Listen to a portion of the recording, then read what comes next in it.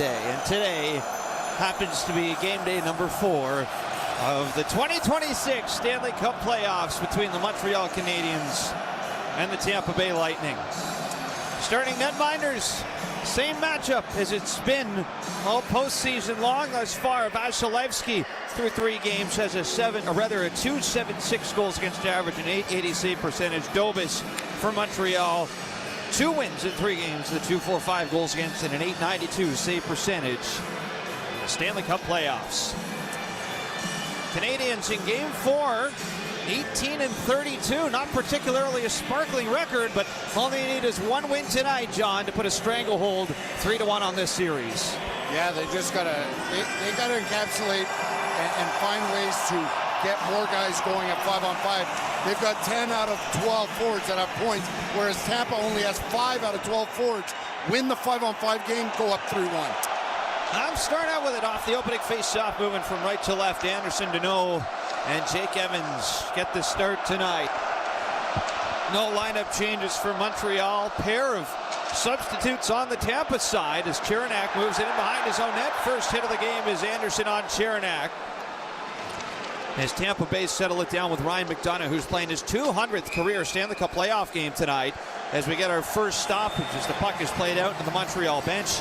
John, Declan Carlisle is out. Max Crozier is in for Tampa Bay, and perhaps more notably, we will see Oliver Bjorkstrand for the first time in this series as Scott Sabourin sits out up front. Yeah, they like I mentioned, they got 5 forwards that have at least a point in this series. Bjorkstrand was a guy that they picked up this year, had a disappointing season. They need others to just contribute. It's been too much of a heavy-handed job for the top guys. Canadiens control at center. Here's Matheson flipping it in. Doc on the ice with Bolduc and Texier. That line was fantastic in game number 3. As the Canadiens go all the way back into their own zone. Kucherov into the forecheck, forced the turnover out in front. He got a feed from Hagel and poked the puck just wide. Now Radish from the line. Zings a wrister off the mark. As Matheson plays it all the way around the boards back to center. Radish on it.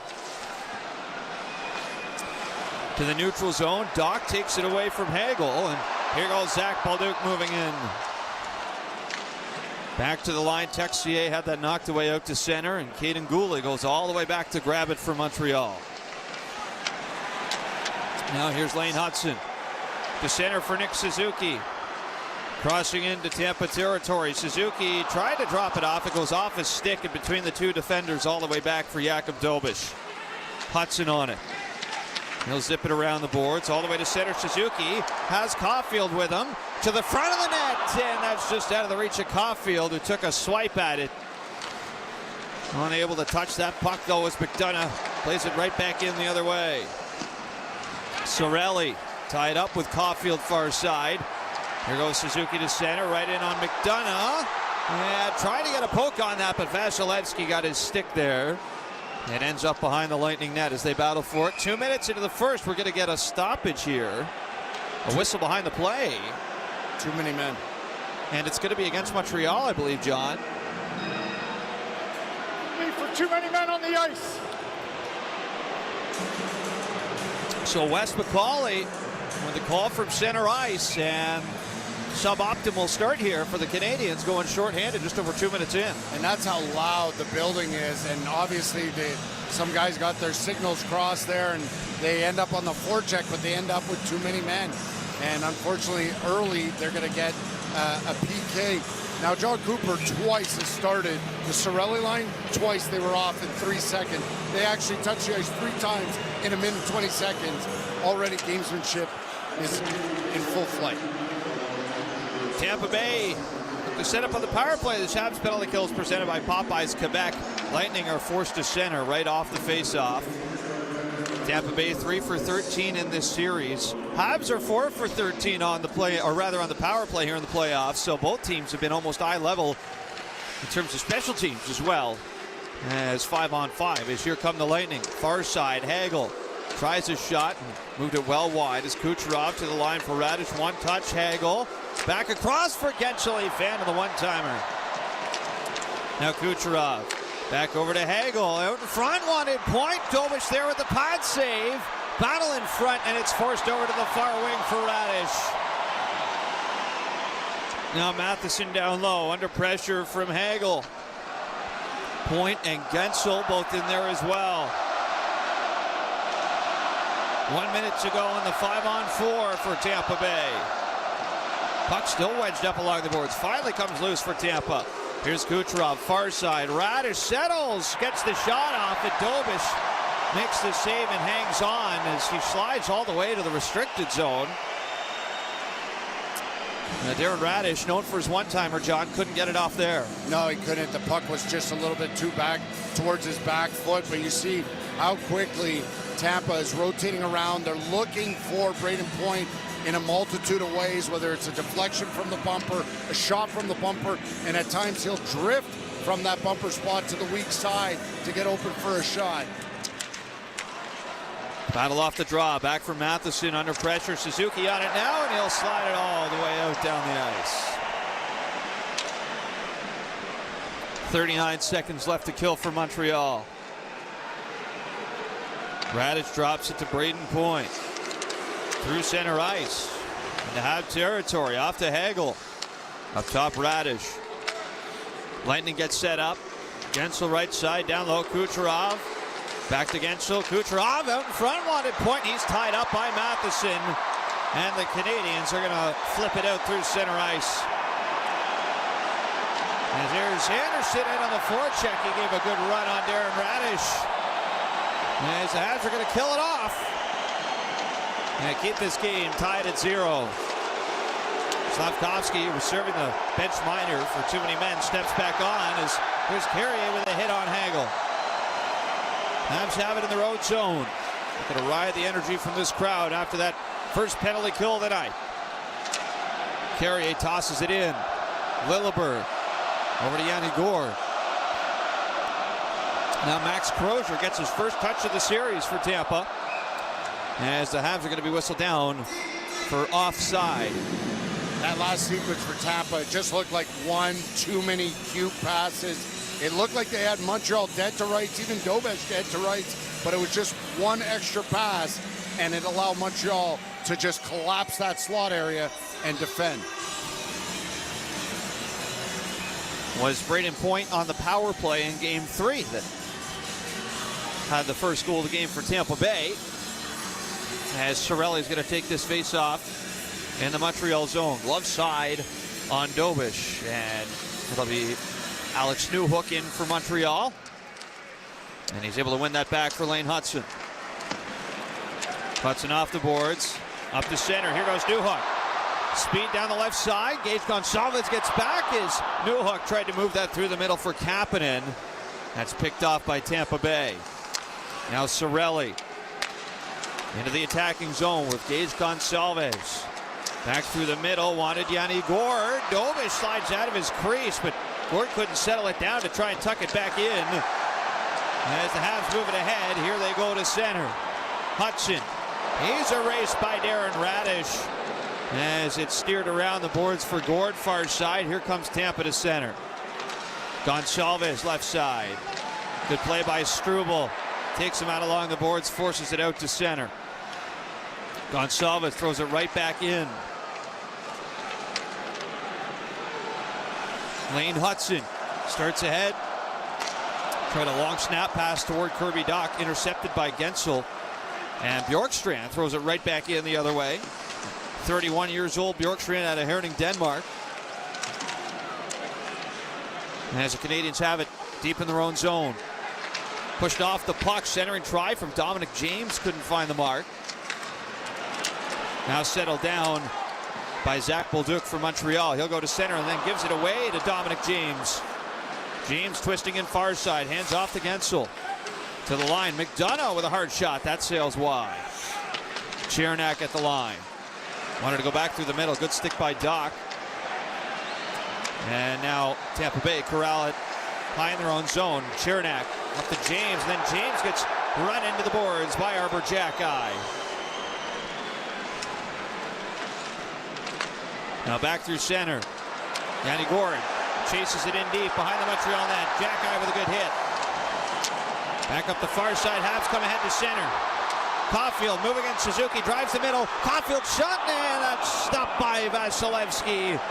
No rebound on that deal. Hang on tight with 13:20 to go in the first period. Crown is into the game. No goal scoring yet, though, in Montreal. We are tied at 0 on Habs Hockey on TSN 690.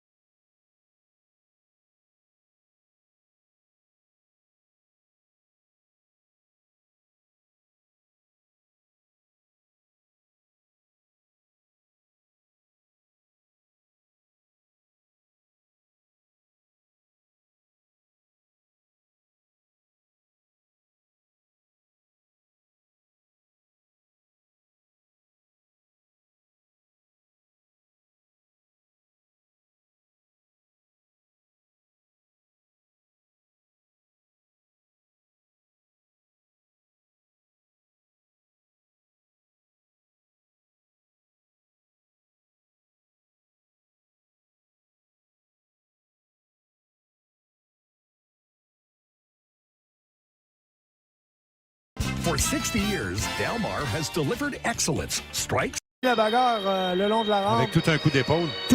And, you know, we've called a ton of Tampa games in person here. I don't think I've ever seen him back check that hard. And so instead of a 2-on-1 and a clear 2-on-1, it was a 2-on-2, and it allowed Vasilevsky to challenge the shooter and catch that right in the chest. Philip Deneau will take this offensive zone face-off with Evans and Anderson, and he wins it back for Jaden Struble. Shot coming in, that's stopped by Vasilevsky. Rebound rolls out, and the Habs keep it alive.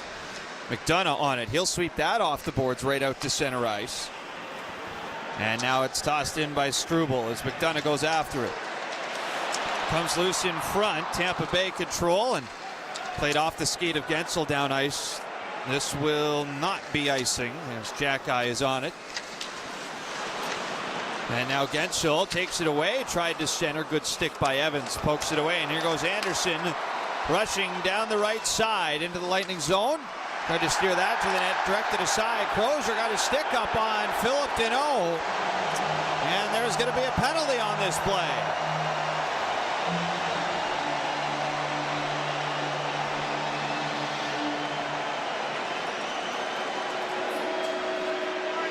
For a high stick. So high sticking on Crozier will send Montreal to their first power play of the night, brought to you by Ford of Canada, official partner of the Montreal Canadiens. And you got to wonder, with all the scrapes and wax across the face of some of these players over the first 3 games, a high stick that normally wouldn't draw blood will draw blood that much easier. And will the referees turn a blind eye to that? Because they'll say at previous, we see that big mark across his nose, but that didn't split open, and luckily for Tampa, it ends up only being a 2-minute.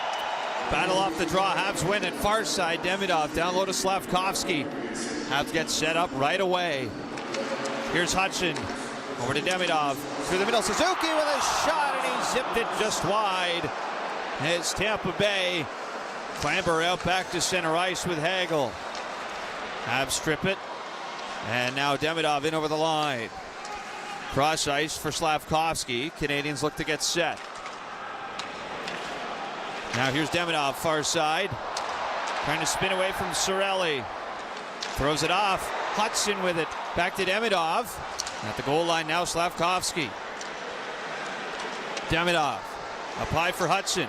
Shot it coming. Stop. Rebound in front. Vasilevsky turns that away from Juraj Slavkovsky. As the Canadians filter it around the near side. Hudson from the line. Far side. Demidov with a shot, and he didn't get much of that. As it trickles wide of the net, Habs try and win the battle, but it's swept out by Chernak, and Dobish is out in a hurry. Habs trying to catch Tampa Bay mid-change. Unable to do so, but they do cross the line here with Slavkovsky. Down the wing with a wrister, a little toe drag try, and Vasilevsky's all over that as he'll cover up with 43 seconds to go in this 5-on-4. Well, that bumper look by Nick Suzuki right after the faceoff was a grade A chance. He just basically shanked it to the left. But right this entry again, Slavkovsky is just like, when we can attack off an entry, why not go for that quick strike? And he goes for that toe drag and he tries to shoot and score like he did in game 1 in overtime. Canadians turn to their second power play unit. Texier, Newhook, Doc, Matheson, and Bolduc as they get it off the draw. Bolduc far side for Montreal. Snapped it around the boards. Comes over to Texier. Down low near corner. Lilleberg tied up with Newhook. There's a good hit by Zach Bolduc. The Lightning clear it anyway, as Bolduc ran right through Zemgus Girgensons. As Matheson's taken down, there's going to be a penalty on Yanni Gourde. And there's going to be a 5-on-3 for 12 seconds for Montreal.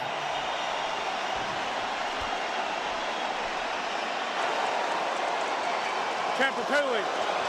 Number 37, 2-minute minor, cross-checking.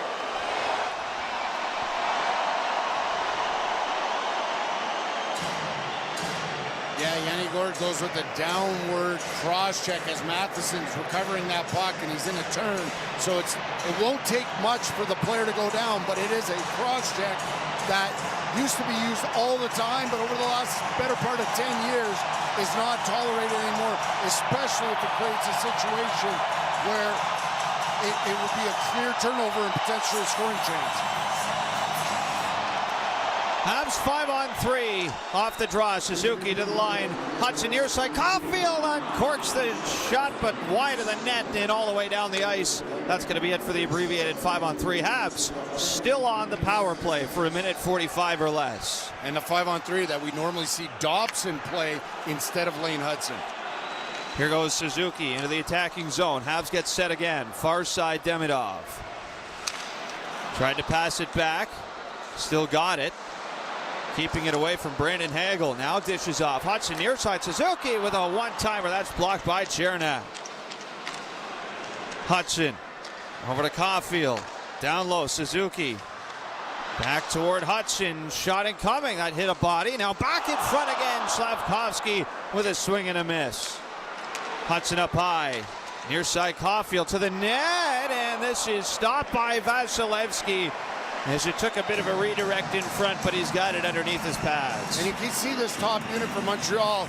They're getting looks and they're improvising, but they're really reading off each other. We've had Suzuki a couple times in the bumper spot, Caulfield a little higher, Suzuki on the goal line, and again you got the big man in Slavkovsky going from bumper to goal line. So there's several looks, and they're really trying to beat Tampa's pressure with short, quick passes by underhandling the puck. Second unit again for Montreal with a minute 5 left in this 5-on-4. It's a win for Zemgus Girgensons off the draw, but the Habs get right to it. Here's Zach Bolduc far side. Down low, Kirby Dach. Over to Texier near wing. All the way back for Mike Matheson on the second unit. Over to Texier. Wrister, that's stopped by Vasilevsky and cleared rapidly down the ice by Jake Guentzel. Yeah, and this second power play unit does not typically see 1:05 on the clock when they get on the ice. And an offensive zone faceoff as well, as they come to center now in transition. Far side, Bolduc. He'll slow it down. Texier near side, drops out. Matheson, Bolduc, shot, and that's blocked by J.J. Moser. Now Bolduc to the line, and Matheson can't reach out far enough to keep that puck in. It's not going to leave a whole lot of time here as the Habs get new bodies onto the ice. Deneau is one of them. As Evans and Anderson on as well. Here's Matheson down the wing. One last gasp on the power play. Not a bad move there, John, but he's denied off the short side by Vasilevsky. Yeah, he did a hell of a job of faking that drop or that slingshot on the power play entry, and he was going up against a forward in Brendan Hagel. So as he opens up the hits, looks back over his right shoulder and then says, forget this, and takes it. If he had a little bit more juice in the tank, he might have taken this right to the net. Not many players that can skate as efficiently and as smoothly as Mike Matheson. That was on display right there. 3 seconds to go on this power play. Danault's going to take the draw blocker side here on Vasilevsky. Off right to Anderson with a shot. That goes off of Girgensons and out of play as the power play is over. So a brief 5-on-3. The second half of that power play was presented by Forta Canada. Official partner, the Montreal Canadiens. The Habs are 0 for 2 in the early going. This game is tied at 0 with 8:48 left in the first on Habs Hockey on TSN 690. If Bell 5 TV is now streaming,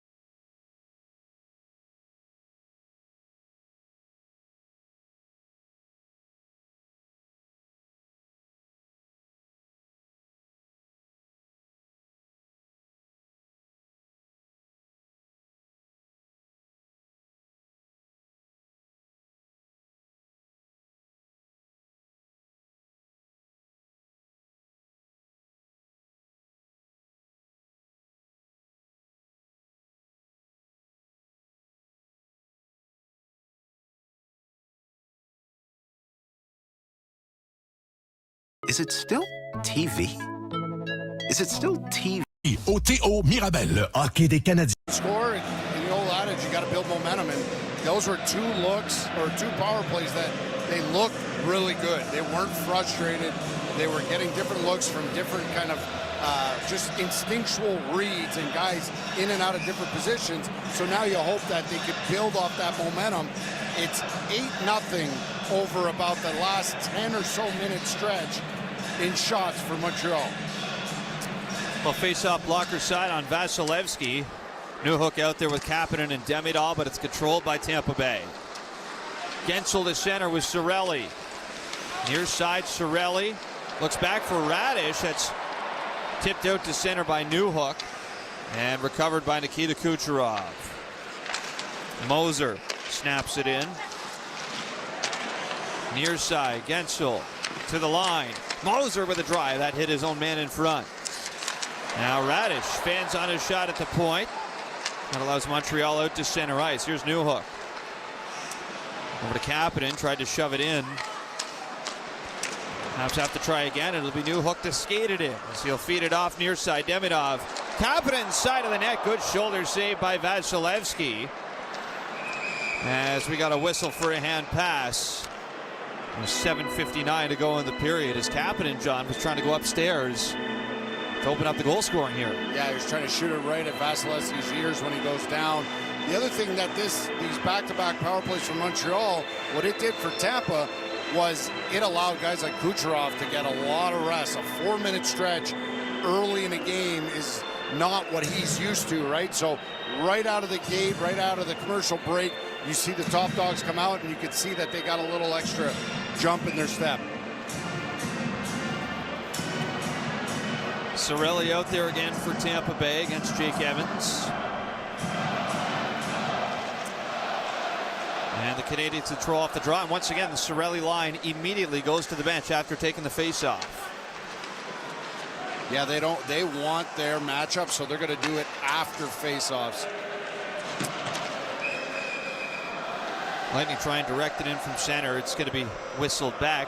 Again, John, we talked to John Cooper this morning as part of the rights holders meeting. For the second straight pregame meeting with John Cooper, he has talked down the lineup matching, just as Marty St. Louis did as well. But it doesn't seem to really be the case here at all, does it? No, not at all. Again, we talked about in the first minute and 20, minute and 30, Danny Gourde and Cirelli's line had touched the ice 3 times and then got off. We just saw it happen again.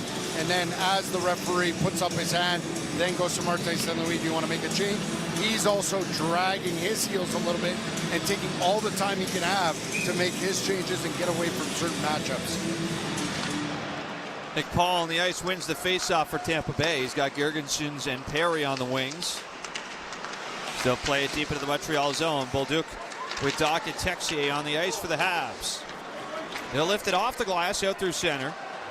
Emil Lilleberg all the way back. This is going to be an icing call against Montreal, and fresh set of legs right back onto the ice for Tampa Bay. That includes number 86, Nikita Kucherov. Yeah, and you can see it from here, right? The moment that icing is whistled, Kucherov's not even looking at John Cooper. He's out the door right away, and it's gonna be constant. Now, outside of line matchups, what a lot of coaches are looking for are great changes, especially on the fly. And we've already seen Montreal falter once by getting a too many men penalty. Face-off glove hand side on Dobish. And Tampa right in front. Hagel couldn't settle it. Moser with a try. That's stopped by Dobish. And he will hang on tight for the whistle. That puck was about an inch closer for Hagel, John. He would have had a prime scoring opportunity. Prime scoring opportunity, 1-on-0 with Dobish under the hash marks, basically the inner slot. And as Montreal right away, they're going to be like, all right, let's go top line against top line. And I actually don't think that John Cooper minds this kind of matchup, to be honest. I think that this, you know, your best against my best, and who's going to push that needle further in their direction. Suzuki wins this faceoff for Montreal. Right back to Matheson. Both coaches have been very happy with their top players in terms of what they've been conceding defensively.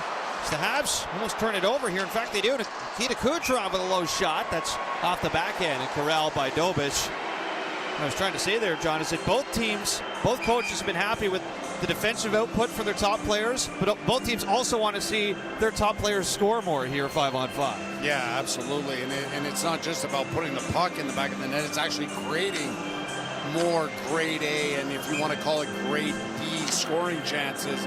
It's been hard to come by, so you also got to recognize the fact that everybody is on high alert defensively. Point versus Danault on the faceoff, and it's a win for Point. Right back to Radish. Near side, Kucherov tried to center it. It is corralled by Hagel right side to the line. Radish with a shot that took a couple deflections, but ultimately wide. Kucherov, Radish tried to fire another one. That's blocked by Suzuki. Out to center it goes. Radish recovers. And Kucherov dishes off. Braden Point near side. Works it around the boards. Right to Hagel. Cut off by Carrier. And now Matheson with it behind his own net. Mike Matheson takes his time. The Canadians are changing. 6:19 to go in our first period. No scoring yet in Montreal. Habs to center. Delayed offside, and it is going to be an offside call here as Evans touches it. Part of the defensive play by both teams as well is the neutral zone. It's how quickly they reload, and they don't hope to be in the right position. They get above pucks, great sticks. You know, you look at Tampa for a long time now has played a 1-1-3 neutral zone forecheck where they step up at red lines, forcing Montreal to dump the puck in, who in fact in these playoffs have dumped the puck in third most at 5-on-5. And you got to wonder, can you break through that by moving the puck and transitioning quicker? Another shoot in from center. This one's from Caden Gooley. As Crozier behind his own net. Moves it around near side. Lightning zone comes back to Crozier. He'll throw it up the boards for Gonçalves. Into the neutral zone and drawn all the way back behind the Montreal net by Phillip Danault. Gooley off the glass. Center ice for Crozier. He gave it away to Phillip Danault. Crozier makes up for the mistake and jams the puck back to center. Now Lane Hutson backtracks into his own zone. Halves are changing. Kapanen and Newhook Demidov onto the ice. Gooley near side, mishandles it. Gets it back, trying to play it in deep here. He's caught up now with Braden Point. Right in front of the penalty box. Puck comes loose for Tampa. Glove down by Hagel. And he'll bounce that into the Montreal zone. The Canadians dangerously in their own slot. Demidov almost threw that away. It does come to center. Tampa Bay settle it down. And now here goes Hagel, skates in near side. Hagel, little backhand pass off the point. Pad save from Dobish. Loose in front. Dobish sprawling out. Never had to make the save. It is taken by Moser. Off the left side, Moser spins it down low for Point. Now Kucherov centers. Matheson breaks that up. As the Canadians will settle it down, and Matheson rips it all the way through center ice. This could be icing. And it will not be, though. They're going to say that was tipped on the way. I have no idea how that's waved off. You just see the replay here. Canadians at center intercept the puck. Kirby Dach turns it back into his own zone for Juraj Slafkovsky. Now Struble up to center. Lightning trying to bat it back in over the Montreal line. They do. Dach handles it. He'll throw it all the way down ice for Zach Bolduc. Backhanded off the boards. Forked out to center by Nick Paul. As Tampa Bay directed right back in behind their own net. Lilleberg around out to center. Nick Paul cross ice, good intercept by Zach Bolduc. With 3.5 to play in the first period, still tied at 0. A lot of turnovers where situations you see normally guys dumping it in, guys just trying to make that extra pass. And the Canadians have iced it here, John. That's a relatively straightforward pass that Jackeye misses the mark on, and it's going to come right back to the Habs zone.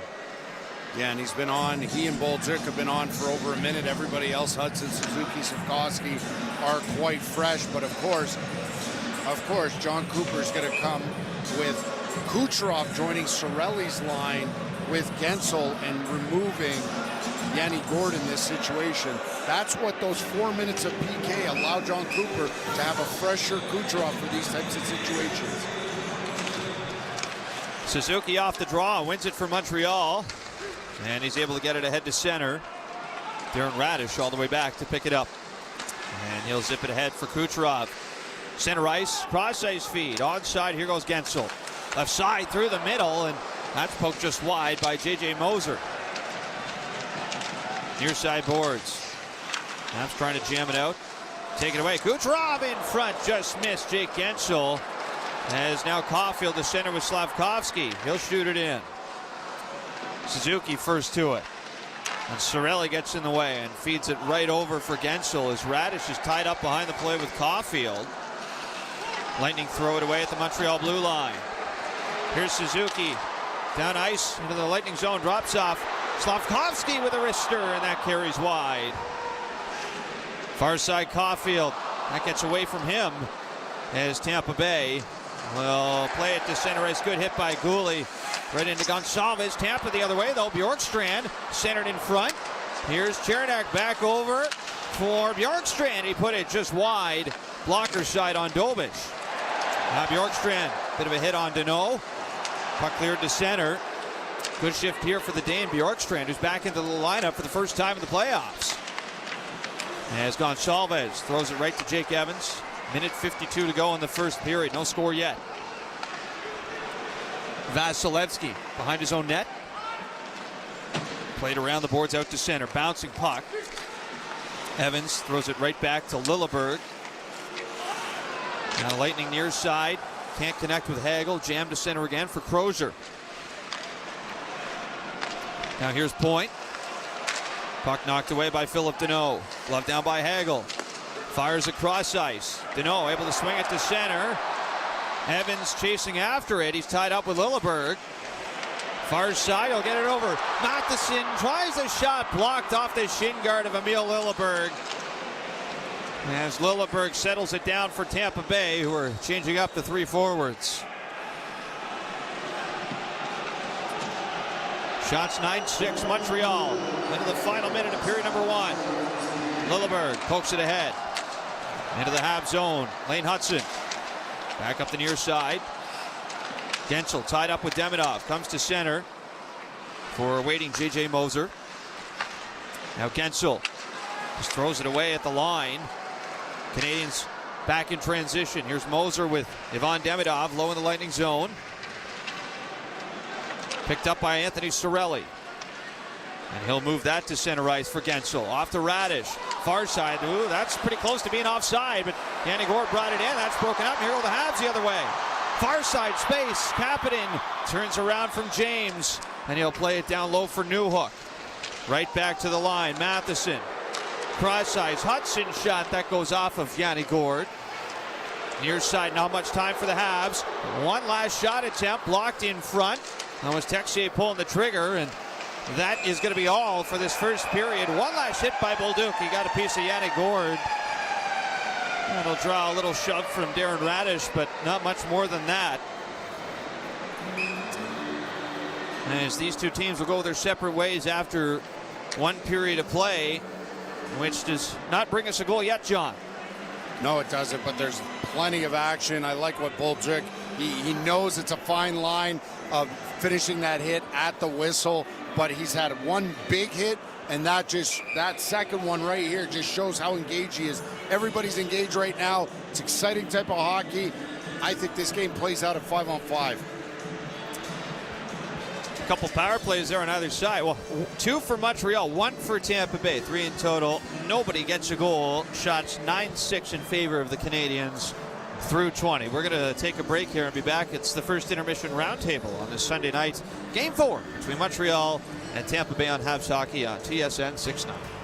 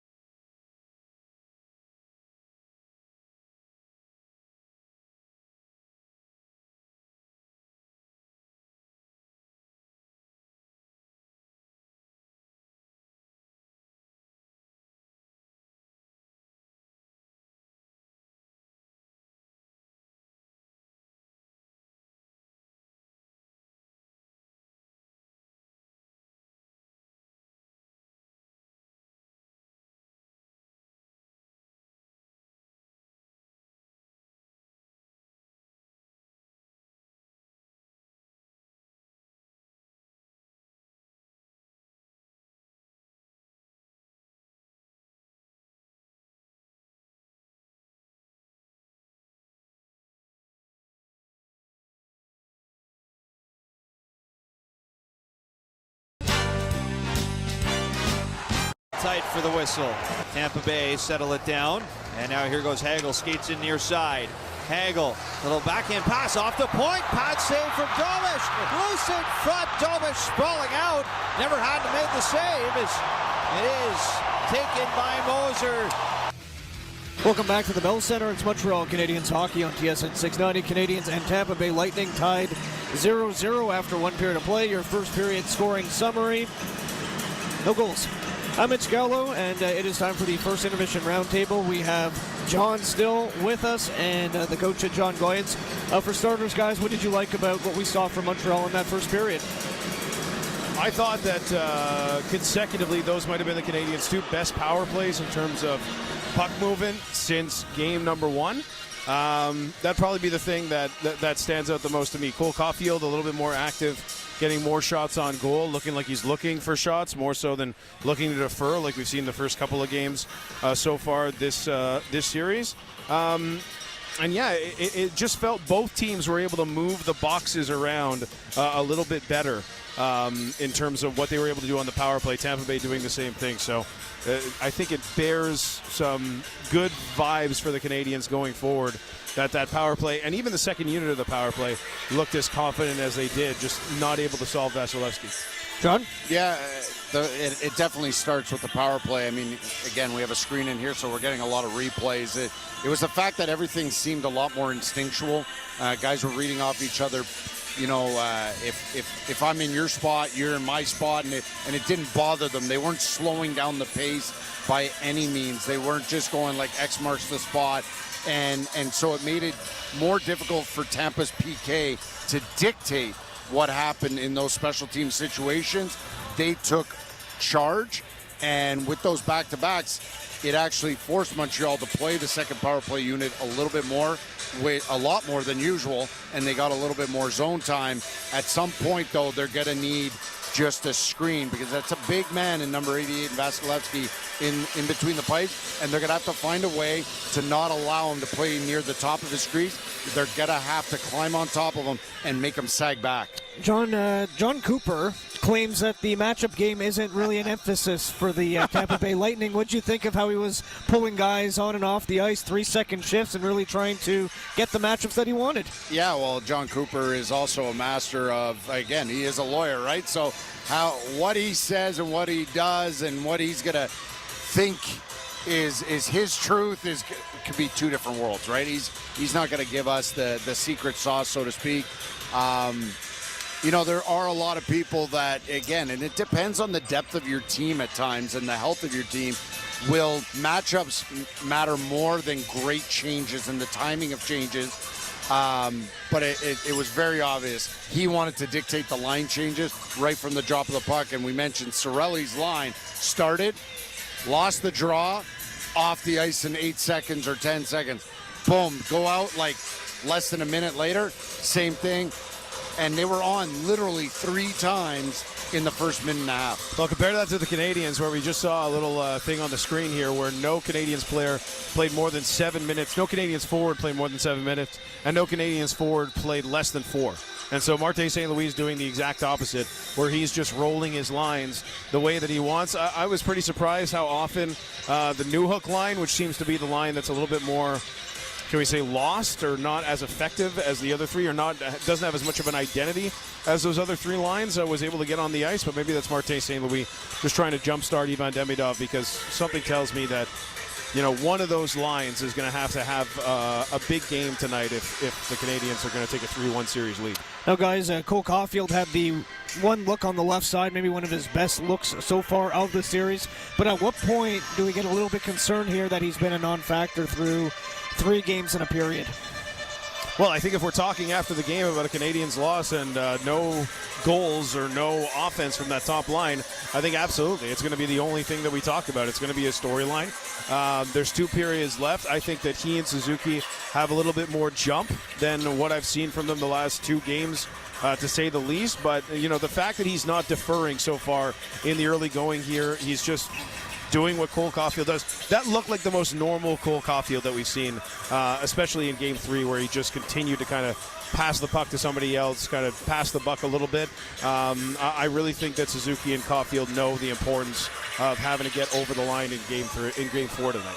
Well, either way, it was the storyline going into the game, and it is going to be the storyline at the end of this game, because they're either going to put up the points or they're not. So it's going to be the satisfaction that they broke through, or it's going to be the frustration that they're off the score sheet. And that was the big storyline at 5-on-5 for the Montreal Canadiens going into this game. So as we've seen, Martin St. Louis keep the same lineup, but change that the lines a little bit and put that dock line, and you want to call it the misfit line, right? Because a lot of people were screaming for at least 2 out of those 3 guys to potentially be scratched. Now they've gone out and they've done the job.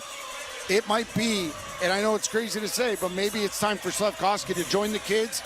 Maybe Newhook's the speed burst that the top line needs, because you're going to have to kickstart the top line for some scoring here.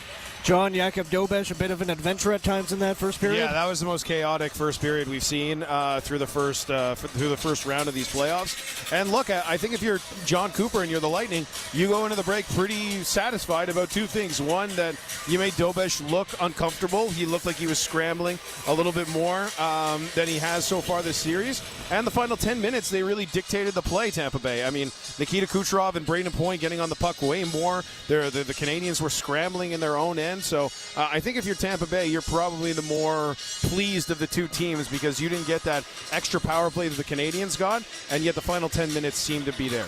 John, what are you circling here for the second period? Well, actually, I wanted to stay on that Dobeš point, because if not for Newhook's stick check on Yanni Gourde at 14:59, when Dobeš was flat out on his belly and sliding past his net, then Yanni Gourde stuffing that from below the goal line and in.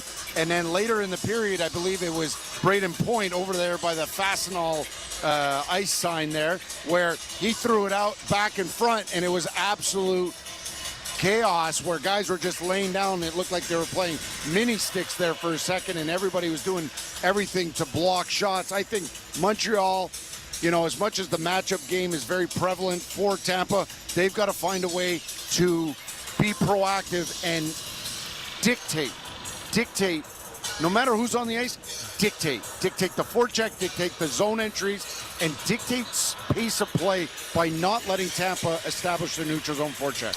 Guys, thanks as always. Thank you. There's the coach, John Goyens. And John, still here at the Bell Center for your first intermission roundtable. It is 0-0 between the Lightning and Canadians after 1 period of play. Coming up next, we'll get you caught up with the out-of-town scoreboard on TSN 690.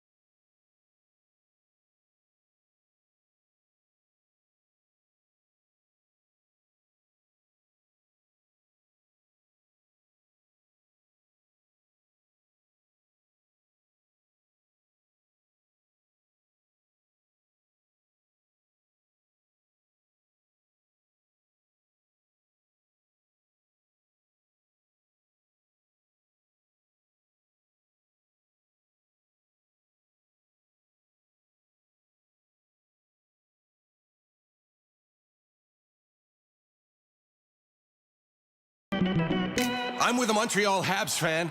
Back it comes for Nazem Kadri. The Avs 0 for 9 in this series. They're due. Landeskog to Kadri. Looks. Cross one-timer. Score! Nathan MacKinnon rips it past the dot through Forsberg, and it trickles in, and the Avs have a 1-0 lead. Forsberg got some of it, but he couldn't get all of it. Welcome back to the Bell Center. Out-of-town scoreboard. Avalanche knock out the Kings with a 5-1 victory in Game 4. That series ends in a sweep. Buffalo over Boston 6-1 and grab a 3-0 stranglehold. Coming up next, the second period between Tampa and Montreal. It's all tied up at 0.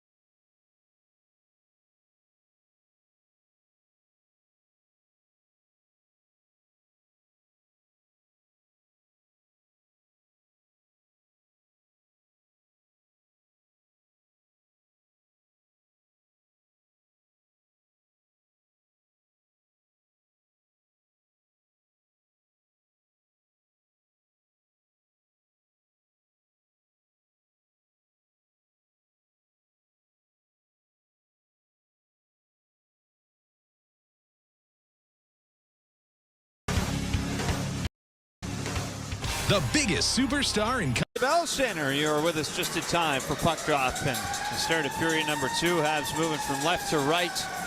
Victor Finley with John Goyens on the call as the Habs are going to try and look and open up a little bit more here. Even strength. They mustered just 3 of their 9 shots, 5-on-5 in that first period. Yeah, 5-on-5, they definitely got to find a way to create, and some of that has to come off the rush. They've been forced to dump the puck a lot in this series, and a lot of that has to do with what Tampa is forcing them to do, and they're going to have to find ways to beat that neutral zone forecheck and create some possession entries. And away we go for the start of the second period of play. No score yet in Game 4 with the Habs leading this series 2-1. Here goes Danault, far side. First shot of the period is a slap shot that's stopped by Vasilevsky. A little late poke there from Josh Anderson, and that's going to draw quite a scrum behind the net. A lot of players, but not a whole lot of pushing and shoving going on just yet. Yeah, he just wants to stir the hornet's nest there a little bit. It wasn't like he went there hacking at Vasilevsky's hands, but, you know, a little poke, and he wants to engage some of the Tampa Bay players into some extracurricular activities. Corey Perry was in the middle of that too, although decides to take the high road this time, so go back to the bench. Not heard a lot or seen a lot of Corey Perry here in Montreal yet. The Lightning win the faceoff, played out to center. Matter of fact, the biggest pop we've heard for Corey Perry so far in Montreal has been in the warm-up. Here's Tampa Bay with a shot off the far side. That's Yanni Gourde, turned away by Dobish, who goes all the way down ice. And Ryan McDonough is on it for Tampa, and he's erased. Josh Anderson might have got the worst of that. as he's still down on the ice for Montreal, and they're going to blow the whistle as a result. And Josh Anderson, who has already been on the receiving end of a hit from Montreal's Sabrin, got a minor for a board. they're going to call Anderson here for the penalty, which is going to add insult to injury. Yeah, he almost drove McDonough, or pretty close to head first into the boards there. And it's just, you would have thought McDonough would have been down and out, but Anderson, oh, he got twisted up there. It didn't look that bad. It's the twist. His legs kind of got wrapped up with McDonough's, and it looked like it might have twisted a knee because he's going right down the tunnel. You know, he took that hit from Sabrin, John, in game 2, and that looked like it was more of a back injury than anything. But went down the tunnel, returned from that, missed practice and morning skate in the subsequent days, but we'll take another, what we hope is, short break here for the Canadians as they're going to go shorthanded. Penalty kill is presented by Popeyes Quebec, and Alexandre Texier is going to serve the 2 minutes for Anderson. Lightning 0 for 1 tonight.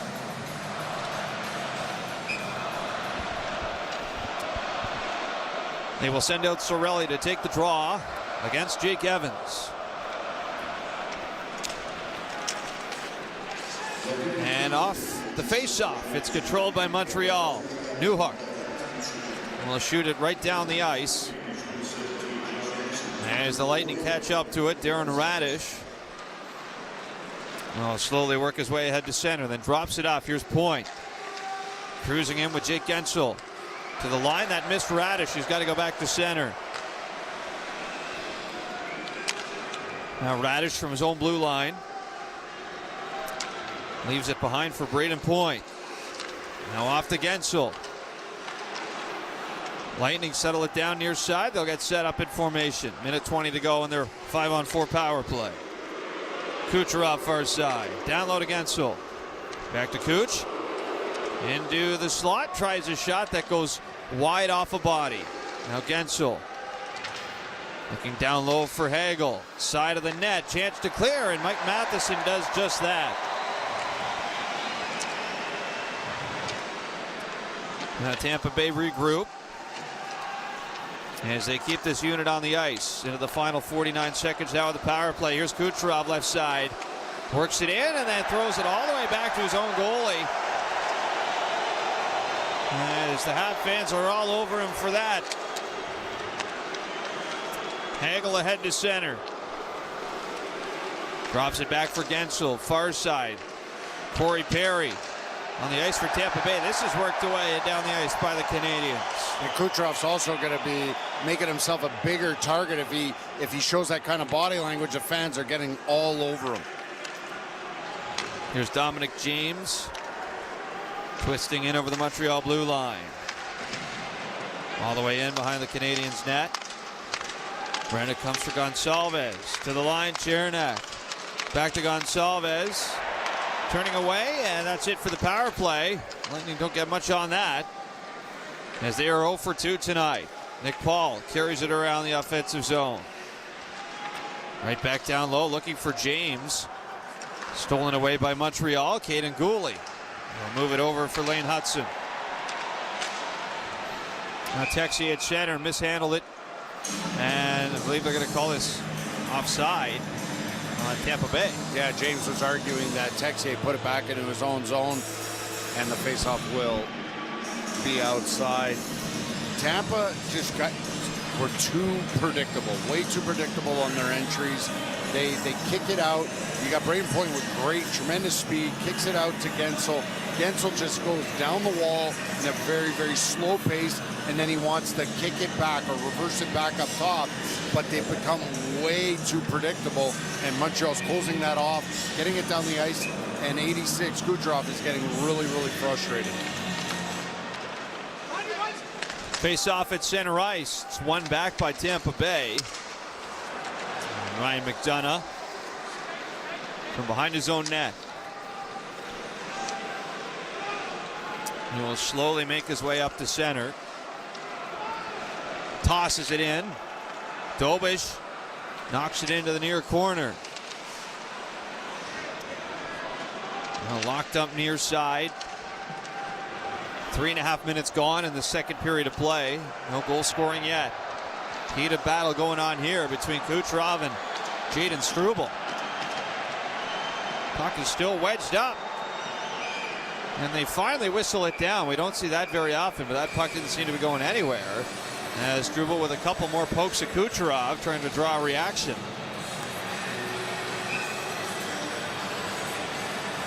Chernak was just waiting right at the top of circles. Do I go or do I not go? Because the moment he dives in, the faceoff will be outside, but it didn't cross the line where Kucherov needed number 81's assistance in that corner battle with both Struble and Xhekaj.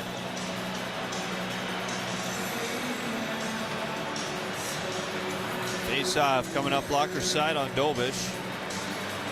And the Habs are going to put Caulfield on the ice with Suzuki and Slavkovsky. And again, Martin St. Louis taking his time to make decisions on these line changes and really dragging it out at times.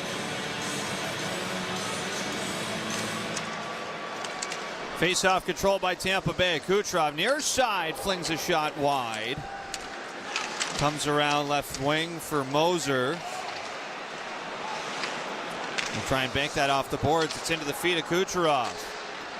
Picked up by Hagel and taken by Nick Suzuki as he'll look to go in behind his own net. He's harassed by Hagel. Puck floats out to center. And on it there is Moser. Lightning come right back in. Braden Point. Near side. Little backhand try on Dobish. That's denied. And caught with the glove as Kucherov was looking for the rebound, but there was none in sight.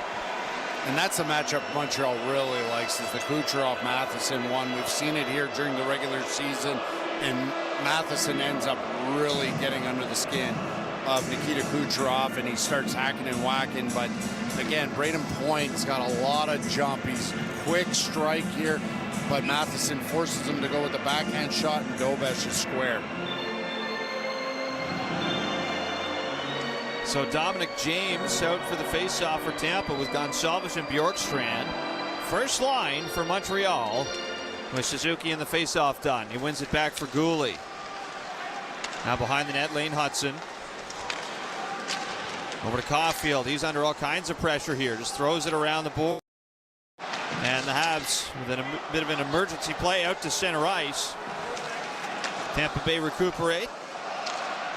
And it's picked up by Gooley in his own end. Now Lane Hudson, good pass ahead, finds Suzuki far side. Into the Lightning zone, drops off. Slavkovsky back to Suzuki, cross ice, Gooley. And that was about waist high. He couldn't settle the pass down. Tampa Bay will look out to center. They can't. And Suzuki picked it off, but then Chernak intercepted the feed intended for Slavkovsky. As the Lightning come back the other way. There's a good hit by Gooley. Got a piece of Gonsalves. As Perry's in on the forecheck for Tampa. Crozier pinching in from the line, and Cole Caulfield just throws it out to center ice. Habs are changing. Now Corey Perry gets dumped by Caden Gooley, who's been a menace on this shift for Montreal. He wins the puck battle here and plays it back for Lane Hudson. Now Kapanen up to center. Over the line. Can't come into the Tampa Bay zone clean. It'll be tossed in off the backhand by Arber Xhekaj. Near side, Lightning zone. Perry with it. He's going to go all the way in behind his own net. Third all-time in playoff games played in NHL history is Corey Perry, as this has moved all the way down ice. Only Nick Lidstrom and Chris Chelios have played more games in the Stanley Cup playoffs than Corey Perry. Jaden Struble handles it deep in his own end. 13:43 to go in the second period. No score yet in Montreal as Newhook shoots it in from center. Puck rides around the boards. Hagel off to Darren Radish. And he'll skate it ahead through the neutral zone. And over the Montreal line, off to Hagel. Up top, Moser with a try. That one took a deflection just wide. It's Kucherov lobs it wide of the net. Hagel off the near side. Tied up, goes down to the ice. Matheson digs it free.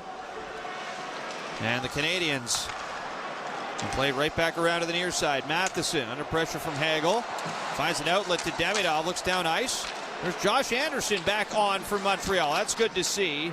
After going down the tunnel off that hit with Ryan McDonough. As this puck is poked out of play to the half bench by Max Crozier. 12:52 to go in the second period of play. Almost halfway through the game. We don't have a goal yet. We're going to take a break on Habs Hockey on TSN 690.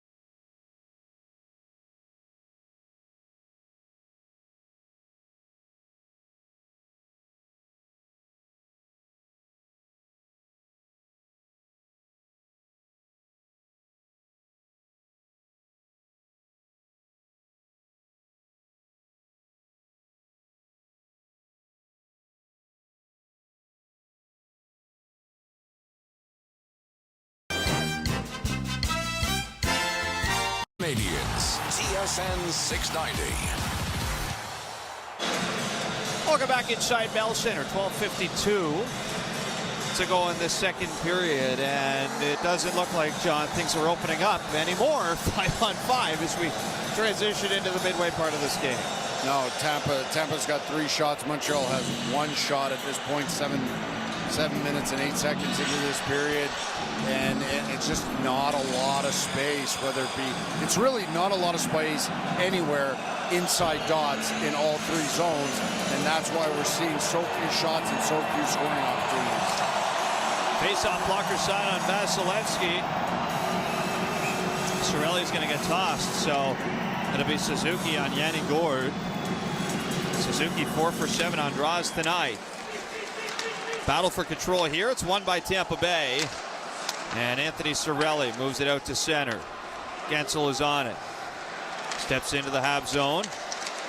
And he's stripped of the puck by Caulfield. Played off the boards past McDonough, but handled by Yanni Gourde. And Cheranak flips it right to Gouli at center ice. Canadians played in slowly behind the Lightning net. Far side corner. Knocked around to the near side. Yanni Gourde. Up to center. Picked up by Lane Hutson. Hutson off to Gouli. Back over to Hutson. And try and snap that in. He does from center right off the glass. McDonough over to Cheranak. And Tampa almost turned it over in front off a deflection, but it does get to center for McDonough. Now here goes Braden Point moving in. Good play by Philip Deneau. That knocks it out to center for Crozier. Now directed in by Perry. Matheson with it. And down in front, Carrier is there for Montreal. That could have been dangerous. As the Lightning still over it on the forecheck. They win the battle. Here's Paul far side. Long shot. Hits the outside of the net. Now recovered by Zemgus Girgensons. Near side wing battles with Philip Deneau. Right along the boards. Paul swings it back around far side. Evans and Perry. Right over to Crozier now. And finally the Canadians win the battle and poke it out to center. And there's Anderson with a run at Lilleberg on the forecheck. Canadians have it in neutral territory. Given away right to Lilleberg. Here goes Kucherov far side. Looks back through with a seam pass that missed. And here go the Habs in transition near side. Doc, he's Cut off along the near wing by Brandon Hagel, and the puck is played back into Hab territory. 10:35 to go in the second. Shots 10-9 Montreal, no goals yet. Cooley at center. Going to go back into his own zone. Habs are going to try and build some momentum here. As Kirby Dach, right side, runs into Moser, but it's spread in. Texier shot, and that's blocked in front by Darren Radish. Bjorkstrand the other way for Tampa. He'll toss it in. Right after it on the forecheck with Caden Gooley. Loose on the far side. Point directs it to the line. There is a long shot from Darren Radish. That's stopped, and now has a transition. Bolduc near side, moving in on Radish. Scores!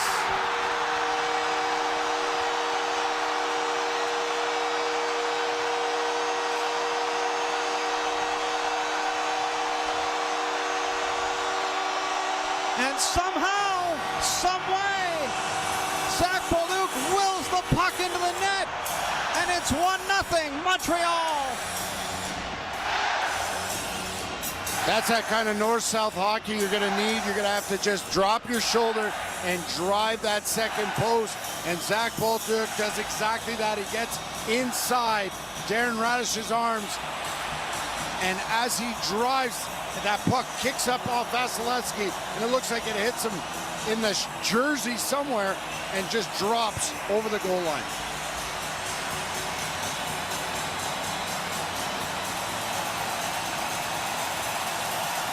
Well, there's a bit of a conversation here, John, at the Tampa Bay bench. John Cooper's looking down at the monitor. Now, are they looking for interference? Can they look for, do they put a hand on that puck? I didn't see anything there, John, and it doesn't look like Tampa Bay does either. And we're going to get right back at it. No challenge, and the goal will stand. Zach Bolduc from Caden Gooley and Alexandre Texier at 10:06 of the second period, and we finally got our icebreaker halfway through. Habs on the attack. There's going to be a penalty, though, on Alex Newhook. And the Lightning, after conceding the game's first goal, will get an opportunity to get it right back on the power play.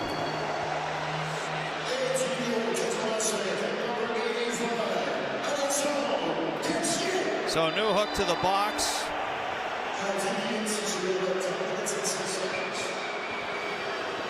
Montreal penalty, number 15, 2-minute minor, hooking. Lightning power play when we return to Habs Hockey on TSN 690.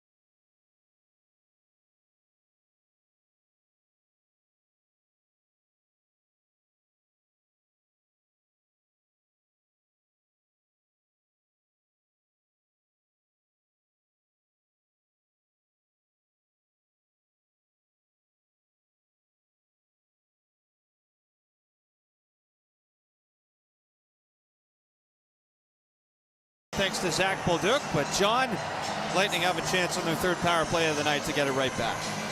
Yeah, it's a huge kill because there wasn't anything going on at 5-on-5 for either team. You saw Tampa throwing pucks from just about anywhere, and then Bolduc goes down, and he basically scores without really shooting the puck. And within seconds, they're in the penalty box. So this is a huge kill to make sure the momentum stays in their favor. Battle off the face-off, controlled by Tampa Bay. Hagel near side. Back to Radish. Far wing Kucherov. Through the middle, Radish one-timer, and he blows that one just high of the net. Now controlled by Carrier through the middle. Suzuki just missed the puck. He would have had a breakaway from center ice. Kucherov off to Braden Point. Now Hagel. Kucherov through the middle, off on the far wing.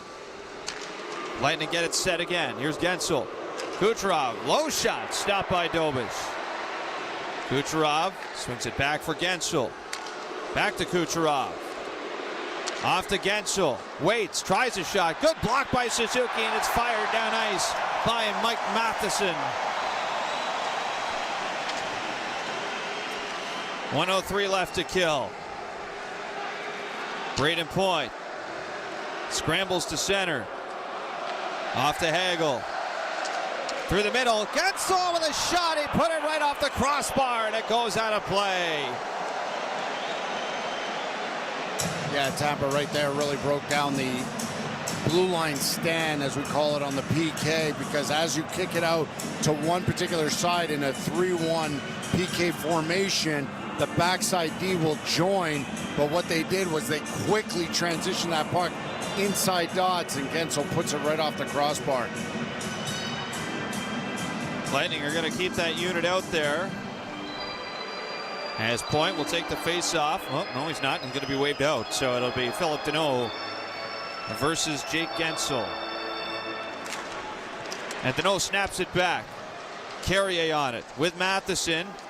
Lightning in tenaciously on the forecheck, but the Habs able to force it out down the ice. Did it hit someone on the bench? Looks like it did. And they're going to have the face-off come back in the Habs zone, as now Anderson pushes over to Nikita Kucherov. And are they taking bodies here to the box?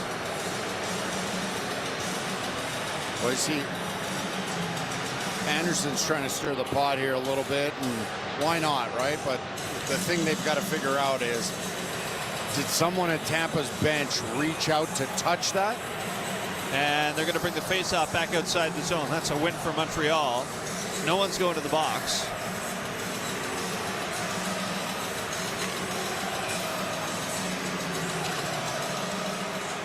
So it'll be Braden Point versus Philip Deneau.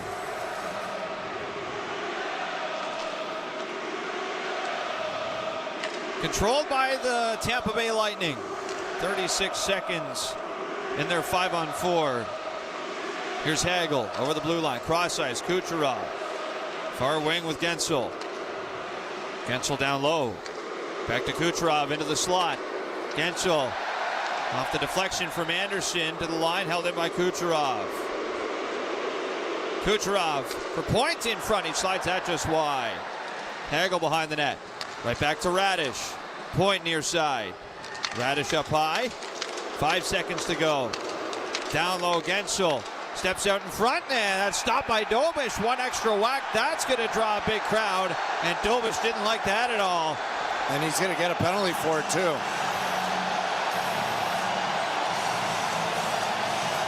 And the power play is over for Tampa Bay. And has penalty kills presented by Popeyes Quebec.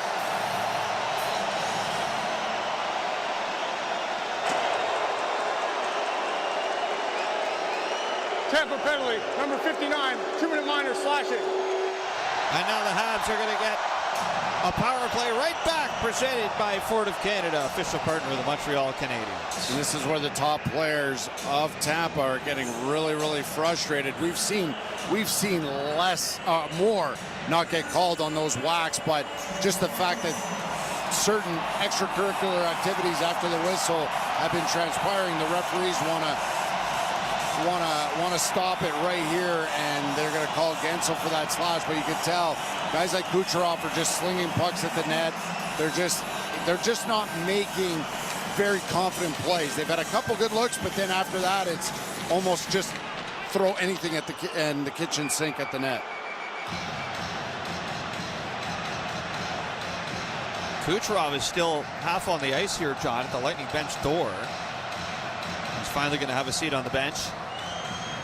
So Habs are going to go 5-on-4 here.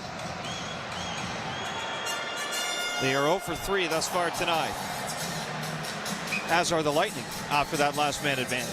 7:36 to go in the second period. Canadians up 1-0. Lightning off the draw, win it back, and it's hammered down the ice by Brandon Hagel. Settled down by Dobish behind the net. He'll leave it for Lane Hudson. There's Caulfield to center. Drops it off. Suzuki with it now. Puts the dish off to Demidov. He's under pressure, and Tampa trying to get it out. Suzuki, great effort to hold it in. Near side board, settled down by Montreal. Now Slavkovsky, bothered by McDonough. To the line, Hudson. Far side, Caulfield back in front. Slavkovsky trying to move it in front again on the blue paint. But it's handled by McDonough, and he will clear it down the ice. Habs quickly to center again.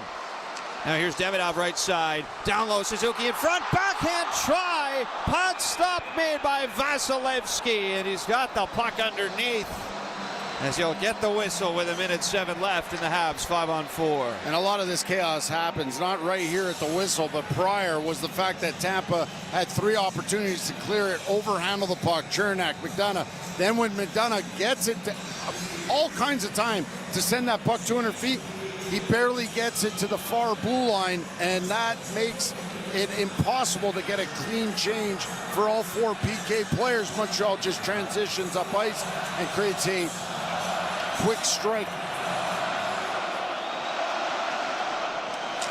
Face-off, blocker side on Vasilevsky. It's won by Montreal.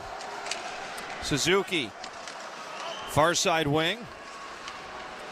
Stick handles in the corner now. Out in front, they score! Caulfield!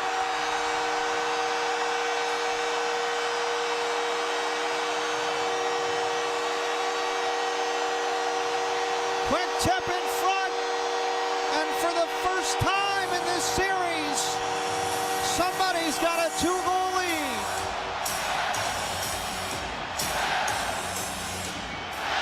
And again, it looks like their power play is just making a ton of instinctual reads.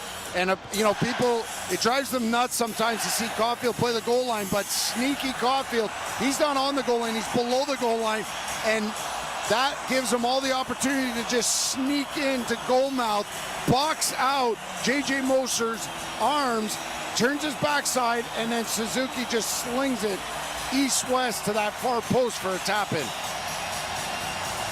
Well, it's not a 5-on-5 goal, John, but I don't think anybody's going to complain about Cole Caulfield scoring his first of the playoffs to put Montreal in front 2-0. Son premier des séries éliminatoires, compté par le numéro 13. Canadiens goal is first of the playoffs, scored by number 13, Cole Caulfield.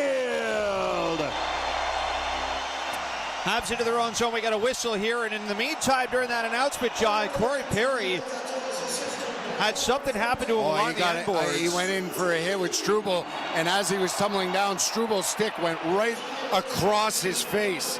And now we got a scrum along the near side here in the Habs zone. Perry's getting attention on the bench. It looks like he's going to go down the tunnel here.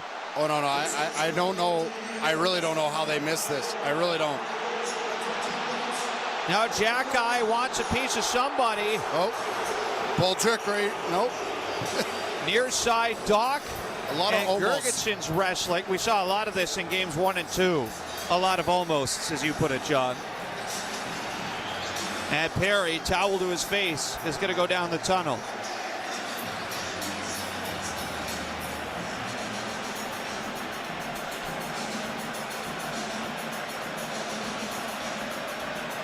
So this finally gets broken up, although Gergensen and Doc are still, there's nobody in sight to break them up. And finally, Linesman's going to get in between the two.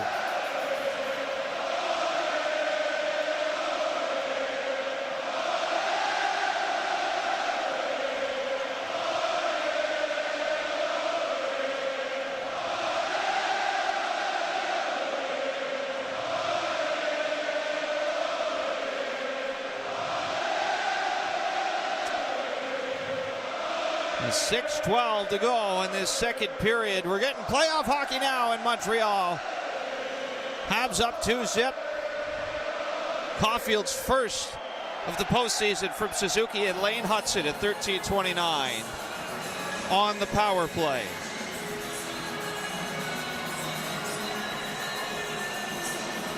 John Cooper just ripping into the referees. So the referees are having a conference right now in front of the scorers table. But I believe this is pertaining to the scrums that we saw and not so much the high stick on Perry. I would assume so, but the Corey Perry one's really bad. We have that delayed screen here in the booth, and as you're describing where the play's at, I'm able to see it, and that stick goes right across his face, right above the eye. I don't believe it was intentional by any means, but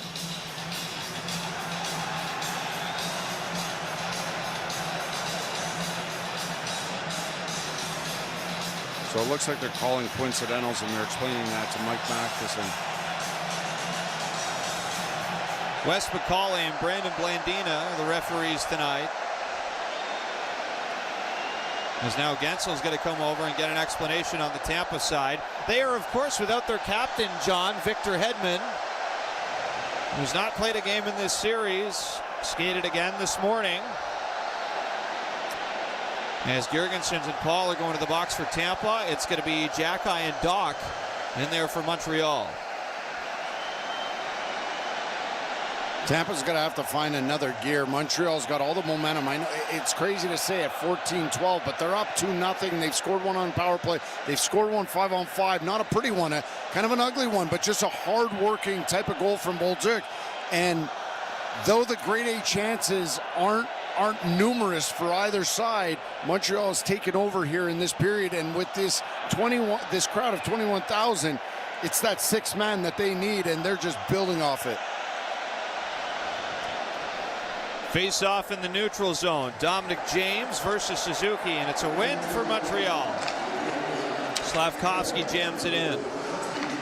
Radish takes a hard hit for Nick Suzuki. And that's going to draw a whistle. But they're looking for a delay game. Referees and linesmen are congregating. And I think we're going to have it. Yep. 77. Delay game it is. Darren Radish going off. And with 6:02 to go in this second period, this place will explode if the Habs can make it 3-0 off another power play goal. We talked about it in the pregame. We talked about it in between the first and second. It was the forecheck, the forecheck, the forecheck. And what do? They've got all the momentum going in their way. They get the puck in deep, and it's the captain. Lays a hit, forcing them to take a penalty. Habs on the power play when the face-off. Slavkovsky across for Caulfield. Fan on the shot. Power play is presented by Florida Canada, official partner of the Montreal Canadiens. Far corner. Caulfield drives it down low behind the Lightning net. All the way around to the line, and Hudson couldn't hold it in. Here goes Hagel sprinting out to center. Solo mission into the Montreal zone. He's bumped off the puck by Nick Suzuki. Now Hudson down the left side into Lightning territory. Left wing, Hudson down to Suzuki below the goal line. Back up for Lane Hudson. Suzuki again on the wing. Hudson, one-time shot, missed in front as it almost bounced back on Vasilevsky. Settled though by Hudson to the line, and his shot is directed but wide. As the Lightning able to clear it out and into the Montreal zone. Habs looking dangerous again on the power play. 51 seconds left in it. Slavkovsky tried to speed in far side, take it away to center by Yanni Gourde. And the Lightning will play keep away. As Gansel at center just gives it right to Jacques Bolduc. And here he goes over the Lightning blue line. Take it away though. Now Gensel racing through center. New hook in hot pursuit. Here's Gensel. Tried the shot. Fanned on it. Stays with it. Carries around the Montreal net. Then he'll just throw it to center for a waiting Eric Chernak. 17 seconds left in the minor to Darren Radish. As the puck rolls in behind the Montreal net, taken by Mike Matheson. That's all for the power play. Habs don't get one here, but they are still up 2-0 in this game. 1 for 5 on the man advantage. 3:55 left in play. Period number 2. Here's Carrier with a shot, near side miss. Kucherov drags it to center for Brandon Hagel. Hands it off to Kucherov. Far side makes a move. Turns it back up high for Emil Lilleberg. Off to Kucherov again. Leaves it in the slot for Crozier. Long shot. That's an easy save for Dobish. Sees it the whole way, and there's no rebound.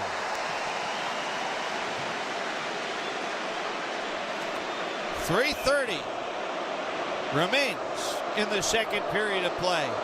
2-0 the score for Montreal. We're back in a moment on Habs Hockey on TSN 690.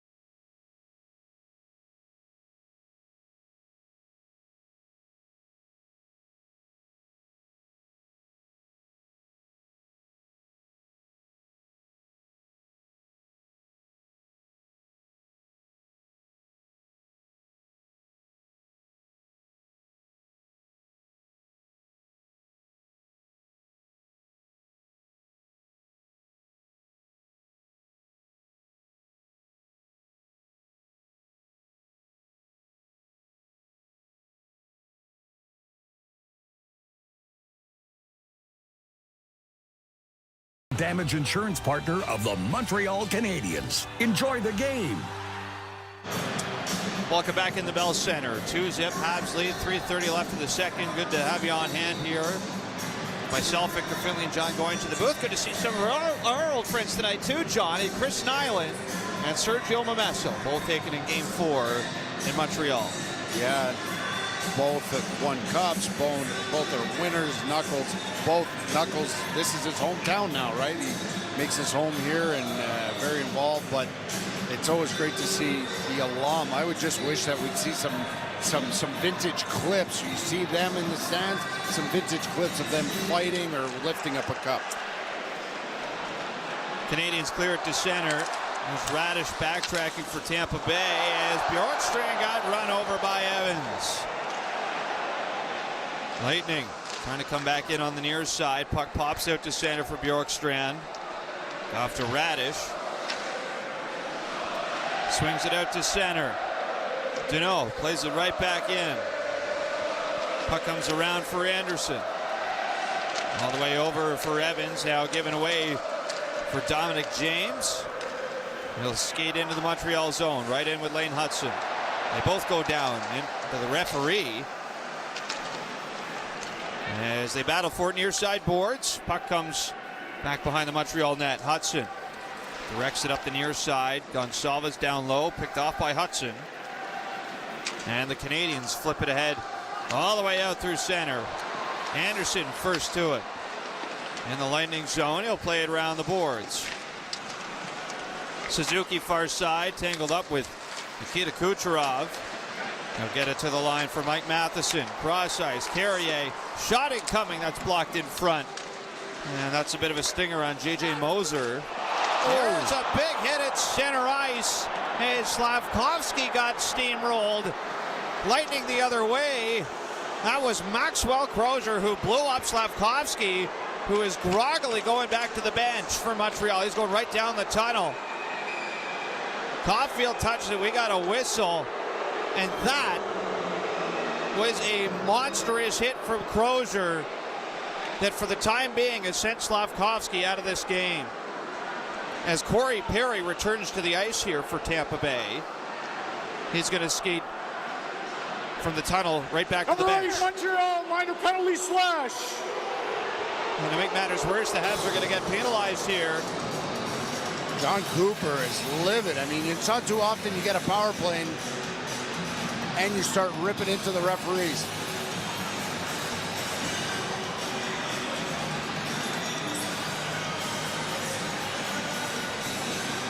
Oh, he's asking there was a secondary penalty. We're seeing the replay at center. That's a clean hit for Crozier on Slavkovsky. People are going to debate it. He left his feet. Right. Or his feet when he makes contact. No, his feet are down when he makes contact. It's after the impact, unfortunately, for Slavkovsky. That's a monster hit. Yeah, but John Cooper is livid because there was a little bit of retribution on Crozier as well. So Matheson penalty on Braden Point behind the net, and then Crozier was on the backside here on the blue line, and he got taken out, and John Cooper was asking for that 5-on-3. Well, John, you talk about moments that can change the course of a game and perhaps a series. One big hit, right? One big hit, but Tampa's got to do the job.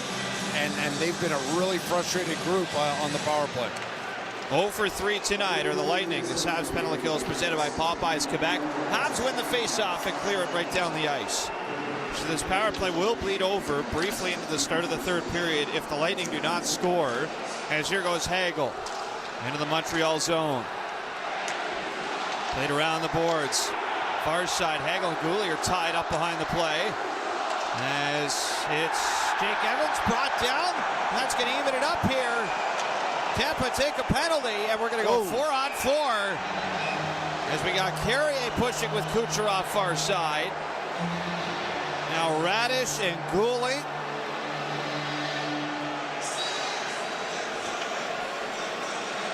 And just like that, only 27 seconds on the power play for Tampa Bay, and we're going to be evened up again after Jake Evans was tripped up.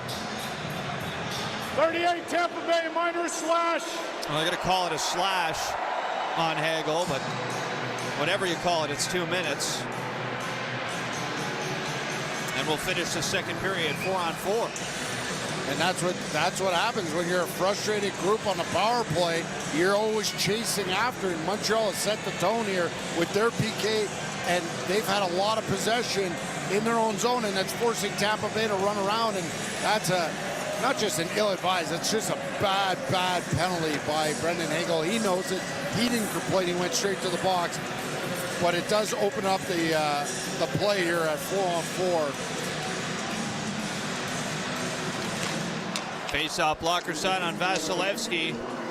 One back by Tampa, but pickpocketed away from Radish by Alex Newhook. Now here's Lane Hudson. Darts down the left side. Tries to pull off of Anthony Cirelli. He'll pass it over to Newhook. Fished away by Tampa Bay. Out to center. Here goes Gensel. Drops off Radish. Back over to Gensel. Carries in behind the Habs net. And all the way up into the zone for J.J. Moser. Back in front, they score! Jake Gensel off the give and go with Moser. And it's a 4-on-4 goal for Tampa's first of the night to make it 2-1.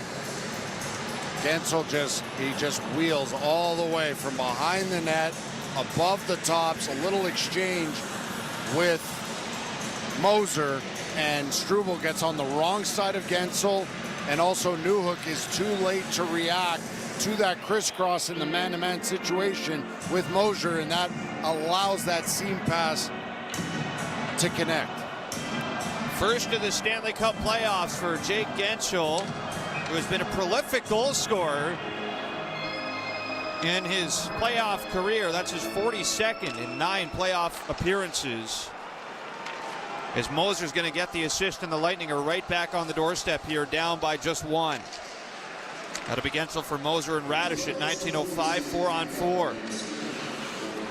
Habs to center, Gooley with it. Over to Suzuki. From center with Caulfield. Down the far side, Caulfield hits the brakes. Through for Carrier, and that bounced on him. No shot. Settled down near side boards. Carrier's tied up with Ryan McDonough. Lightning trying to dig it free. And they do. Crozier slides it over to Braden Point. Escorted out to center, right by Caulfield. Point moving in, passes through the middle, bouncing around, taken off the goal line by Dobish. And that's how we finish our second period of play. We talked about it in the first intermission about Dobish flopping a little bit, and he really lost his net on that situation with the speed from Braden Point, who tries to sling that to the net front from Crozier.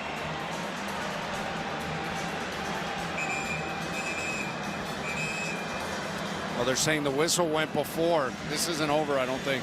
Well, I think it should be, because we got the coaches halfway across the ice. The linesman was waving everybody off. That's fine. We'll just put the 0.3 seconds on to the start of the third period. That's all for 40 tonight. The Montreal Canadiens were well in control of this game at one point, leading 2-0. Bolduc gets the game breaker, then Caulfield on the power play. Jake Gensel, 4-on-4, answers back, and all of a sudden, with Slavkovsky out of this game, we'll see if he returns for the third, and the Lightning to within 1. It feels like this game has gotten new life going to period number 3.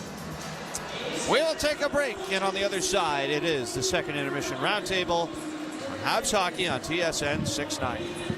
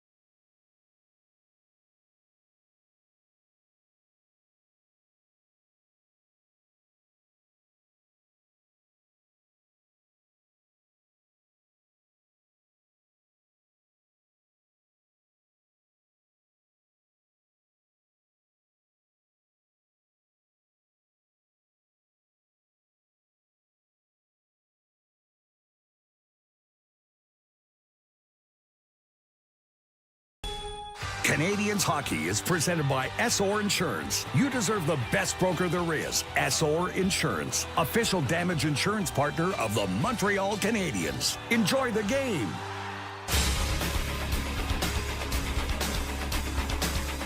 And Ryan McDonough is on it for Tampa, and he's erased as Josh Anderson might have got the worst of that, as he's still down on the ice for Montreal, and they're going to blow the whistle as a result. Point directs it to the line. There is a long shot from Darren Radish. That's stopped, and now has a transition. Bolduc near side, moving in on Radish. Scores!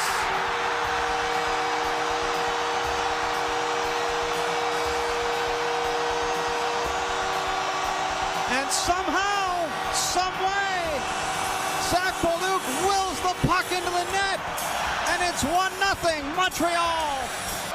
Face-off blocker side on Vasilevsky. It's won by Montreal. Suzuki, far side wing. Stick handles in the corner now. Out in front, they score! Caulfield!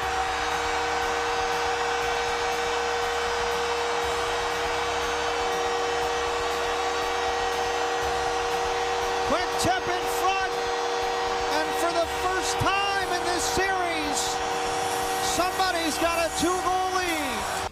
They'll get it to the line for Mike Matheson. Cross ice, Carrier, shot it coming, that's blocked in front. And that's a bit of a stinger on J.J. Moser. There's a big hit at center ice. Hey, Slavkovsky got steamrolled. Lightning the other way. Carries in behind the Habs net. And all the way up into the zone for J.J. Moser. Back in front, they score! Jake Gensel off the give and go with Moser. And it's a 4-on-4 goal for Tampa's first of the night to make it 2-1. Escorted out to center, right by Caulfield. Point moving in, passes through the middle, passing around, taken off the goal line by Dobish. And that's how we finish our second period of play. Welcome back to the Bell Center. It's Montreal Canadiens hockey here on TSN 690. The Canadiens lead the Tampa Bay Lightning 2-1 after 2 periods of play. Your second period scoring summary, 10:06. Zach Bolduc scores his first from Caden Gooley and Alexander Texier. 13:29, Cole Caulfield, power play goal. His first of the playoffs. Nick Suzuki and Lane Hudson get assists. And then at 19:06, Jake Gensel scores his first of the series. J.J. Moser and Darren Radish with the helpers. I'm Mitch Gallo, and it's time for the second intermission roundtable. We have our play-by-play man Victor Finley with us. Peter Vrionis here at the Bell Center as well. Guys, let's start with one of the plays we heard in the highlight package there. What did the two of you see with the Uri Slavkovsky, the way he was hit there by Crozier, and the way it may impact this game? Boy, it kind of came out of nowhere there a little bit, right? And obviously Slavkovsky wasn't expecting that, but that's, at least from the replays we've seen, looks like a clean hit to me from Crozier. He just blew him up, right time, right place, and it's unfortunately not the first time we've seen Slavkovsky get kind of tagged when he should probably be ready for a hit. That was more of a theme earlier in his career when he first broke into this league, but got to keep your head on a swivel in the playoffs here, and it really feels like, well, there was a big chain of reaction of events off of that hit as well, and now I'm incredibly curious for how the third period's going to start, Mitch, because if that hit doesn't happen, I think our intermission show and the vibe going into the third period is completely different. Yeah, and it feels like the wind kind of got taken out of the sails there for the Montreal Canadiens. They let the foot off the gas after they were playing so well in the early portion of that second period. So I don't expect to see Uri Slavkovsky back tonight. And wrong place, wrong time. He had his head down, wasn't really looking for that hit, and thought the elbow may have been a little bit high, but then looking at it again, pretty clean as a whistle there. So see how the Canadiens respond, but in the early aftermath of that hit, not too great of a response from the Habs. No, it really deflated them, like Victor said, and you know it's funny in a playoff game, in a playoff series, how one play doesn't have to be a goal. Yep. A big hit like that can really turn the tide, and we'll see what happens here in the second period. Well, you remember last year, Mitch, in Game 4, Washington and Montreal, it was the Tom Wilson hit on Carrier, and you know, the context for the game was different, but it sucked the energy out of the building. No doubt. And the Capitals come back later on that shift to Hames scores, and Washington go on to win that game. I mean, who knows what happens if the hit doesn't happen? But to me, that was a crucial moment, a turning point in that game for the Washington Capitals that obviously went a long way in helping them win the series. So we haven't seen a moment like that out of the Montreal Canadiens, but if this team's going to have a deep playoff run beyond this season as well, I think that's going to be something that they're going to have in their arsenal. How many teams? I know Ottawa lose yesterday, so it doesn't go their way, but the Tyler Kleven hit on Alexander Nikishin changed the course of that game, right? Ottawa didn't win, so I guess in the end it didn't work out in their favor, but I think you'll take that, you know, more times than not. Ottawa needed to change something in that series. It wasn't going right for them the way it was, and that was their attempt to change it. That was Tyler Kleven's best attempt to do it, and sometimes that's going to work out for you. So Tampa Bay needed something to happen tonight. They needed something to happen in that second period, and that's how they got it. Now, as far as some of the other things and some of the positives for Montreal, Peter, I don't know how you feel. I think this has been the captain's best game so far of the series. Yeah, absolutely. Had a couple of opportunities on the power plays, and then that near breakaway chance shorthanded as well. So there's been a couple of moments where Suzuki has separated himself tonight, and we were all talking about those three players, Slafkovsky, Caulfield, Suzuki. They're going to be the ones driving the bus, and they, I think, collectively may have had their best game thus far tonight. And same thing with Suzuki. That was such a huge momentum-shifting goal that they got on the power play to set up Cole Caulfield. Beautiful pass, first of all. But we were talking about making Tampa Bay pay. They're taking bad penalties. They're playing undisciplined hockey. You have to capitalize when the opportunity presents itself. And Suzuki was the one that sort of made that happen in a well-needed goal for Cole Caulfield as well, who gets on the board here in this series. And Victor, how about Cole Caulfield, how sneaky he was on that one? Yeah. Starts on the goal line and then creeps out in front. Nobody picks him up. And what patience by Suzuki. Ooh, it felt like he had the puck on his stick for 30 seconds. Correct me if I'm wrong, Mitch. I don't think we've seen the Habs run that play all year. At least certainly not to that level of success, right? No. So I'm wondering if that's something that those two guys have talked about on the bench, or maybe in a video session with Marty St. Louis in the days leading up to this game. Because that was a new one for me, but I love that, right? Who's the master at that? Nikita Kucherov is the master of getting lost. Hasn't really done a great job of that, to be honest, yet this series. But my point is that the guys who are the best at being elusive, the best at being offensive consistently, point producers in this league, find ways to get lost in coverage. I think Caulfield's done a really good job of it actually overall this season. I don't think he scores 50 without having that element of his game, but we've never seen a play like that, and I like that for Cole Caulfield. Net front is not exactly where you expect a little goal scorer to go, so you got to be shifty, you got to be creative about it, and he was there with Nick Suzuki. That was a great play by those two guys. What great timing on that one, guys. Thanks as always. Yep, you got it. There is Victor Finley and Peter Briones, our play-by-play man, and our reporter extraordinaire who's going to be in on Campbell versus Gallo tomorrow. I'm Mitch Gallo here at the Bell Center. The Canadians lead the Lightning 2-1 in game number 4. Coming up next, we'll get you caught up with the out-of-town scoreboard.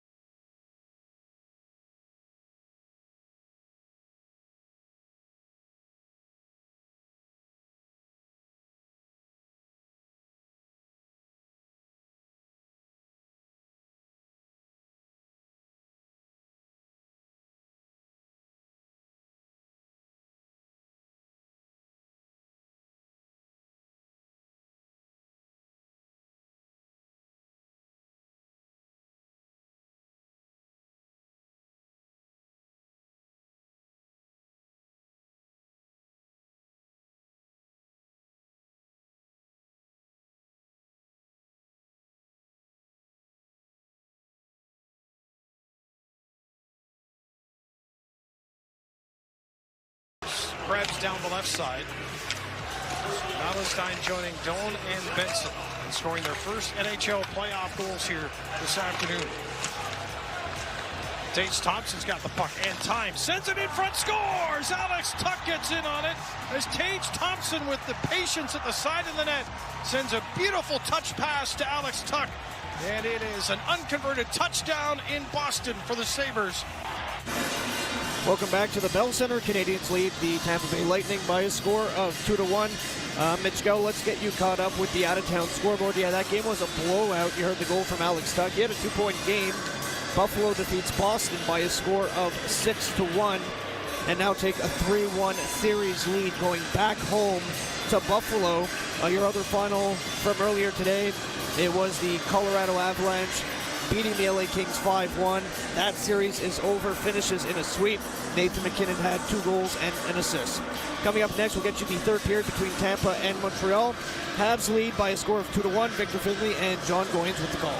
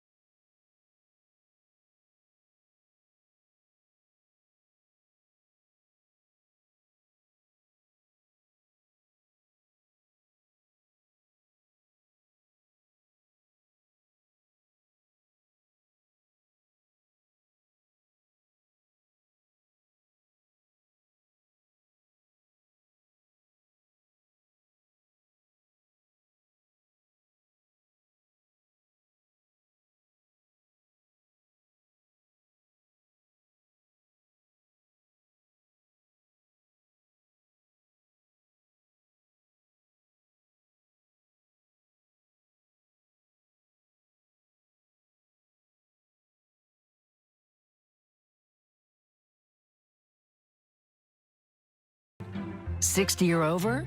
Talk to your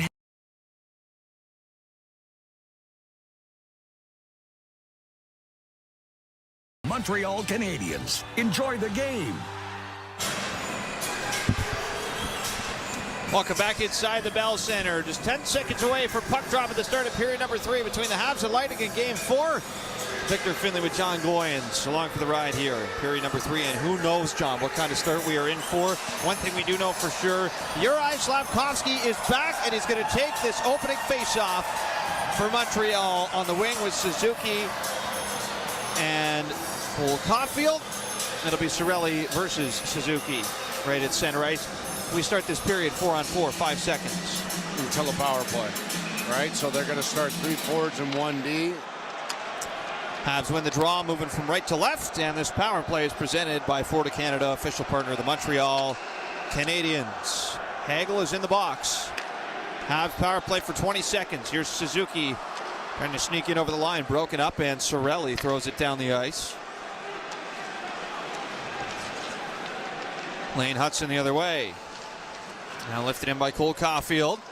Slafkovsky goes after it with Chernak. Habs win the battle. Matheson up high for Hudson. Matheson far side with a wrister that's stopped by Vasilevsky. Out of the box is Hagel, and this puck also goes out of play. 19:20 just underway here in this third period. Habs up 2-1, and Slafkovsky We'll go back to the bench, John. We are perhaps a little bit surprised to see him back here, given the way he exited the ice in the second period. He exited, and there was no slowing down at the bench and having a discussion with one of the athletic therapists there. It was straight to the locker room. They're still going to check on him from time to time because they have their protocols to follow, but really a guy like Slafkovsky or players have to really know their body, and they have to communicate clearly with the training staff. False start on the face-off. We'll do it again. James versus Kapanen. Glove side on Andrei Vasilevsky. And it's won back by Tampa Bay, right to Moser. He'll play it ahead to center. Gonçalves picks it up. In the Montreal territory, bounces around in front and into the feet of James. We got a whistle here for a high stick. Is it going to be a penalty for the high stick? Yes. It's it is. Kapanen on James on the back check. 91 Montreal's got a minor, a high stick. Boy, we have had a lot of penalties in this game, John. Habs are 1 for 5. Lightning 0 for 4. They're about to get their 5th opportunity on the man advantage. Yeah, and a decent amount of chintzy type of penalties, right? Not like exactly playoff type, right? Yeah, not like I had to save a goal or something where I'm going to go get my pound of flesh type of thing, but a lot of chintzy calls.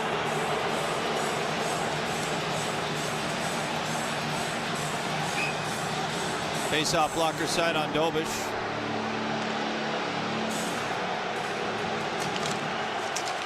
It's a face-off win for Evans. Around for Newhook. He'll play it all the way out down the ice. So quick clear here for the Habs on the penalty kill presented by Popeyes Quebec. Here's Point to center. Drops off for Kucherov. Over to Point. Lightning gets set up. Radish. Over to Gensel. Down low Kucherov. Back to Gensel. Kucherov down low, tried a sharp angle shot, hit the outside of the net. Now Gensel. Kucherov. Over to Radish, far side. Gensel. Kucherov back and forth with Gensel.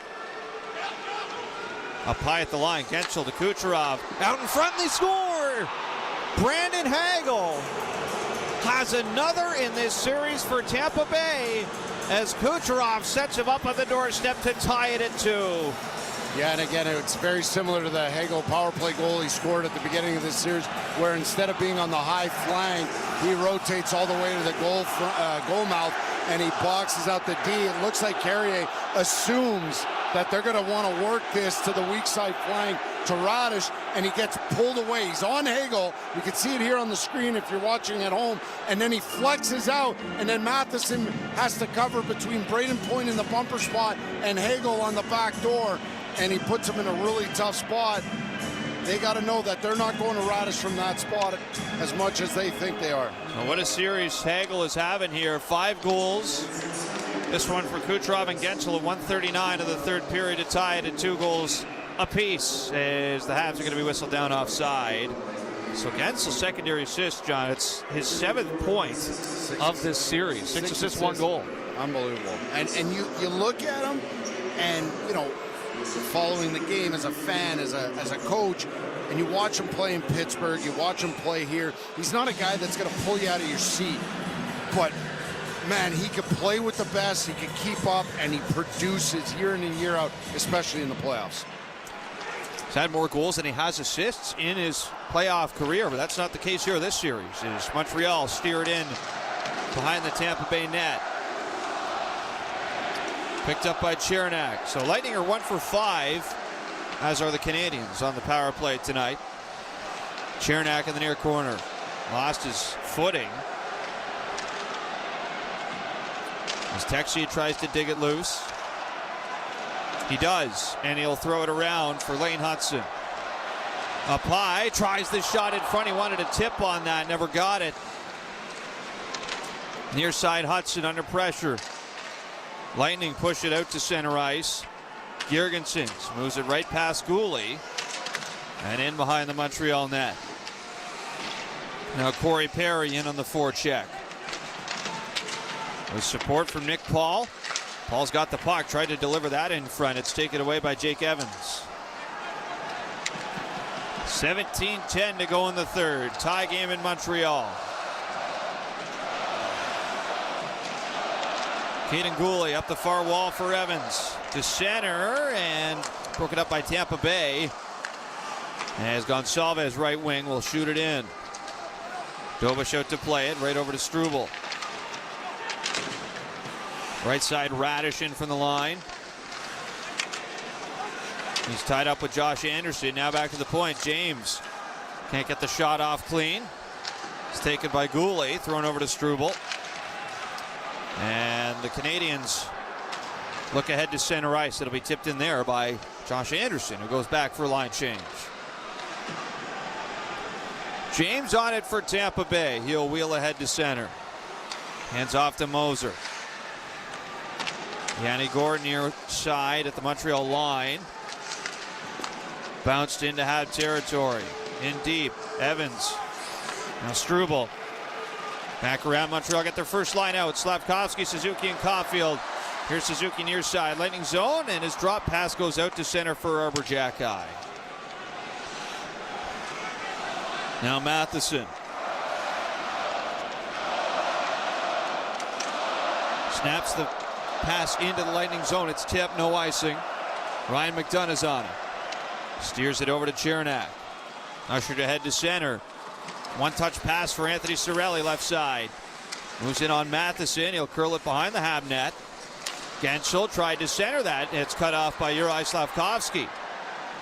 He'll just whip it down the ice, and no icing as Crozer gets back to it. And Maxwell Crozier with a pass ahead to center for Kucherov.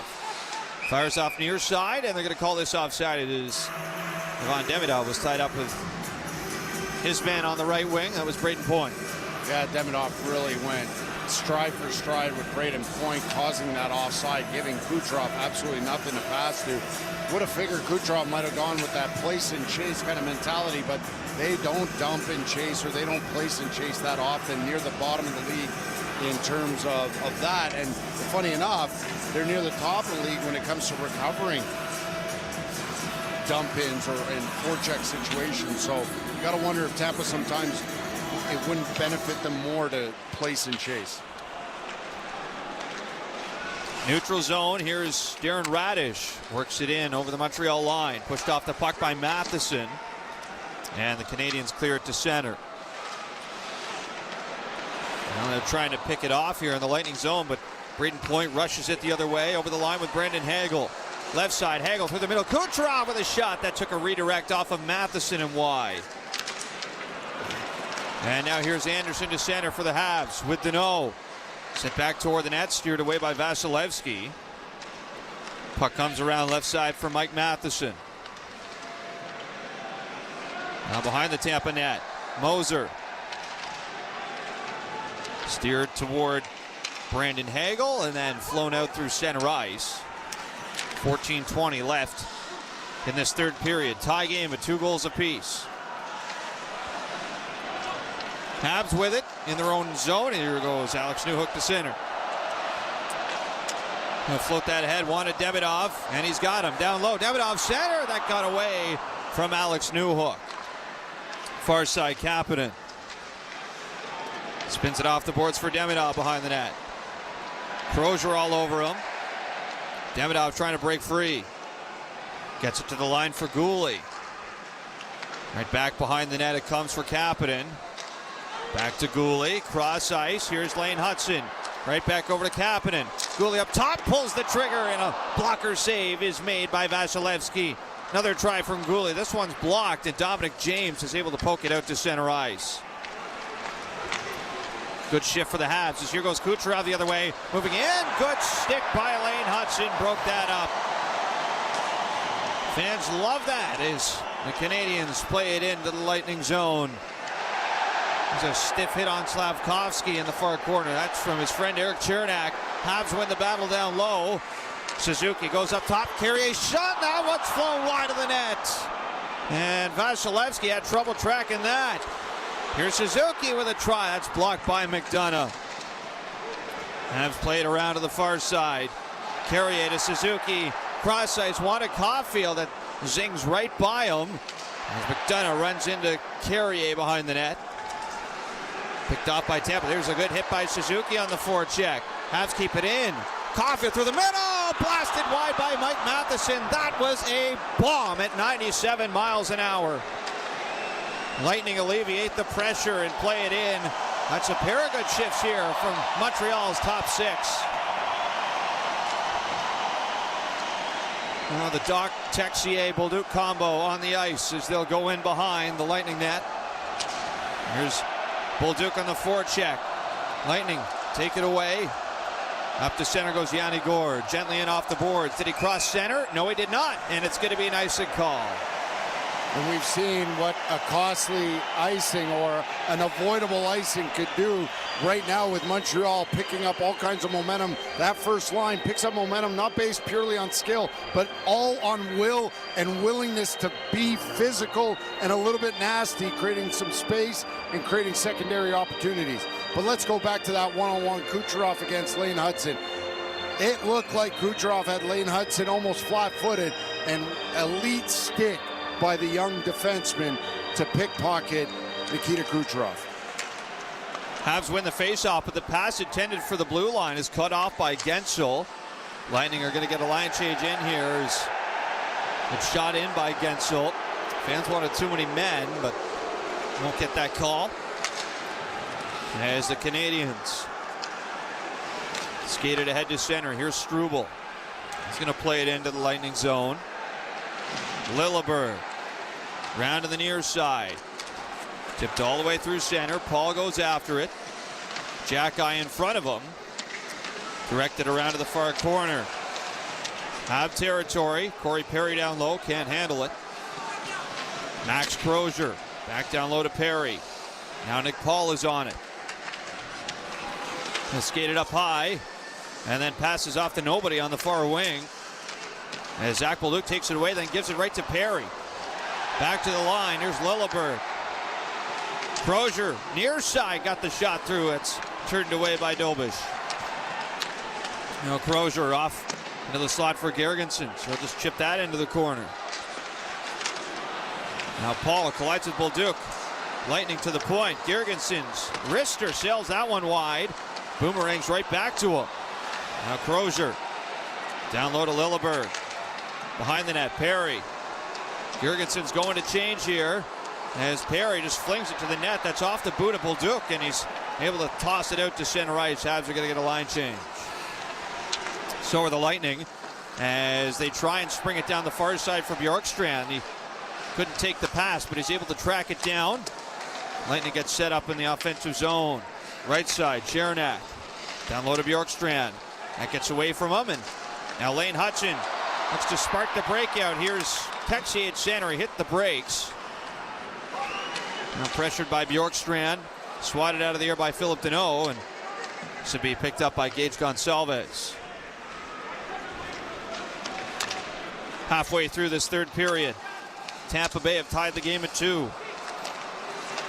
Lane Hudson moves it around the far boards all the way out to center. So the Habs get a couple good shifts in the offensive zone, and then the Lightning come right back with a long one of their own. As Gonsalves at center ice. Has it knocked away. And Mike Matheson will wait for a line change as the Suzuki line is fully on the ice. Slavkovsky far side, bobbled it at the line. Here goes Gensel. Right back in for Tampa Bay. Tries to go to the net. Matheson got his stick up high on him. And that's going to be called 2 minutes at least for high sticking. And it's another Tampa Bay man advantage.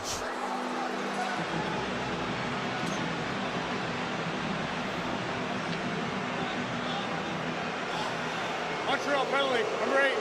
2-minute minor, high sticking. So Mike Matheson goes off 2 minutes, and the Lightning to the power play in a 2-2 tie when we return to Habs Hockey on TSN 690.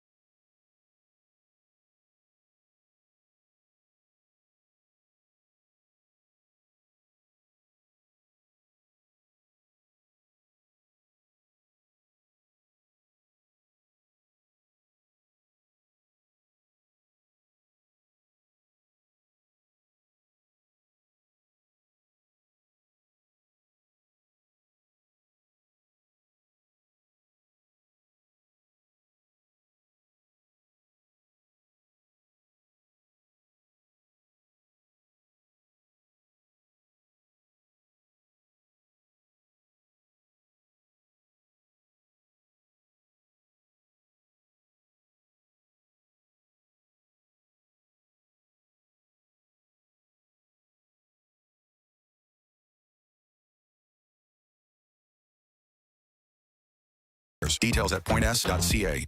This is Montreal Canadiens hockey on your home of the Habs, TSN 690. 9:16 to go in the third. 2-2 tie. Habs with a big PK here, presented by Popeyes Quebec. And somehow, John, feels like we've had a lot going on in this period, but the shots are only 2-1 in favor of Montreal. It's wild. We saw this in the second period as well. It started off really, really slow in terms of shots for and against.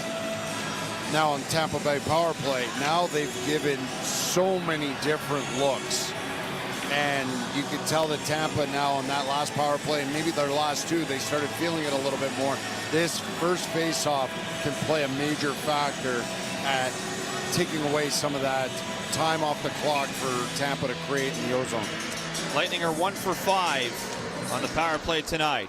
And they win the draw. Right back to Radish. Near side. Kucherov with a shot deflected just wide by Gensel. And the Habs clear it out down the ice. That did not miss by much.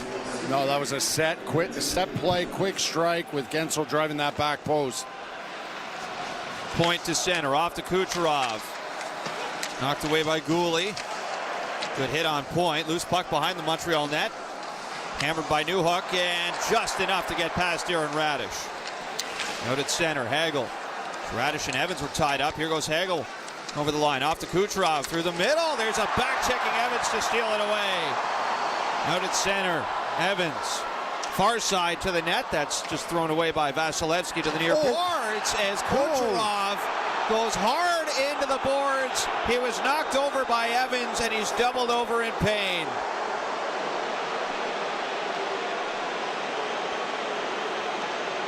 And Jake Evans is going to be penalized for this. That's the same penalty Yanni Gourde got in the first, but not that far away from the boards to an unsuspecting player who doesn't have the puck on his stick.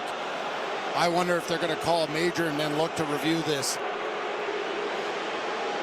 Kucherov flexing out his left leg here. Still down on all fours. And this is a nightmare scenario if you're Tampa Bay. Well, even though they do get a 5-on-3, the last thing they want to see is Kucherov out of commission. We're going to get a call here. There's a major penalty on the play. The play will be under review. And it is going to be a major penalty as they have another look at it. And Kucherov back to his feet, still doubled over. But the good news for Tampa, John, is that he's going to the bench and not to the tunnel. So again, if the major sticks especially, Kucherov's not going to be able to start this power play. He goes in violently. I don't think they're going to call this a 5, though, John. Here's the official decision from center ice. That's a 2-minute minor for cross-checking. Yeah, 2 minutes for cross-checking on Evans, so it's a 5-on-3 for Tampa Bay for 1:11. Cooper's not happy whatsoever. Slow motion doesn't do this any justice, this type of play. I know the fans aren't happy, but at full speed, you don't expect to get... He goes in hard. So Corey Perry's going to start. That kind of makes sense. They need to get that net front presence. Cirelli's on for the draw as well.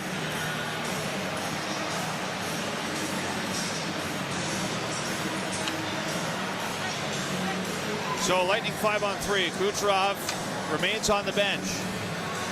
Tampa's going to go with Radish, Gensel, Point, Cirelli, and Corey Perry, and they win the face-off. Radish over to Gensel. Right side, Gensel. Down to Cirelli, fan of the pass. Habs able to get it out to center. And Cirelli in the spot that Kucherov would normally occupy as Kucherov's on the ice now for Tampa Bay. Lightning gets set up. Kucherov over to Radish. One-time drive stopped by Dobish. Side of the net looking for it, and they blow it down. Although Dobish didn't have it. It will be a face-off in the Montreal zone with 37 seconds to go on the 5-on-3. Cirelli's going to come out again for the draw because he won that last one so easily. And again, no surprise that Perry was in net front.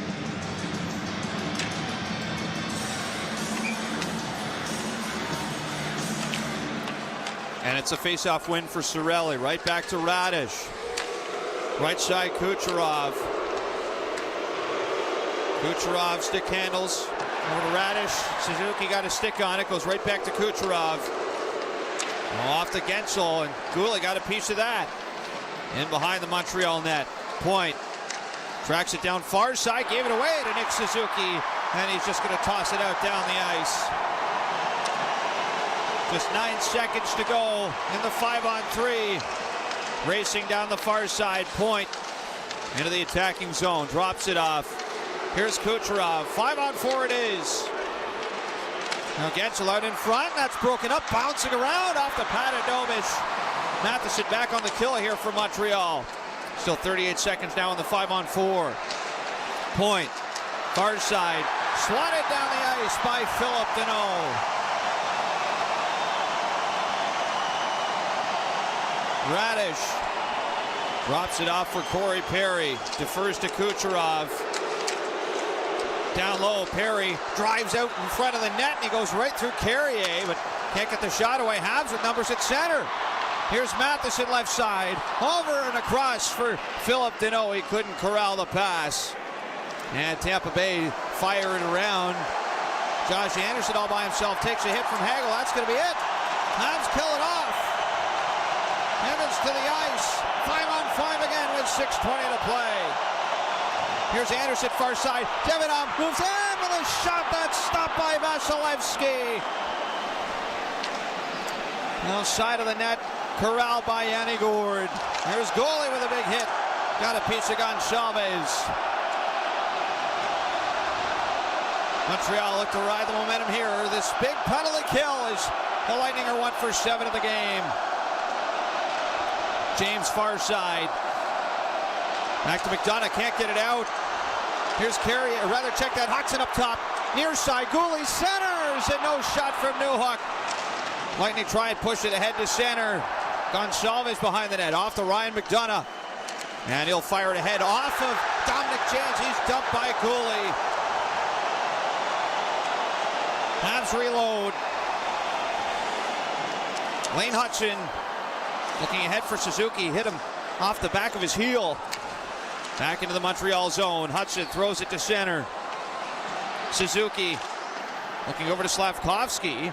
And jump in behind the Tampa Bay net. Vasilevsky has to hastily move it around. 5:05 to play. 2-2 tie. Chernak fires it in. Kucherov near side. Half zone. Back to Moser. Kucherov with a shot, and he scores! It's tipped in front by Brandon Hagel. Off a deflection, Tampa Bay have taken their first lead of the night with 4:53 to play. And that's that funnel slingshot type of play where just Kucherov doesn't even look from the half wall, and he just spins and fires it, and it goes right off of Hagel and in.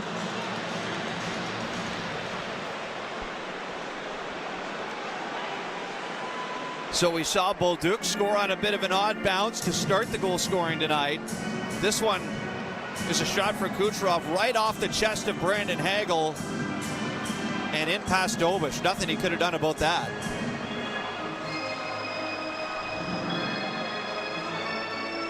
So Brandon Hagel, who's got the hot hand, 2 tonight, 6 in the series from Kucherov at 15:05. 3-2 Tampa Bay. This was a 2-0 Montreal lead. The Lightning will come back with 3 unanswered.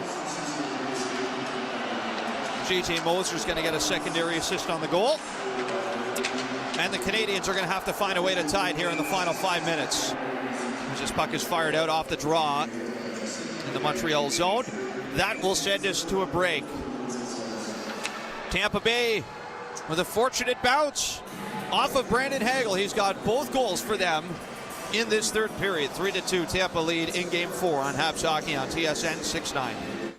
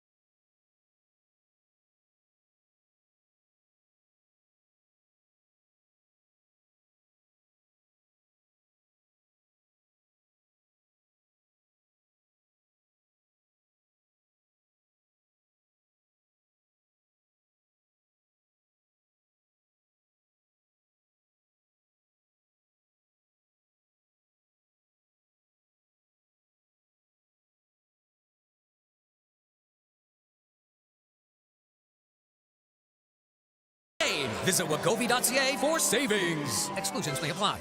Canadians hockey is presented by Essor Insurance. You deserve the best broker there is. Essor Insurance, official damage insurance partner of the Montreal Canadiens. Enjoy the game. We get a reset here with 4:42 to go in the third. Habs trailing for the first time all night. And they have come back so many times in the regular season. They've got to find a way to get it done now in Game 4 to take a 3-1 series lead. And for all the matchups that we've seen over the last, 2 and a bit periods, we get to figure both benches are going to be really, really short here for the coaches. Face-off win for Montreal off a neutral zone draw. Played it off the boards to the Lightning zone. Anderson after it. Near side over to Philip Deneau. Played off the boards and around for Carrier. Right back around it goes to awaiting Mike Matheson at the blue line. Down for Jake Evans. And he gets upended by Braden Point. Puck goes to center. There's Hagel. He flattens Carrier, and then Deneau runs right through Hagel. Whistle staying in the pockets here, it looks like, as Jake Evans will toss it in from center ice. James down low, gave it away to Anderson. Behind Vasilevsky's net, it comes loose for Yanni Gourde. Off the glass and out to center.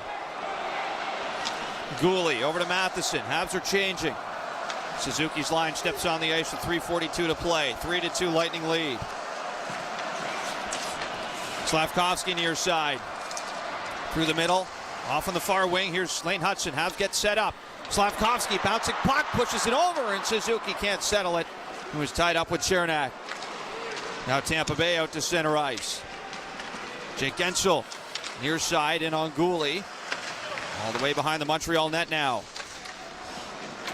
Puck comes loose for Lane Hudson. Hands off to Gooley. Thrown ahead to center. Here's Cole Caulfield over the line with Nick Suzuki.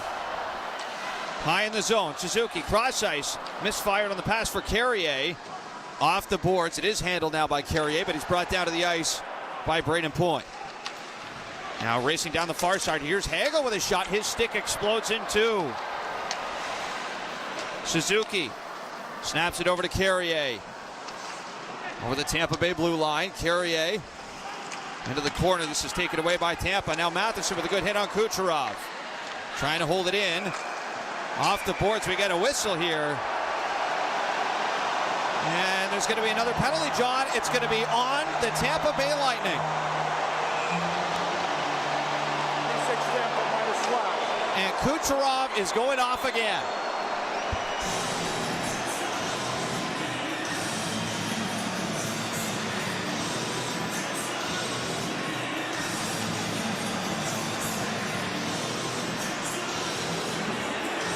And Kucherov is not thrilled with this. That's when we talk about chintzy calls. That would be the definition of a chintzy call, and maybe a bit of a makeup call. We're going to break here. A big power play for Montreal to try and tie it. Coming up next on Habs Hockey on TSN 690.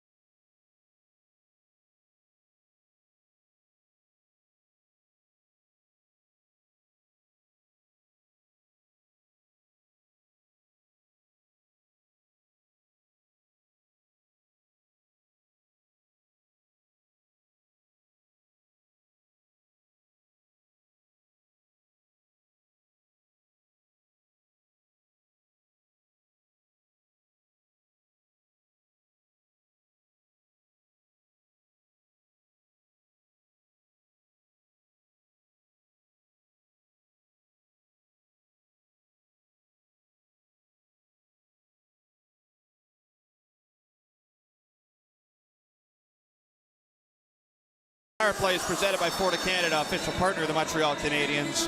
Scores 3-2 Tampa Bay. 1:44 to go on the minor to Kucherov. 2:16 left in regulation. So as Montreal works it to their left, which is the right of Vasilevsky, it goes low to high, and they're feeding Demidov right away. So Cirelli flexes out quickly. I wonder if they fake that to get Cirelli to bite, and that'll open up Slafkovsky and or the bumper for a quick strike. Now Cirelli broke his stick on the face-off, so he's going to go back get another one, or before the face-off was taken. That was the stick. It helped block the last shot, so makes sense. In on Nick Suzuki. And it's controlled by Lane Hutson off the draw. Habs down low. Slafkovsky out in front, bounces around, and it's covered up by Vasilevsky in the blue paint. These 50-50 battles that Montreal's doing a really good job of winning on the face-offs, right? They're not winning them necessarily clean, but pucks that are going to the outer hash mark off the puck drop, and they're getting in there, and they're in the battle, and they're winning those 50-50. It's going to give them more opportunities to create on this power play. Suzuki 12 for 18 on face-offs tonight. He has been sharp in the face-off circle. Tied up off of this one, but it's going to be a win for Montreal, and Hutson can't hold it in. That's going to be called offside. And the faceoff will come out in the neutral zone with 90 seconds to go, and the minor penalty to Nikita Kucherov. Yeah, and he's been going up against Cirelli on these last three faceoffs, who's at 44%. So the matchup favors Montreal, but unfortunately they weren't able to keep this puck in zone. 1:30 left on the power play, faceoff outside. Suzuki and Cirelli again. And it's another win for Nick Suzuki. Canadians at center. Hutson wrists it in. Bounces around past Vasilevsky. Habs will get it set up. Hutson steers it near side for Suzuki. Back to Hutson at the line. Still 5-on-4. Here goes Dobish to the bench. 6-on-5. Texier onto the ice. Suzuki near side. Down low to Caulfield. Back to Suzuki up top. Left side now Suzuki for Lane Hutson. Back to Suzuki. Down low Caulfield. Suzuki with it. Tries the shot. That's caught by Vasilevsky through traffic. 51 seconds to go in this 5-on-4. And that's why Vasilevsky is one of the best and has been for quite some time. I mean, he's looking to his right over his blocker side, and he ends up reaching to the left, which is around the screen from Slafkovsky, and he makes the save look so easy. Right now it looks like Montreal's overthinking. They've got a player on either post, and they got Slafkovsky screening Vasilevsky. They're going to use the iPad. They're going to use the iPad on the timeout instead of a whiteboard.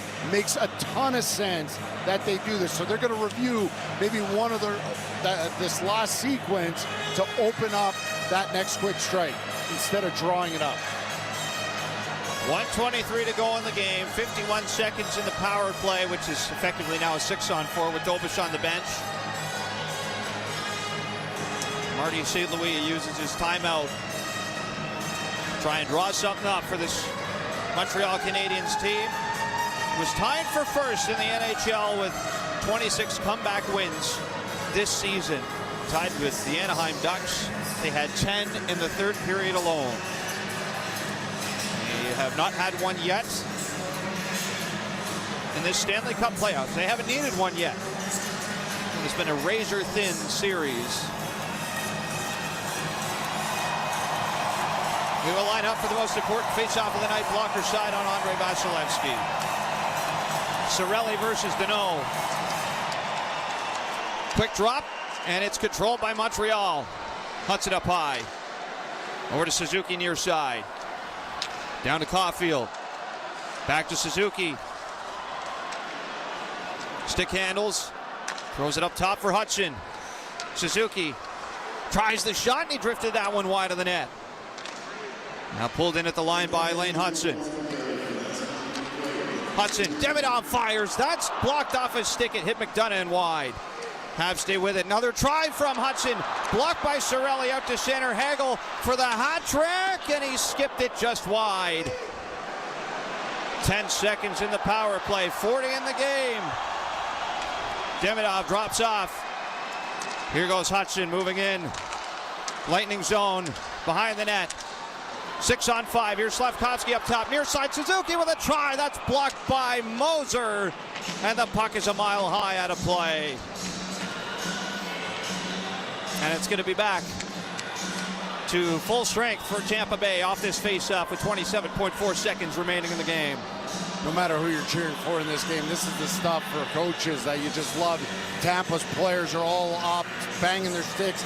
The amount of block shots, the sacrifice it takes to win a one-goal game, killing a penalty late in this game. Moser just selling out the previous block shot by Cirelli.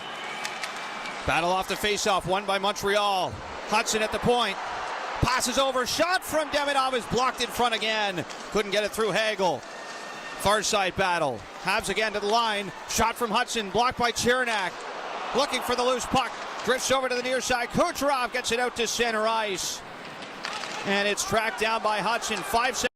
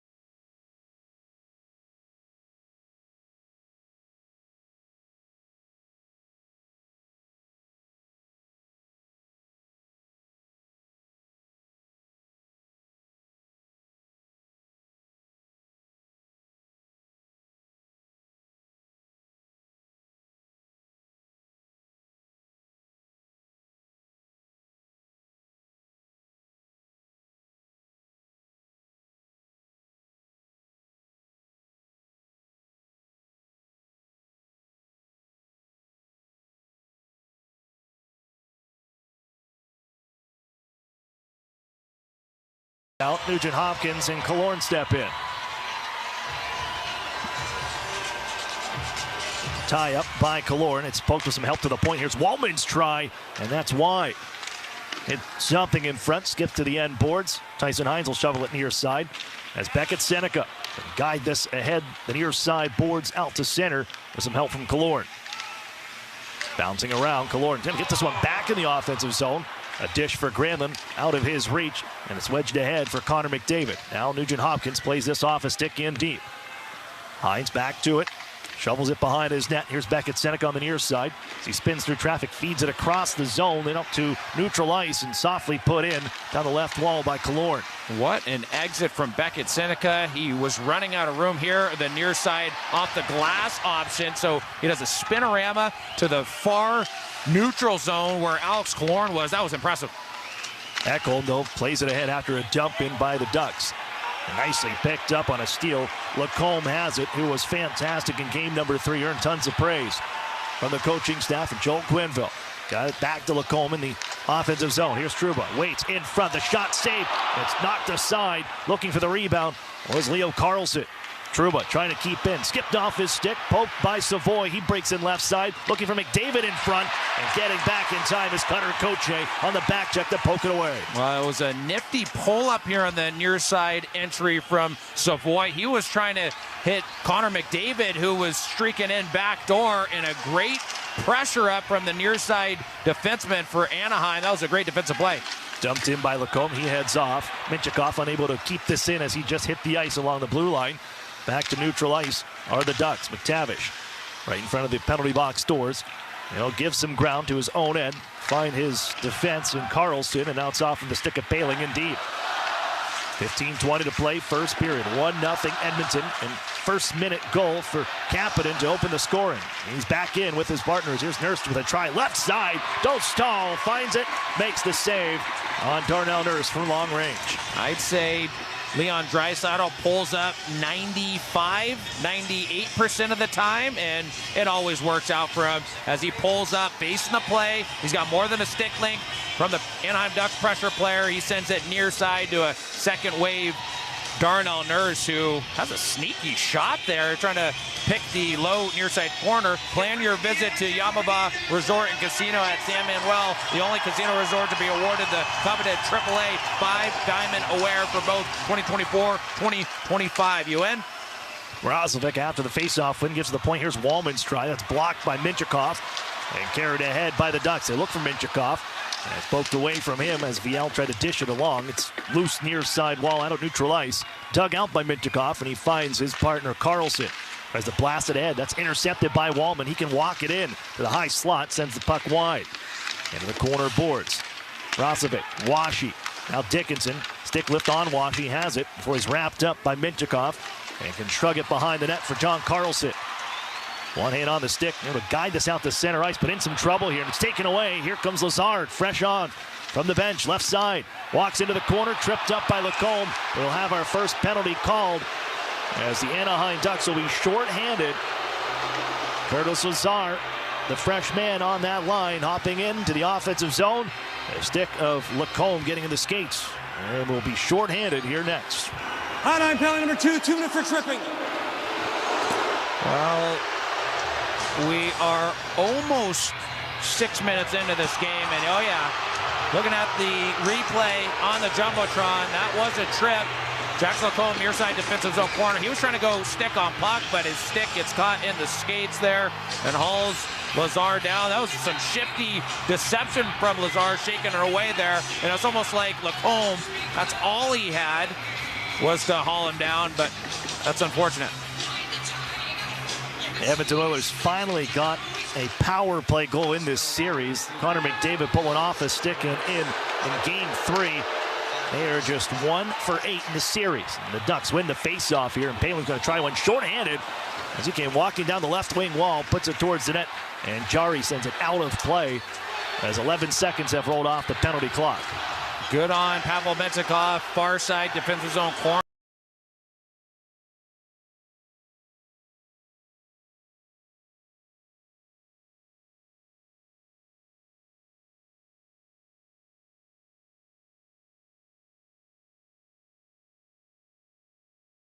Ice, and they look to set up shop on the right side. They lose this one to Minchikov, put it off the body of his own man, dug back out by Draisaitl. Draisaitl protecting down the far side, got it to the point. Bouchard, now McDavid left circle, feeds it across. It's Draisaitl, Bouchard, big drive, kicked out by Dostal. Back to Bouchard at the point.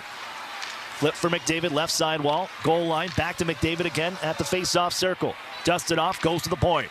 Bouchard looks left, skates right, puts it backside. Hopkins waits, shoots, fires, they score.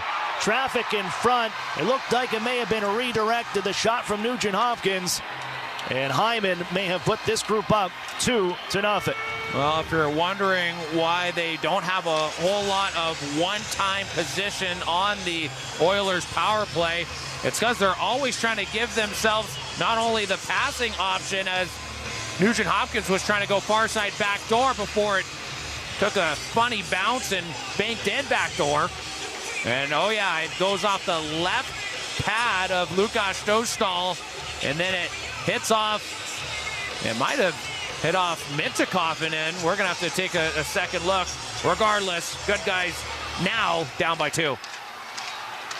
Power play goal comes at 6:28. We'll wait for the official announcement, but the Ducks in a hole down 2-0.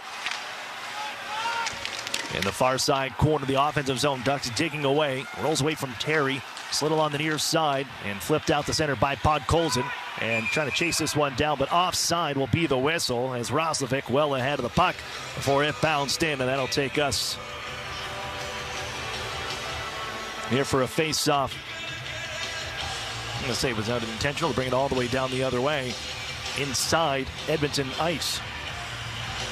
Well, Lukas Dostal thought that there was going to be a commercial break, so he skated to the bench before he was told, not yet. Oh, no, he was right. Oh. Yeah, the mind of the Dostal. He's always on it. He was locked in. I thought we were going to. We won't take that break. It's 2-0 Oilers. You're listening to Duckstream, powered by TuneIn.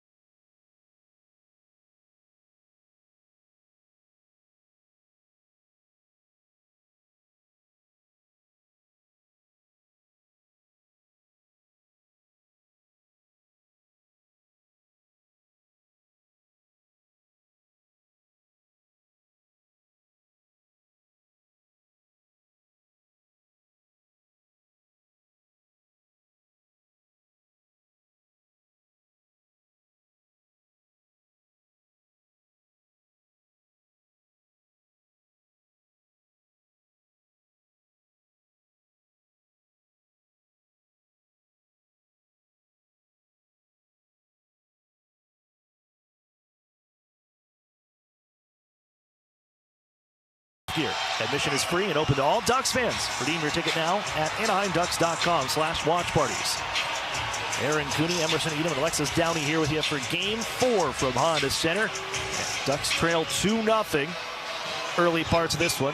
13:10 to play in the first. Draw coming up to the left of Tristan Jarry. Collected by the Oilers, and the bump behind the net ripped ahead by Murphy, but he couldn't clear. Kept in deep by Anaheim. Moved around by Jarry to the near side. He's only faced 3 shots on net so far as it's twisted to center by Draisaitl. Murphy jumps in, going back to Frederic, and that was out of his reach. He was open on this left wing. Seneca quickly ahead. It's now Killorn. Delays, hands over left side. A collision right at the blue line sends bodies along the ice, and the Oilers take control of the puck and snap it ahead to center. 3-on-2 into the offensive zone. Draisaitl slows things down. Plays it off the end boards. Kapanen swings behind the net. Plays it to the left point for Wallman. Fires this one back down low. Wallman, their leading scorer amongst blue liners, which you would not have guessed at the beginning of this series. A shot from the right point. Emerson denied. Dostal holds on with 12:23 to go. Frederic continues to try to bark at the Anaheim Ducks, and more specifically John Carlson there right in front of Lukas Dostal. But how about on that last defensive zone exit for Leon Draisaitl, the spinorama 60-foot pass going north for him, going south towards the Anaheim Ducks, and boy, I tell you what, that was a special play. He also had a great pass on the entry on the far side as well. I mean, just magic stuff from number 29. Multi-point games in each of the first 3 contests of this series. And no Edmonton Oiler in the history of the club has had 4 straight games with multi-point games. And you think of all the names on those Edmonton Oilers Cup teams, and nobody's done that. Draisaitl could do so here off the score sheet so far, though. Well, the second goal for the Edmonton Oilers scored by Ryan Nugent-Hopkins, assisted by Evan Bouchard and Connor McDavid. When life rips a slap shot your way, the right defense makes all the difference. That's where Mercury Insurance comes in. Outsmart coverage, great service, and affordable rates keep you covered where it counts. Get a quote at mercuryinsurance.com today. Trouba floats this one ahead, left wing side, skip past Viel. Bouchard will find it back at his own circles. Skates behind his own net, backhand for Ekholm, forces to center. McDavid takes off, shot out of a cannon, flying down the left wing side. Sidesteps one man, heads behind the Ducks' cage. Got to go to the point here. Sticks in the passing lane. Ekholm able just to hold in. Chopped to the near side corner. There's Trouba. And he clear. Got it ahead to Ian Moore. The defenseman turned forward here for the postseason. And now out left wing side near the bench boards. Lacombe fires this in. Big hit on the near side. Crashing in was Viel. Putting one on to Matthias Ekholm, who was a -3 the other night. Ahead for Cutter Gauthier, right wing side. He'll stuff this in on the back end. Floated around. Grabbed and knocked down. Ducks pick it back up at the point. Trying to pull the trigger was Troy Terry. Poked it loose for Leo Carlson. Back to Terry. Stripped of the puck. It's in the corner. To the point, Terry moved it. Carlson right side. Just feeds this down low. Cutter Gauthier after this one. Look to center. Hit the side of the cage. Rosovic. He'll wedge this out to the center ice area. Knocked down by John Carlson. Able to come right back in. Leo Carlson moves in. Shoots one. That's off a stick wide. Looking to get it back in the near side corner. Cut off by Wallman. Cutter Gauthier chases far side after the move and puts a hit onto Emerson and digs this puck out. Gauthier spinning in the far side circle for Terry. Off his skates. Scooped up by Rosovic. He'll skate it ahead to center ice. Softly move this one in. And no icing on the play. Back to pick up are the Ducks. Great work from both Cutter Gauthier and Leo Carlson. Cutter, he had a little bit of a hope play on his first puck touch where he banked it off the back of the Oilers net. He can't make those plays. He's got to have an address and make sure it's guaranteed, but he had a nice follow-up as he tried to send it to the net front on the follow-up opportunity. It's Darnell Nurse from center, on for his partner Murphy to blast in from the right side. Off the skates of Trouba. They'll move it for Jackson Lacombe on left wing. Tied for third in scoring amongst all skaters here in the postseason. Leads defenseman with 6 points. Dumps it in for McTavish near corner. Run off his skates by Darnell Nurse. Played near side for Draisaitl. He'll look ahead and just feeds it out to center at the bench boards. Killorn in a foot race, poked away from him as it bounces around center red. Draisaitl stripped to the puck by McTavish. It's at the Ducks bench. And an offside whistle will sound with 9:44 to go as the Edmonton Oilers offside, but they have jumped to a 2-0 lead here in game number 4. Back after this, you're listening to Duck Stream, powered by TuneIn.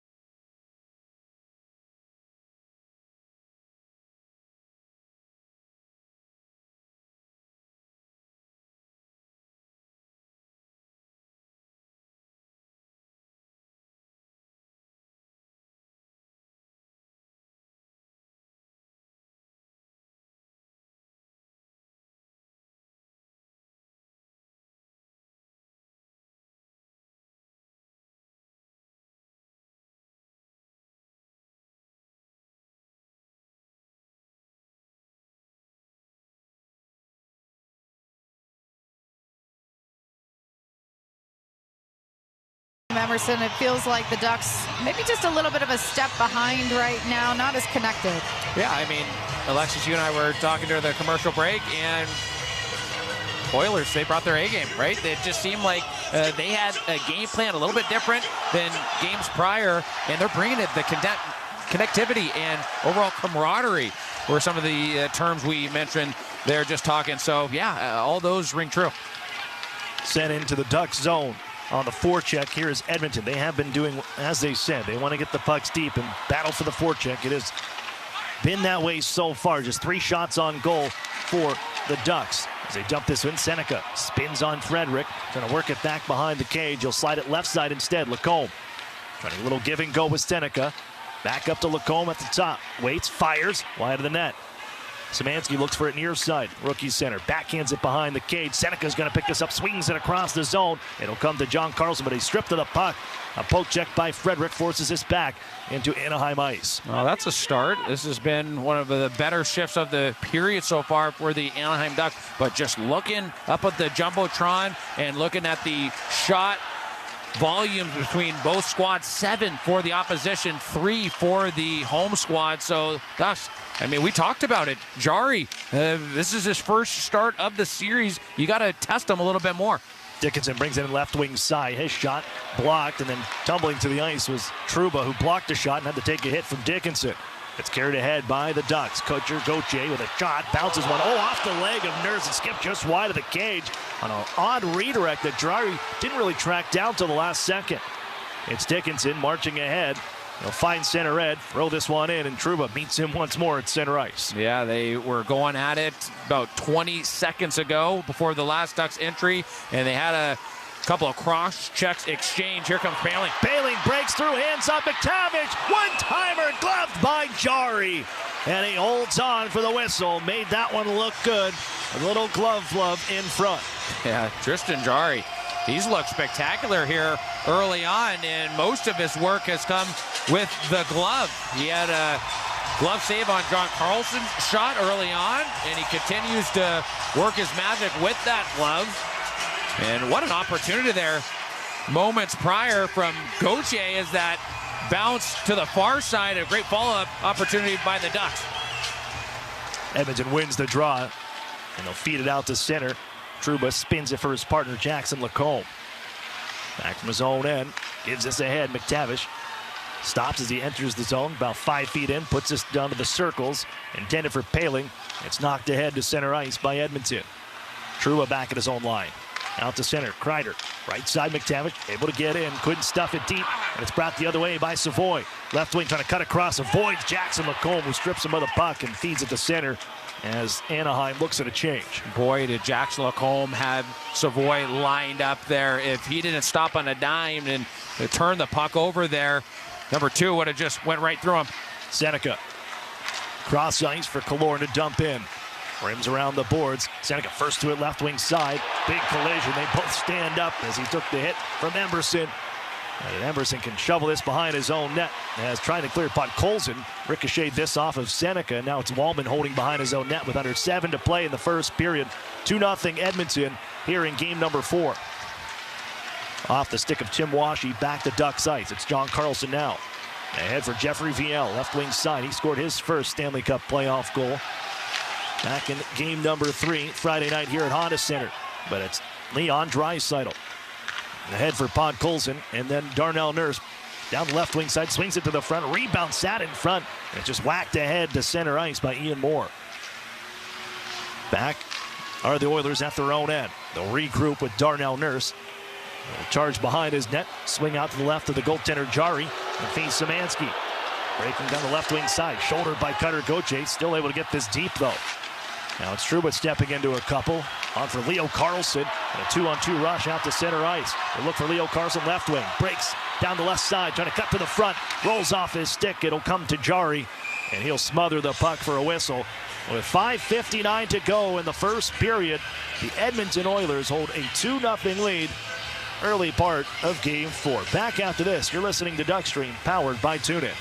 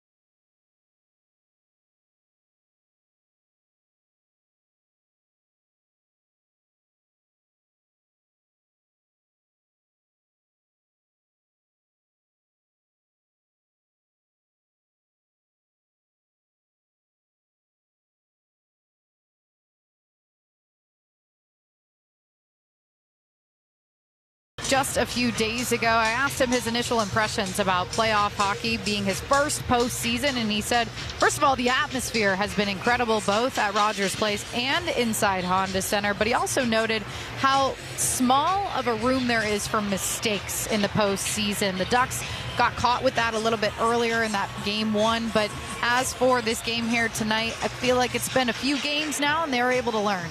Yeah, no, it's all about shoring up the mistakes, shoring up the turnovers, shoring up a lot of the hiccups that gives the other teams more puck touches. But one guy playing sound game within the game hockey, Chris Kreider, 4 hits so far, so he's crashing and bacon. But overall, Ducks 4-10 in the face-up circle. They got to turn it around, hopefully starting now with this one to the right of Jari. It's bounced to the corner. Murphy will play it behind the net, but picking one off behind the cage on that pass was read by McTavish. Ducks with offensive time. Here is Kreider trying to spin it back to the corner of the cycle. Out to Carlson. Shot, and that one saw last second by Jari to punch to the corner, and it's blasted down the ice. No icing after a deflection out of neutral. Back is Drew Helleson. Now Tyson Hines ahead off the skates of Ryan Poehling. It'll come to Ekholm as he's tied up by Poehling, followed up by McTavish, but he's poke-checked by McDavid, and this is lifted out to center ice by Rozovic. And that's just something Alexis touched on there. Mason McTavish, he had a turnover there on a previous entry here on the near side. He has another turnover there a little bit deeper. He's got to shore those up. All it's about is keeping that puck to the outside and not exposing as much. Seneca going to stop one up on an attempted clear by Ekholm on the near side. Turns it into the circle. It's going to come right to Evan Bouchard as zapping up onto Savoy. Got more stick. That was Trouba who sends a stick flying into the offensive zone as in come the Ducks once more. Touch towards the net wide. On a stretch pass was Killorn. Rolls to the far side corner. Killorn digs it out behind the net, trying to stuff it along the near side post. Turning is Granlund. Backdoor play. They can't find Seneca. It's Lacombe. Drags, fires, save. Rebound in front. And it's swept aside from Jackson Lacombe with the last second, which will go for an icing call against Edmonton. Great plays by Comer there. How about that backhand toe drag? He bites off a lot there as far as gap is concerned. He takes it top of the circle. He goes to the top of the hash marks there before he pulls it back with the backhand toe drag and unleashes a wicked shot. What a left shoulder stop by Jari. Face off one to the left point. Minchikov to the net. Didn't get through into the slot. Shot kicked out by Jari. Cutter Gauthier. What a snapshot. Just couldn't beat the right pad of Tristan Jari. Tristan Jari, he looks good so far, and so far so good as far as that move being the right choice for the Oilers management. Here's Kapanen the other way, right side. Rister fought off by Dostal. Rebounds it by Colson on the left boards, able to keep in. And Draisaitl trying to force this thing deep. They look for Draisaitl in the circle. That's out of his range, and Minchikov will take over. And some room behind his net. Now gives to John Carlson, his defense partner. Carlson gains center red, plays it off the glass near side. It'll bounce to the far boards, where it's punched behind the cage. Flying in is Ian Moore. He'll take this one away. 1-on-4 against the Oilers in the offensive zone. So he ties it up in the corner. Here come his mates.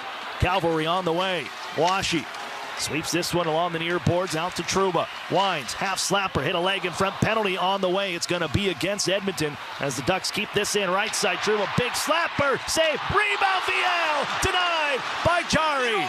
Back out to the right point for Trouba. He'll hold. Goaltender comes off now. Ian Moore trying to sweep it across the zone. Lacombe will take it off the leg of Draisaitl and skate out to center ice. They'll regroup. Well, Lukas Dostal was late to understanding that he needed to get to the players' bench. Oh, a nice spinorama by Mikael Granlund on the near side. He spins this one down the near boards to Wallman for the touch-up. As Anaheim's heading to the JMG power play, looking to get on the board down 2-0.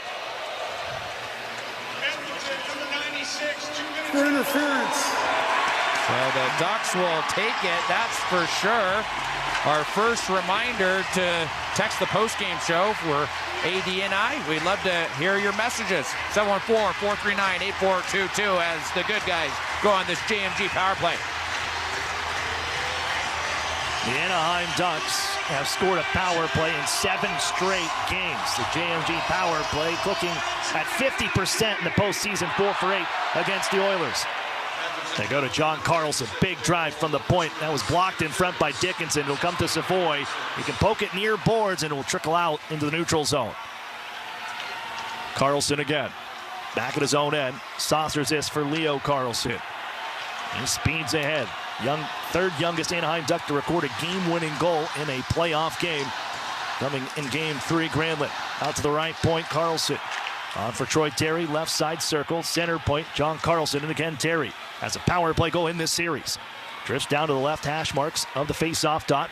Back to John Carlson. Granlund near side, fresh off a 4-point night in game number 3. John Carlson to the net, through the cage with Kreider in front. It's fouled by Jarry, who holds on for the whistle. Yeah, Carlson found a lane to the net after a pump fake. And then he found a window. Chris Kreider was in the pinpoint right in the center of the slot area. He tried to softly get a touch on that. I don't think he did. And that was saved by Jarry. Draw to the left of Tristan Jarry. This group will stay out here. Chris Kreider part of it. Well, he has a goal against Tristan Jarry in the playoffs. That was actually Jarry's last playoff action. And Kreider was part of the New York Rangers back in 2022 in a first-round meeting, where Tristan Jarry dropped Game 7 in New York to the Rangers, 4-3. Cleared down the ice by the Oilers. It's Terry ahead to center. Easy for Leo Carlson. Stick handles in, right side circle, pulls up. They'll look for Granlund. They'll set up shop. Granlund for John Carlson, plays it to the corner for Terry. A little out of his reach, but he's able to sweep this one along to the front, where it's intercepted, and Ekholm will clear. Yeah, the Anaheim Ducks looking a little stagnant. They need to get back to having more movement between the goal line players, half-wall players, and even more movement from the D up top. Cutter Gauthier in with Lacombe. Holds from the circle. Kallur now walks in. Right side dot. They'll set up. Gauthier in the corner. Stick handles, looks, goes to the point, Lacombe. 18 seconds on the power play. It's McTavish. Jackson Lacombe at the point, drifting left. Hands to McTavish. Waits, lane opens up. One-timer from Cutter Gauthier sends it over the net. They had the pass they were looking for 5 seconds ago. Look for Gauthier again. That's intercepted and cleared by Nugent Hopkins as Wallman returns to the surface. We're down to a minute to play in the first period. Edmonton leads 2-0. What a blast from Cutter Gauthier, near side dot lane. He just missed the upper right portion of the net. Boy, that was a fast shot. Washi in with Viel. Lacombe back to the cage. His shot partially blocked, still got on goal, and it's chopped aside. Here's Draisaitl. Snaps it around the near side boards to center, redirected in by Hyman. 35 seconds to play. Lacombe's back behind his net. Struba, left side. Lacombe, little headman play, almost caught Viel off a couple sticks. No icing. Viel trying to dig this out near corner, puts a shoulder into Draisaitl, but couldn't grab the puck. And it's Draisaitl ahead, receiving a pass through center into the zone. Podkolzin, left face-off circle. Button notes with 12 seconds to go. Looks up top. He'll send it down low. It's off a stick, out of play with 9.4 on the clock. We'll drop this inside Ducks ice. Yeah, Podkolzin makes one. Proceeds to cut back again and try to send it down low. I think that went off a near side hash mark. John Carlson into the upper netting. And oftentimes, as you're well aware, we usually go downstairs for a player interview. But with the good guys down by 2 right now, why don't we let them settle in and get their X's and O's all orchestrated for a better showing here to start the upcoming second period. So we will pass on that. 9.4, Ducks win the draw. It's Ryland Poehling, and it's lifted ahead to center by Trouba. High in there, drops in front of Leo Carlson, then brought in offside. Poehling tried a shot, even though he was whistled offside. 2 seconds remain here for the neutral zone draw coming up.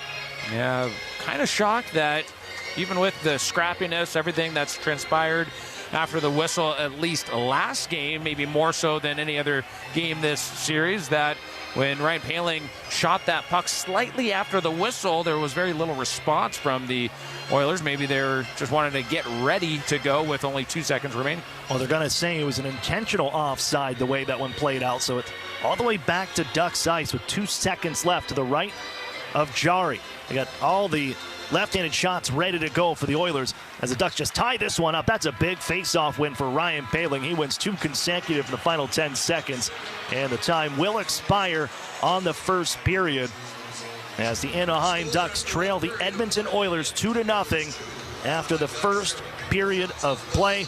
Goals coming from Kapanen 38 seconds in, then a power play goal to Ryan Nugent-Hopkins at 6:32 as the Edmonton Oilers have outscored Anaheim 6-3 in first periods here through the first 4 games.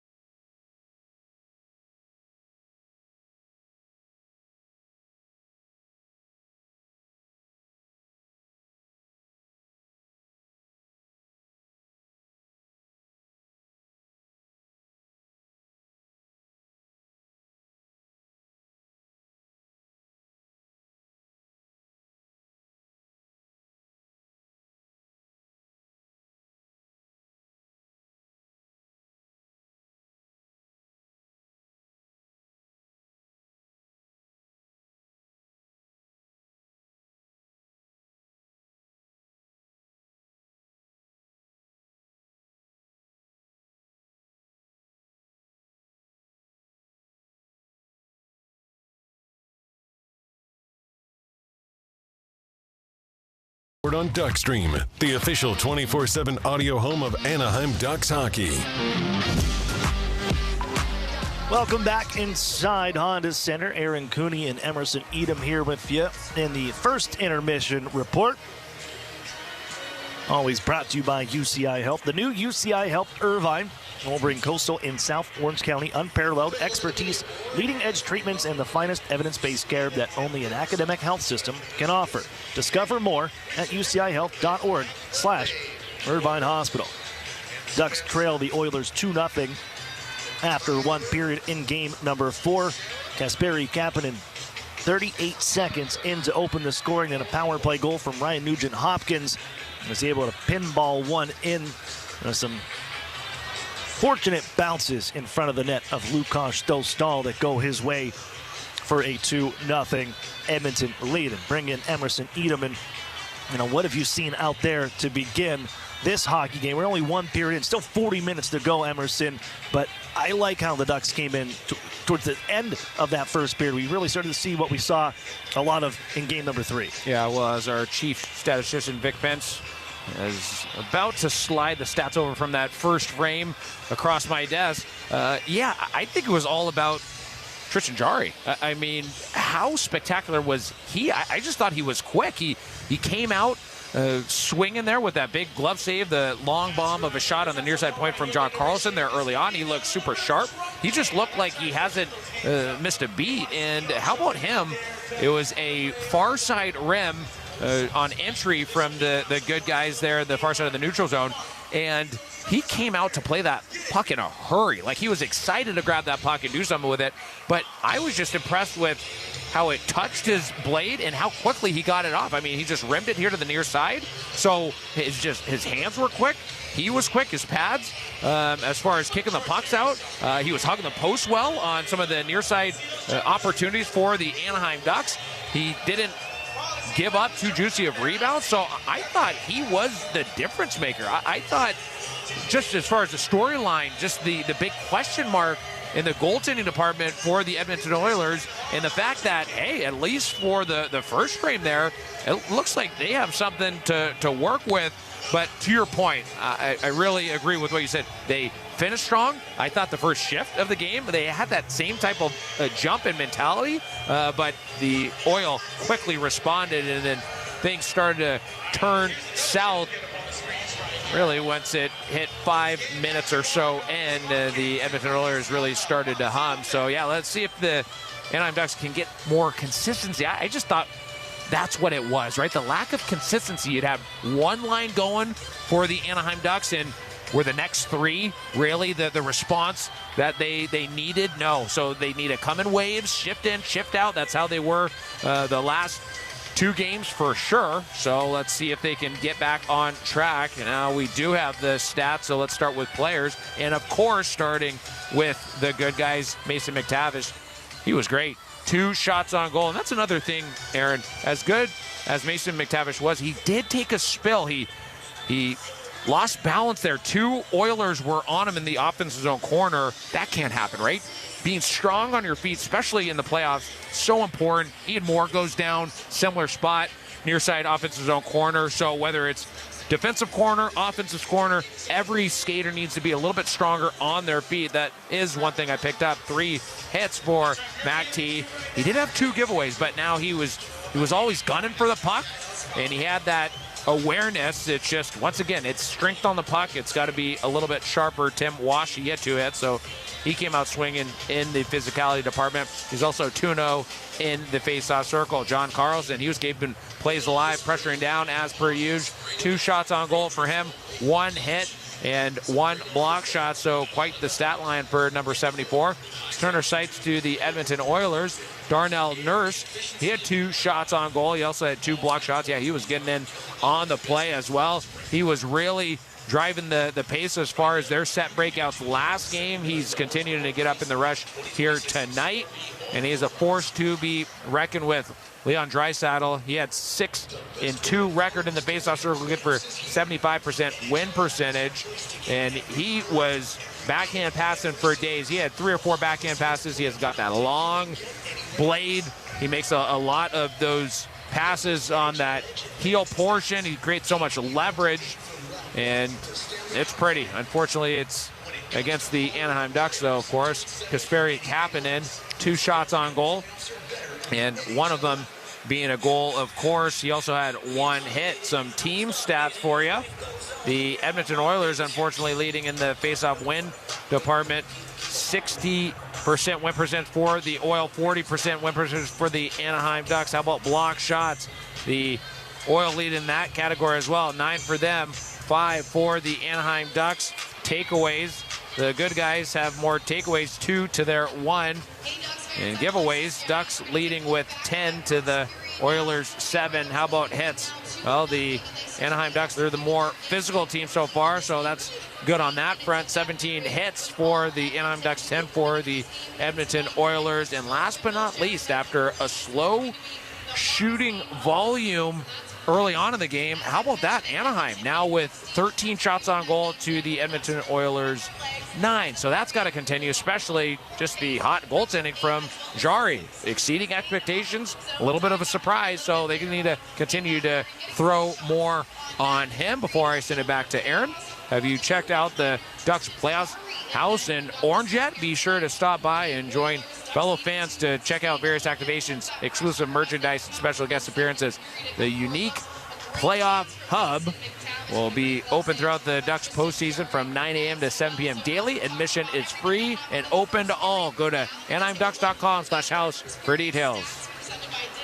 Here inside the first intermission report, Ducks trail the Oilers 2-0 after 1 period to play. More coming up after this. You're listening.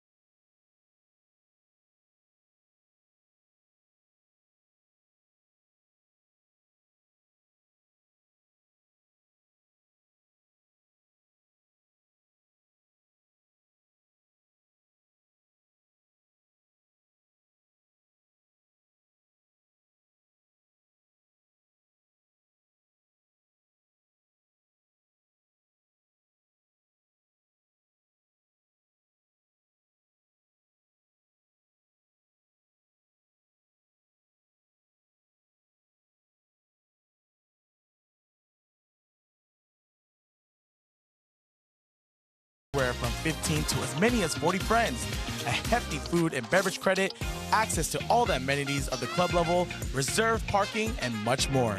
For inquiries, visit HondaCenter.com/rental suites. Welcome back to part 2 of this first intermission coverage, and we have a lot to talk about. But first, hey, Ducks fans, looking for your next apartment home? Scoring your dream apartment has never been easier with over 165 properties throughout Orange Country, the Inland Empire, Ventura, LA, Western National Property Management, and the Anaheim Ducks got you covered. Lease an apartment through DucksLiving.com and receive the ultimate Ducks package when you move in. How about this? Including 4 tickets to a Ducks game this season and an authentic Anaheim Ducks home jersey. DucksLiving.com, our new platform for finding your new apartment home. Let's get to some news and notes from around the show. Anze Kopitar skated in the final game of his remarkable 20-year NHL career yesterday as the Los Angeles Kings were swept by the Colorado Avalanche. Fans at Crypto.com Arena gave Kopitar a rousing standing ovation when he stepped on the ice late in the third period. Dallas Stars defenseman Nils Lundqvist avoided a hospital visit after taking a skate to the face, though head coach Glenn Golitzin did not provide a further update earlier today. Lundqvist suffered a deep cut on the left side of his face after an accidental skate during the second period of Dallas's 3-2 overtime loss to the Minnesota Wild, which even the best of 7 first-round series at 2-2. Zach Hyman refused to put blame on goaltender Connor Ingram after the Edmonton Oilers surrendered 7 goals, including 4 in the third period in a 7-4 game 3 loss to the Anaheim Ducks on Friday. Well, there's news here. Orange Country, they got a new tendy there on the other side, and Tristan Jarry has looked darn good. Hyman said anytime you let in 7 and it's not a goalie problem, it's just defending better. Well, they're defending better here at Honda Center, and as I mentioned, Jarry has been unstoppable so far. Let's hopefully that changes here in the upcoming second period. We have a second period puck drop coming up after this commercial break. Thanks for listening to Duckstream, powered by Tuna.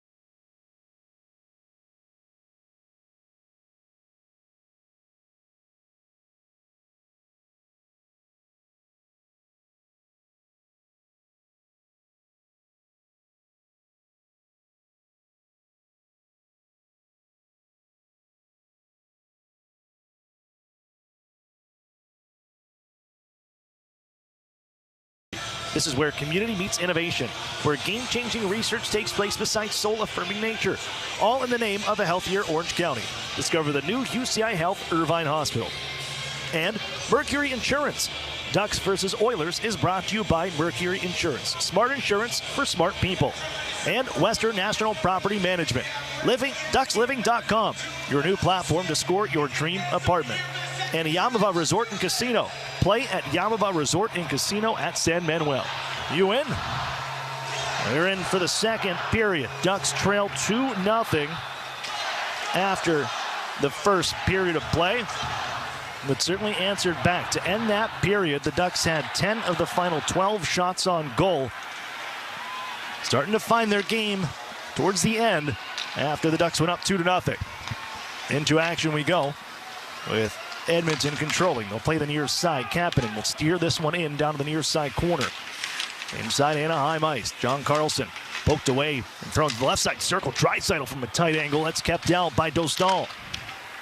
No feed. Draisaitl once more left side. 2 Ducks on him.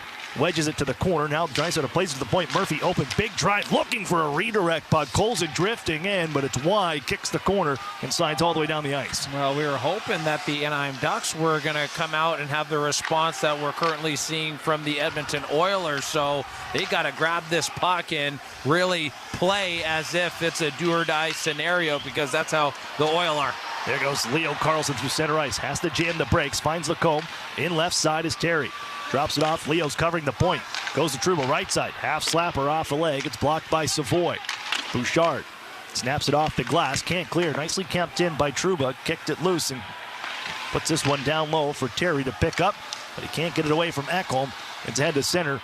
Poked in by Savoy. Comes to the goaltender, Dostal. He'll smother it, taking no chances with 1 minute and 17 seconds off the clock here in the second. The Oilers are allowing a whole lot less time and space for the Anaheim Ducks to work with around the perimeter, as it was a tag team effort from two Oilers skaters here at the near side top of the circle, eliminating and squeezing off Troy Terry. And that is just one example of them going right at these Ducks. Anaheim has outscored Edmonton 7-4 in second periods in this series. Ahead to center ice after a play by Tyson Hines, slowed by Ian Moore. He'll backhand it in. And Wallman fires this one around, kept in by the hustle of Drew Helleson on the far side. He wipes out an Oiler, continued by Moore, but now it's Emerson with some room from his own circles. He'll just lift this ahead into Ducks ice. Turned back out by Helleson.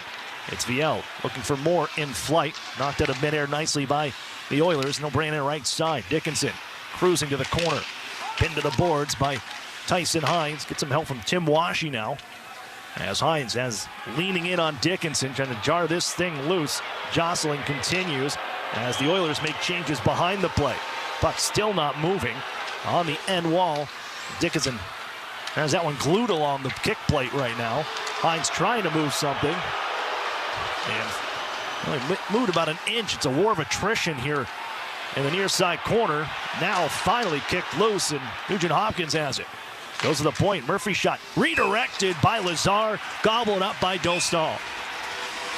And there's some pushing and shoving in front of the Dose wall right now. And of course, Dickinson again a part of the pushing and shoving. He was going at it with Tyson Hines there. So it was Hines and Dickinson that were the ones, the main ones from each team. Each team's rep there battling for that puck. It seemed like both of them were lunging onto their strong side leg there, and that puck was pinned down. I don't know who was more the aggressor there. It looked like Hines, and we started to hear boos from the crowd. Face off left of Dostal. Another win for Ryan Poehling. He's won 3 straight here, dating back to the last 2 of the first period. But it's fired back into the Ducks zone by Trent Frederick. Dostal to play it. Banked off the far side wall by John Carlson. Poehling, and now it's Kreider. He'll lift it in on the back end. Slowed by Tristan Jarry, who's allowed 4+ goals in 5 of his 8 career playoff starts, but he has blanked the Ducks so far with 13 stops. Carried into the zone by Darnell Nurse and leaves it in the near side corner as he changes. Lazar sweeps around the left side. There's Ekholm. Couldn't get it to the front. That's blocked by Poehling. Chipped around the near side. Bouchard sets it up for Leon Draisaitl. Right back to Bouchard, right side. Fed it in front for Frederick. He was knocked down in front by John Carlson. Comes back to Draisaitl. Fires a shot. Shoulder save made by Dostal. The rebound cleared the center. Bouchard rattles another one in. It'll carry to the far side corner. Touched off the glass and out of play by John Carlson. The whistle with 16:33 to go in the second. Yeah, John Carlson got out the sand wedge there and chipped it. It almost looked like he wedged it between the ice and the yellow there. It ended up going out into the stands. Luckily, it deflected off the boards, or also would have been deemed a delay of game call. Text the post-game show, 714-439-8422. Boy, do the Anaheim Ducks have some work to do. Coming out with confidence, more so in the second period. You got to hand it to the Oilers. They're continue to connect, and Anaheim just continues to cop up the puck, play hot potato out there. They got to hang on to the puck. They'll win the draw and ladle this out to center ice. Knocked down by Seneca out at neutral, but he's whistled as he knocked that one down with a high stick on the puck. as he thought he was going to carry that one in for an opportunity right near the circles. Draw will come out to the neutral zone as this history between these two clubs in the postseason.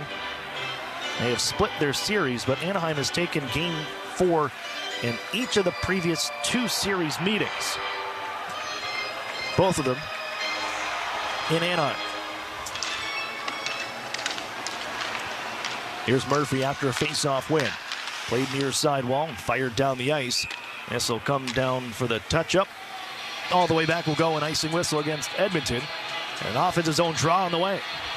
So we're already starting to see the pendulum swing back the other way in the shots on goal department, as now the Oilers have regained the lead. 14 shots for them, 13 shots for the Anaheim Ducks. How good of a job are the Edmonton Oilers getting in the shooting lanes? They already blocked a couple here early on in the second period. John Carlson, a slap pass in front, looking for Cutter Gauthier, couldn't get his blade on it. And it's chipped to center. Podkolzin brings this one in, fires just wide as he swept that towards the cage. Dostal pokes it to the corner. Kapanen, who opened the scoring, 38 seconds into this hockey game, feeds this one deep to the corner. Cycled, intended for Podkolzin. That's intercepted by Cutter Gauthier. He finds John Carlson. He'll launch this to center ice. Glove down by Leo Carlson. Enters the zone, right wing side, jams the brakes, looks to find Terry, out of his reach. Kapanen will take over from neutral. And Troy's got to get his stick down there because he knows, or at least he should know, that Leo's working with such little time and space. Bouchard lets a big slapper go, sticked away. Here come the Ducks to center and into the zone with Leo Carlson, right side, shoots, looking to go glove hand side. A save by Jarry, who holds on. What a stretch pass from Cutter Gauthier. In quarterback fashion, he was just looking for his wide receiver to get a little bit more time and space down the field, and that was Leo Carlson who found that lane. And good 3-4 strides to get Leo, push him from just above the top of the circle to around the top of the hash mark there on the far side, and he rips a shot. He wasn't ready. He was on his back heels. He probably wanted one more stride to the inside as he was being pressured by Bouchard, and now there's going to be a face-off to the left of Jarry coming up. Gramlin will take the draw. Tied the club record with 4 points in Game 3. Got it out to the point. A shot attempt was sailing wide from Trouba, but it's plucked out of the air by Jarry. He's going to hold on. Now you're starting to see the momentum swing the good guys' way here. So they're thinking less. They're just getting the puck and firing on net, and that's how they should be playing. Face off again to the left side of Tristan Jarry. Gramlin steps in for this one. On the tie-up, it's going to be scooped up by Wallman. He just launches it down the ice. Nicely knocked out of midair by Lacombe as Roslovic chases with a man pressuring on his back, Trouba. Trouba can move this back for Lacombe in his own circles. And it's 5 minutes off the clock here in period number 2. 2-0 Edmonton. Rimmed around the left boards by Gramlin. Picked up in the far corner out to the point. Seneca sent it that way, and the shot is scooped up by Jarry. Holds on. No traffic in front after the wall battle in the far corner. Now the Anaheim Ducks, they need to continue to just shoot everything, continue to back up the Oilers. Once again, that I just got done seeing, and it was at the end of a well-executed on shift that they're starting to control the puck more. They're starting to just find lanes to the net, get traffic there, and rip pucks there. But as they start to do that more, Oil are going to back up. Now they're going to start exposing those seams and start making passing plays. One to the point by the Ducks. They'll go to Paling. Try a sharp angle along the boards on the far side. Shouldered away by Jarry. Rebound to the end wall. McTavish lost his stick, chases Draisaitl as they flip it around to the far side near the bench boards. There's Connor McDavid. On the back check is Chris Kreider as he forces Ekholm to the near side. He'll just steer it into the zone. Lacombe is on back. Well, there's a couple of signs where you can judge a player just based off of readiness, and that is staying strong on your skates or lack thereof, as we saw Mason McTavish go down. So he wasn't strong in that instance, and he just lost his stick. And McDavid breaks in, snaps into the cage in the top of the left circle, gloved by Dostal. He'll hold for a whistle. Just my follow-up point, yes, losing the stick, just another sign that, I don't know, you gotta squeeze that stick and be strong on the stick and make sure that that doesn't happen, as Connor McDavid, who we really haven't mentioned in some time. So that's a good sign. But, boy, just like that, things can change. He picks that puck up with speed and fires one on net. McDavid, Draisaitl, and Ryan Nugent-Hopkins all playing in their 100th career Stanley Cup playoff game. Connor Murphy, after the face-off win, he carries in behind the net here, trying to bring it out to the front, and he's denied by the poke check of Dostal. Helleson clears to the corner. Now looking for his partner. Look out, lost it off the side of the cage. Dostal out to move it, and the Oilers find it near side. Frederick gets the point for Murphy. Cycles it back down low. It'll come to the far wall. Chopped at by Moore. It comes back to Helleson. He's tripped up on the play. Ducks going to head to the power play as Washy busts in right side. Slows down from the circles. Tries to float it across the zone. It'll be taken off the wall by Tyson Hines, who rims it behind the net. It'll be touched up by Murphy. And we will have our call as the Anaheim Ducks and this third defensive pairing and fourth line draw another penalty. Remember, Ian Moore drew one back in the first period. He was the only man in on the forecheck while the Ducks were in the midst of a line change. 1-on-3 in the corner battle. Still was able to force a call with his hard work. And we're going to see, I believe that's Edmonton's door opening up and heading to the penalty box. Is going to be Szymanski. Edmonton penalty number 81, 2 minutes for tripping. And Tim Washy continued after the fact to try to get underneath the skin of the Edmonton Oilers, barking back and forth with Trent Frederick. That'll send us to a timeout. Ducks the JMG power play when we come back. You're listening to Duckstream, powered by TuneIn.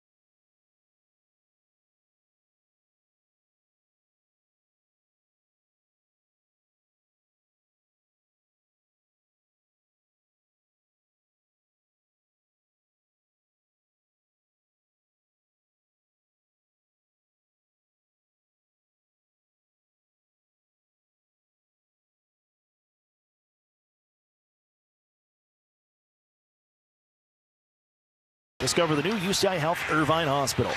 Back to the second period, 13:47 to go. And the Ducks to the JMG power play for the second time tonight. 0 for 1 as they look to get on the board, down 2-0 to the Oilers, but it's Kapanen brushing this one to center. And it'll be tracked down by Lacombe, pestered all the way behind his net now. And he'll hold this with a carry ahead. Lacombe defers to Seneca for the march ahead to center ice and into the offensive zone. Drops it off for McTavish, curls it to the point, backhand for Lacombe. He holds in. Now Killorn on the right side. Carries to the corner. Plays it right point. Dug out by the left-hander Lacombe. Now it's Cutter Gauthier, right side circle. Takes it down low towards the corner. Back up top, Lacombe, and now McTavish. Back to Lacombe, center point. Cutter Gauthier, right side circle. Holds. Moves in, puts it down low. Seneca waits. Back to Cutter Gauthier on the right circle. Scans once more, fires to the cage, try to sneak one in on Jari, makes the save, and it's blasted off the body of Lacombe at center on the clear. I keep going back to the lack of movement there. Now they're passing it on the same side. Great cut in from Mason McTavish there to alleviate pressure. And it also starts on the set breakouts as well. So Ducks not finding the success early on these power plays. Lacombe finds McTavish, left side circle, send it across for Killorn, and it goes off the corner boards, dug out by Killorn, and back out to the point. Lacombe looks again, doesn't shoot. Hands off to Cutter Gauthier, right side circle, led this club in power play scoring, shoots and scores! Cutter Gauthier with the dart from the right circle, and the Ducks are on the board with a power play goal. It's 2-1. Might not have been the start that they had hoped for, but all you need is number 61 on your squad to make big plays like that happen. He gets it low, half wall. He goes a little bit up, couple stick handles, couple shimmy shakes. And then the far side dot lane. He absolutely snizzies that one. Upper right-hand corner. What a shot.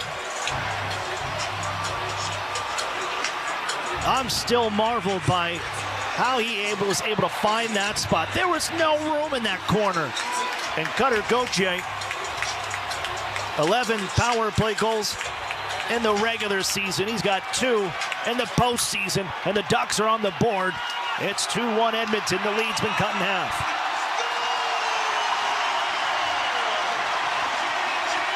Back into the offensive zone for the Ducks, but it skips away, and it's Hyman poking it in left wing side to Anaheim ice. As they jam it behind the net, Kreider will find it, puts a reverse hit on Savoy, who recovers and has the puck from the right half wall. Savoy hands off to Connor McDavid along the near boards to the point. Murphy shot, save made, rebound to the front. It's picked up by Savoy. Goes back to Murphy, who puts another shot to the net. That's gloved down by Lacombe. Ducks trying to get numbers ahead. They'll find Troy Terry, trying to scamper in, kicked it loose, and now holds on the backhand as he walks down the left wall. Up top for Minchikov. Holds left side, fire save, rebound just past Kreider. And it's scooped up by Hyman. They'll carry to center red. Connor McDavid left side, trying to get into the zone, had it turned around, but can spin it back from the blue line and in down deep, where they make changes and allows the Ducks to take over. And good job by Troy Terry there, that last shift to really wait to the last second possible before extending possession and having a lights-out play that led to an opportunity. Cutter Gauthier cuts the Edmonton Oilers lead in half. And how about that? 2-1 now for the opposition. Jack Lacombe with the first assist. Alex Killorn with the big second assist. What a bomb from Cutter. An icing whistle against Edmonton on that clear. An offensive zone draw. Granlund steps in against Leon Draisaitl. Granlund wins it back to Minchikov left side. He'll walk it down the wall to the corner. Leaves it down low. Wallman will scoop this up. He's got room to skate. Trying to snap it across the neutral zone. It is picked up by Draisaitl. He walks it to the front. Hands off for Roslovic, who's denied by Dostal. Open in the slot. Dostal says no. But it's Podkolzin back on top of it at the left half wall. Shrugs it down low for Roslovic. He'll cycle it for Draisaitl in the near corner. Draisaitl bumped by Minchikov. Spins off the check. Gets it to the point. Wallman carries now. On for Draisaitl once more in the right circle. Center point. Wallman thought about it. Doesn't shoot. He'll just push it down low. The near side corner battle goes. Roslovic with fresh bodies stepping on. Dickinson being one of them. He keeps in. Back to Roslovic near side. Into the slot. Dickinson tried to center. It's intercepted by Killorn. He hoists it down the ice, and this will slide and up for an icing whistle. The Ducks will not be able to make a change. They have to put some tired bodies back onto the ice. Long period here for the change, being at the middle frame, the second period. 10:18 to go. Left in this one. And the face-off will be moved to the right side of Lukas Dostal, the side that Connor McDavid chooses with the icing whistle. Great theatrics by Evan Bouchard there, acting like he was trying his hardest to skate back, and wow, he was rewarded the icing and offensive zone face-off for his squad. McDavid wins the draw. Ekholm left point. Holds. Servings. D-to-D pass. It's Bouchard now. Return to Ekholm on the left side. Takes it off the boards. Winds. Doesn't fire. Puts it down low. McDavid in the office, just rims it back to the right point on the perimeter. Again, McDavid down the right half wall. Down low for Nugent Hopkins. Rolled off his stick. McDavid follows up. Goes to the point for Bouchard. Then Ekholm, left side circle. Watched by John Carlson. He'll feed it around the wall. McDavid back onto it to the near side corner. With Minchikov here. Again, long shift for this group after that icing whistle. As Nugent Hopkins plays it near side wall. Killorn steps in front of him, but it's punched off his stick to the near side corner. Savoy goes to the point for Bouchard. Slides it left side for Ekholm. And again, Bouchard. There's McDavid, the left side circle. Stick handles, drops it for Ekholm. Snapped it back across the zone. Bouchard walks down the right wall. Feeds it across the zone. Ekholm winds, fires, partially blocked and kicked out by Dostal. Now another try from the left circle. Nugent Hopkins can't get it on net. McDavid digs this one out. And again, Ekholm left side, winds, fires wide. It'll kick off the near side corner glass and kept in by Bouchard. Feeds it back behind the net. Carlson will scoop this up. The Ducks desperately need this clear. They'll sky it ahead to center ice. Glove down by Bouchard. Brought in by Seneca. End of his shift. Shoots from the left side. That's gobbled up by Jari. He'll hold on. 8:59 to go. Second period. Cutter Gauthier cuts the lead in half. 2-1 Oilers on the power play goal. Back after this. You're listening to Duck Stream, powered by TuneIn.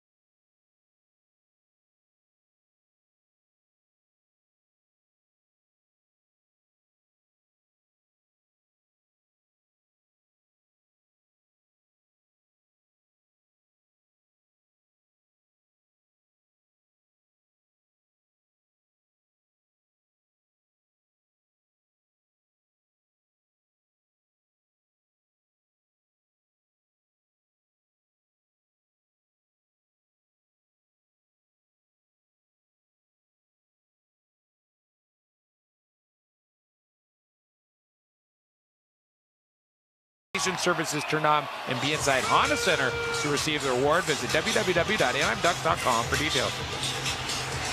Well, the Ducks thought they had a clean face-off win. Whistle sounds as Paling's kicked out. McTavish will take it. Hines is holding on to that one. Tyson Hines picking up his first NHL point here in the postseason, an assist in game number 3. It's the second Anaheim Duck to earn their first NHL point in a playoff game. Edmonton controls after the draw. The hole from the left circle. Feed this down the ice. And unable to get a touch on that was Dickinson. And that'll bring the face-off all the way down the ice. Another offensive zone try here for the Ducks. And another reminder to join Alexis Downey and myself for the post-game show. 714-439-8422. How do the good guys claw their way back, hopefully tie it up, and eventually take the lead? Give us your thoughts on that. Well, we've had 6 lead changes through 3 games, 3 of them alone in game number 3. And in all 3 contests, each team has seen a lead of some sort in every game. Maybe a little foreshadowing. As the Anaheim Ducks look for it in the offensive zone. It's poked into the corner. McTavish sweeps it for Paling. Wrapped up by Dickinson, who lost his stick as Paling can get it out to the right point. Now it's Lacombe on the left side. Sets it up for Kreider. Fires wide of the cage. Picked up by Lacombe. Bats it out to the point. Here's Trouba. Moves in. Shoots. And hit a leg in front. Never got on goal. And onto center ice. This will slide. It'll come to Dostal, who has to play it. Yet another block shot. A big-time block shot. I mean, the Anaheim Ducks they needed that one to get through, right? As much as they've been controlling the play over the last few shifts, they have yet to have a quality shot. That would have been nice if that got through. Shots 7 apiece here in the second with 7:50 to play. Mintyukov, nice pass ahead. Room for Terry. Skates it into the zone. Leaves it for Leo Carlsson. Shoots this one. And that's gobbled up by Jarry. And Terry takes a bit of a ride to the end wall with Wallman as that draws a bit of a crowd. Yeah, and Troy Terry did not like being finished off into the boards there by Wallman. And Wallman and him exchange a couple of back and forth. But how about Troy Terry? He's at the mid-ice line on that last entry. He hooks his blade, and that goes underneath the triangle, the puck here to the near side dot lane to Leo Carlsson. And a quick shot from Leo, and almost gets through. But all skaters with 18 shots on goal coming into this evening's game for Leo Carlsson. Cutter Gauthier trying to dig one out from the end wall. It'll come to Troy Terry. Mintyukov quickly across for John Carlson. His pass out of the reach of Leo Carlsson, and Kapanen on his back end lifts this off the glass, but not out. Now it skips away, and Draisaitl will find it near the penalty box doors to rim in. Golfed at by Carlson, couldn't clear. Tied up in the far corner, Podkolzin. Lift this one to the left point as Ekholm spins it across the blue line out to center ice. It'll be chased down by Bouchard as the Ducks start making changes. Bouchard holds from his circles with 7 minutes to play in the second period. Ducks get one back here in the second. A power play goal from Cutter Gauthier, making it 2-1 Edmonton. Ekholm lifted in down the left wing side. In behind the Anaheim net. Pinching down. We'll keep this tied up. Mintyukov trying to kick this loose. McDavid a couple of cross checks along to Pavel Mintyukov, who is able to slide this eventually to the corner. It's lifted out, and now it's Granlund working into the zone with 2 men on his back. Changing the defense pairing here. It's poked away from Trouba as he runs right into Savoy as the clear was made. Lacombe now from center snaps it in. Oh, good job by Mikael Granlund under duress, delaying there within that 2-3 square feet of room to work with. But if you have nothing in that scenario, you got to send it back down into the corner. Hyman ties up Washi along the near boards, and they can knife it behind their own net. Here's Ekholm looking to clear. Chased by Washi, takes the bump, is able to get this on for Bouchard. He drills this one out to center ice off his stick and down to Ducks ice. Redirected out to the bench here, chipped around. A lot of bodies in front of that Edmonton bench. As the Ducks find Lacombe, left wing side, steps into the zone, trying to bring the front up, backhander, kept out. Lacombe from a tight angle, hit the side of the cage. Ian Morrow has poked that one in. Here's Viel now. Goes to the point, right between the two triggermen. It's all the way back for Lukáš Dostal to slow. He launches this out to center ice because Ducks were changing the defense pairing. At least one man on, that's Ellison, who has it now from the corner. Rims it around from his own end, looking for Viel. Sidesteps the hit from Nurse and fed that to center where it's picked off by Dickinson. Now Murphy on for his partner, Darnell Nurse. Will shoot this in from center red as the Oilers continue to make changes. Lacombe still need to get off here as he finds this one in his own circle, try to twist it along for Helleson. He has to come over, skate, pick it up, head behind his net, and now out ahead he can find the neutral zone with McTavish to curl into the zone on a pass to the corner. And there was some frustration shown by Lukáš Dostal. He put his hands up saying, where's the support? When he was trying to break his team out of the zone, he ended up just saucing it up to the offensive zone blue line. Nugent Hopkins finds the puck in the circles and just lifts it down the ice. Tyson Hines chased out by Lazar from behind the net. Able to go to Helleson, and here's Kreider now at neutral ice. Feeds Tyson Hines. Left side, Leo Carlsson in. Shoots one high over the net. It'll be picked up by the Ducks in the right wall. McTavish trying to play it to himself off the boards. That was intercepted, nicely read by Wallman, and the Oilers dump it in from center. John Carlson spins from Frederick. Sets up Leo Carlsson. He got it off the blade of Leon Draisaitl at the last second. Almost coughed that one up as Leo has to go back for a skate in his own end. Delivers for John Carlson. They'll hold at their circles. Draisaitl and Carlson mixed up a bit as the Ducks find Terry to deflect into the zone from the left side. 4 minutes to go here in the second period. 2-1 Edmonton, and it's Draisaitl carrying through center ice. Pass across the blue line, intercepted by Cutter Gauthier. He got it right back. It was in his skates, but pokes it to center. Granlund just on for Terry. Into the zone with Mikael Granlund, left wing side. Steers this behind the cage. Terry Couldn't make the little play between the legs of Bouchard, who intercepts. And now here comes Draisaitl, 3-on-2 ahead. Left wing side, they break in. Podkolzin trying to go back to Draisaitl, out of his reach. It's into the near corner. Ducks pick it up there. Granlund just redirects at the center ice with under 3.5 to play in the second. 2-1 Oilers. Ekholm gains the line, shoots it in. Slowed by Dostal. Mintyukov now reverses it for Trouba. Wrapped up by Hyman and punched to the line, kept in by Bouchard. Bouncing puck, scooped up by the Ducks. And it's Beckett Seneca, stick handling into the zone. Leaves it for Killorn, floats it back for Seneca. And it's knocked out of midair by Bouchard to the corner. Seneca takes over again, stick handles through a man. Penalty coming up, he was run over by Hyman. The whistle will sound. A kneeing call was the initial maneuver by the official over the far circle of the Edmonton zone. Well, hear it downstairs.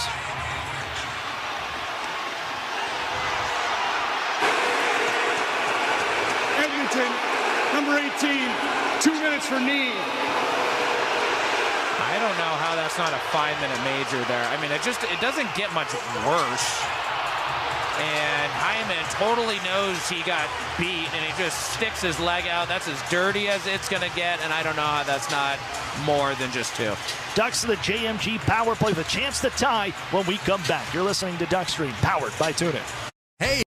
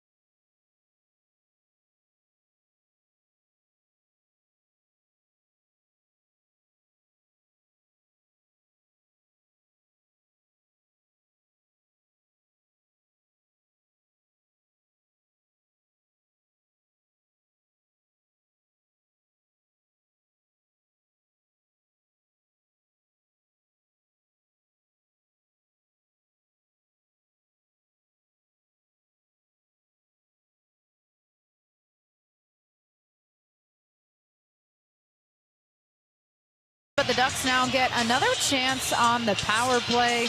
And during that break, we were talking about the hit that we just saw, Hyman on Beckett Seneca. It's very rare that Beckett Seneca doesn't absorb a hit very well, but obviously that one stung a little bit more than normal, Emmer.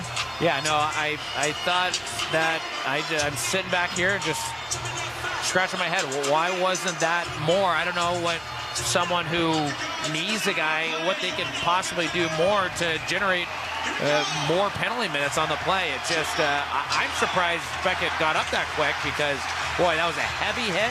And hopefully the Anaheim Ducks make Zach Hyman pay for a dirty play like that. Ducks back to the JMG power play. Power play goals in 8 straight. And 10 for the last 24 going to the regular season. Here's McTavish giving down low. Beckett Seneca out here with the power play unit. That's good to see after that knee-on-knee collision. Cutter Gauthier, who has the power play goal tonight, swings it across the zone. McTavish sets it up in the slot. Killorn, one-timer. That was blocked. McTavish on the near side. Guides it to Seneca in the near corner. Trying to go back to McTavish. Has it tied up in the near side. And able to get it out to the left point. Lacombe. And Cutter Gauthier at the right point. Has to stash it towards the near side corner.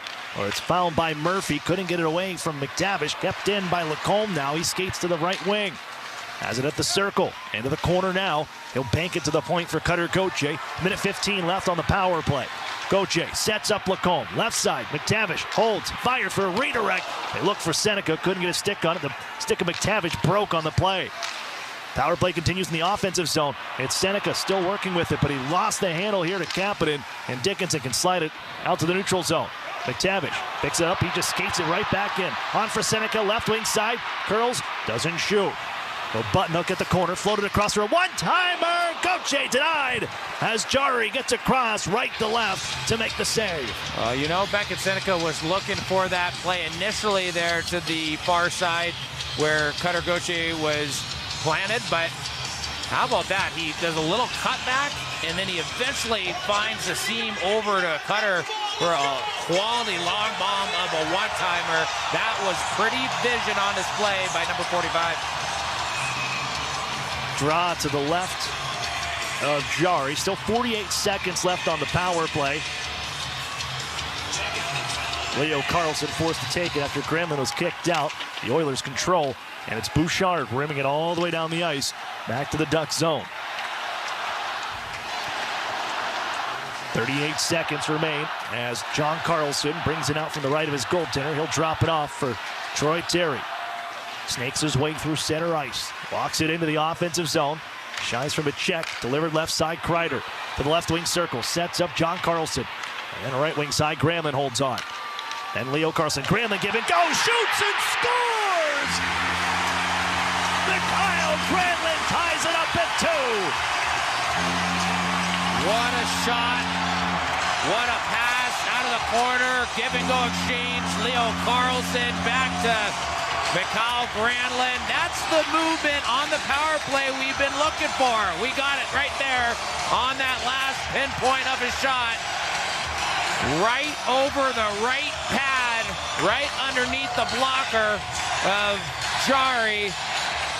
That's a big goal. Second power play goal of the night. Mikael Granlund with his second JMG power play tally of the postseason, and the Ducks even this one up with 1 minute and 17 seconds to play in the second. At the center ice draw, Jackson Lacombe picks this one up. Honda Center rocking here with 70 seconds to play as the puck is deflected into the Anaheim Ducks bench for a whistle. Well, how's Orange Country feeling out there right now? Let us know how you're feeling. 714-439-8422. What a tally that was. Drop this from center ice. Trouba controls after the face-off win. Lacombe plays it down the left wall. That's going to end up being an icing whistle. They couldn't connect with VL. As some changes on the Edmonton side, they'll load it up with 59.9 on the clock. An offensive zone draw on the way. And here's Tim Washy to take it. 56% on the draws in the postseason. The last 2 games, 61% in games 2 and 3. He's really come on. And a big one coming up against Draisaitl in the offensive zone. Ties up Draisaitl. It's still loose at the face-off dot. Forced, worked around. Who's going to come up with it? Lots of bodies, and the Ducks just drill it up the near side boards and out to center. And speaking of Tim Washy, he's going to be our intermission guest here coming up, so stay tuned for that. Headman play by Trouba. He steals the pass that was on the way to the offensive zone. It's in down deep. VL absorbs a check from Bouchard. 35 seconds left. Sends it to the near side circle. It's on for Draisaitl. He can't clear. It's intercepted by Ian Moore. As they look for Draisaitl near wall, it's golfed by Lacombe back to center and then blasted in where it rims all the way around. The Oilers look to get back on side. Now here comes Anaheim. They have 20 seconds to go. Washy in right side. Bobbled the puck. Power play momentarily. He's dumped by Bouchard, and that'll bring an end to the second period.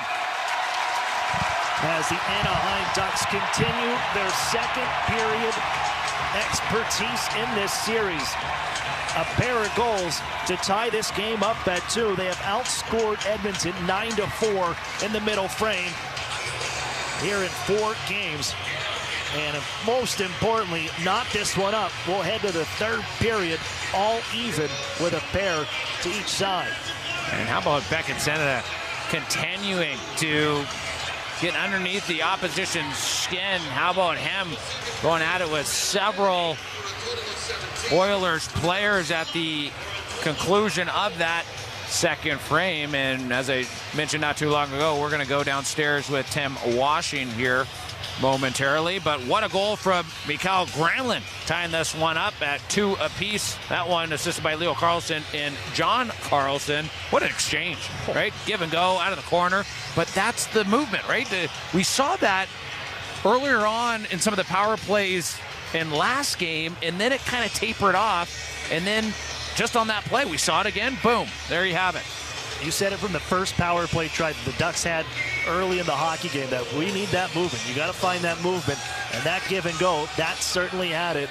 And Granlund, just a decisive first step to bust past the penalty kill unit to find that seam. Pretty stuff.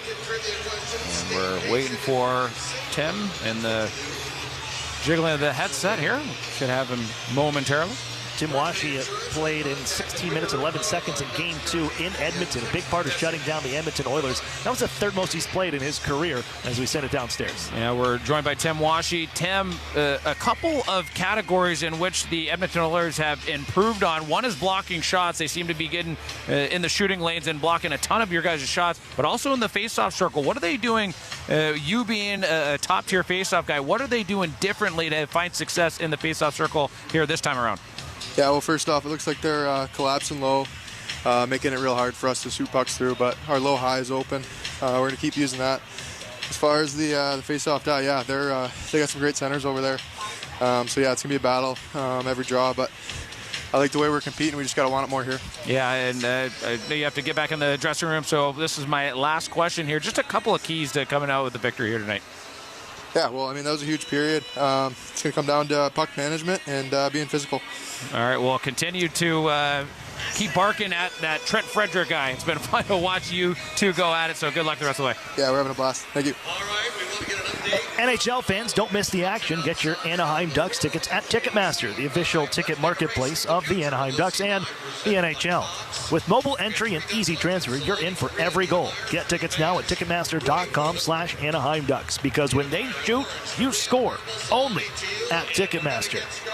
More coming up. Intermission report on the way next. Ducks and Oilers all even at 2 in Game 4. Back after this. You're listening to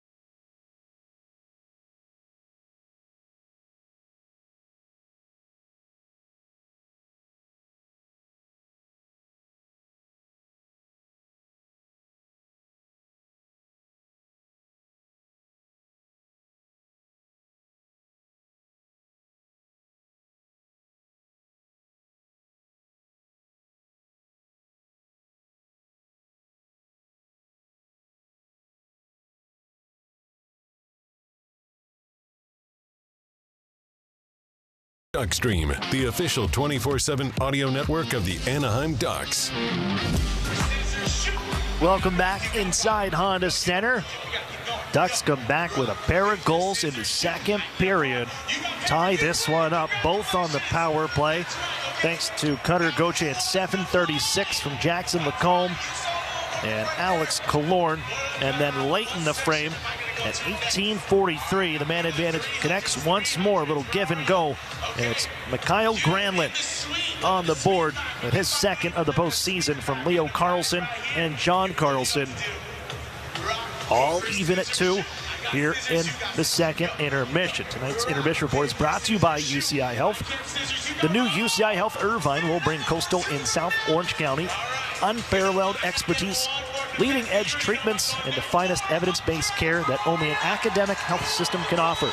Discover more at ucihealth.org/Irvine Hospital. Aaron Cooney and Emerson Edom with you here in the booth. We heard from Tim Washy on the way out into the intermission, but Emerson, this game has really turned. When we talked in the first intermission, it was how Anaheim's going to turn this game around in the latter stages of that first period, where they had 10 of the last 12 shots on goal to end the first. That momentum carried into the second, and the power play does the damage. 2 power play goals ties this one up here as we sit through 40 minutes of play.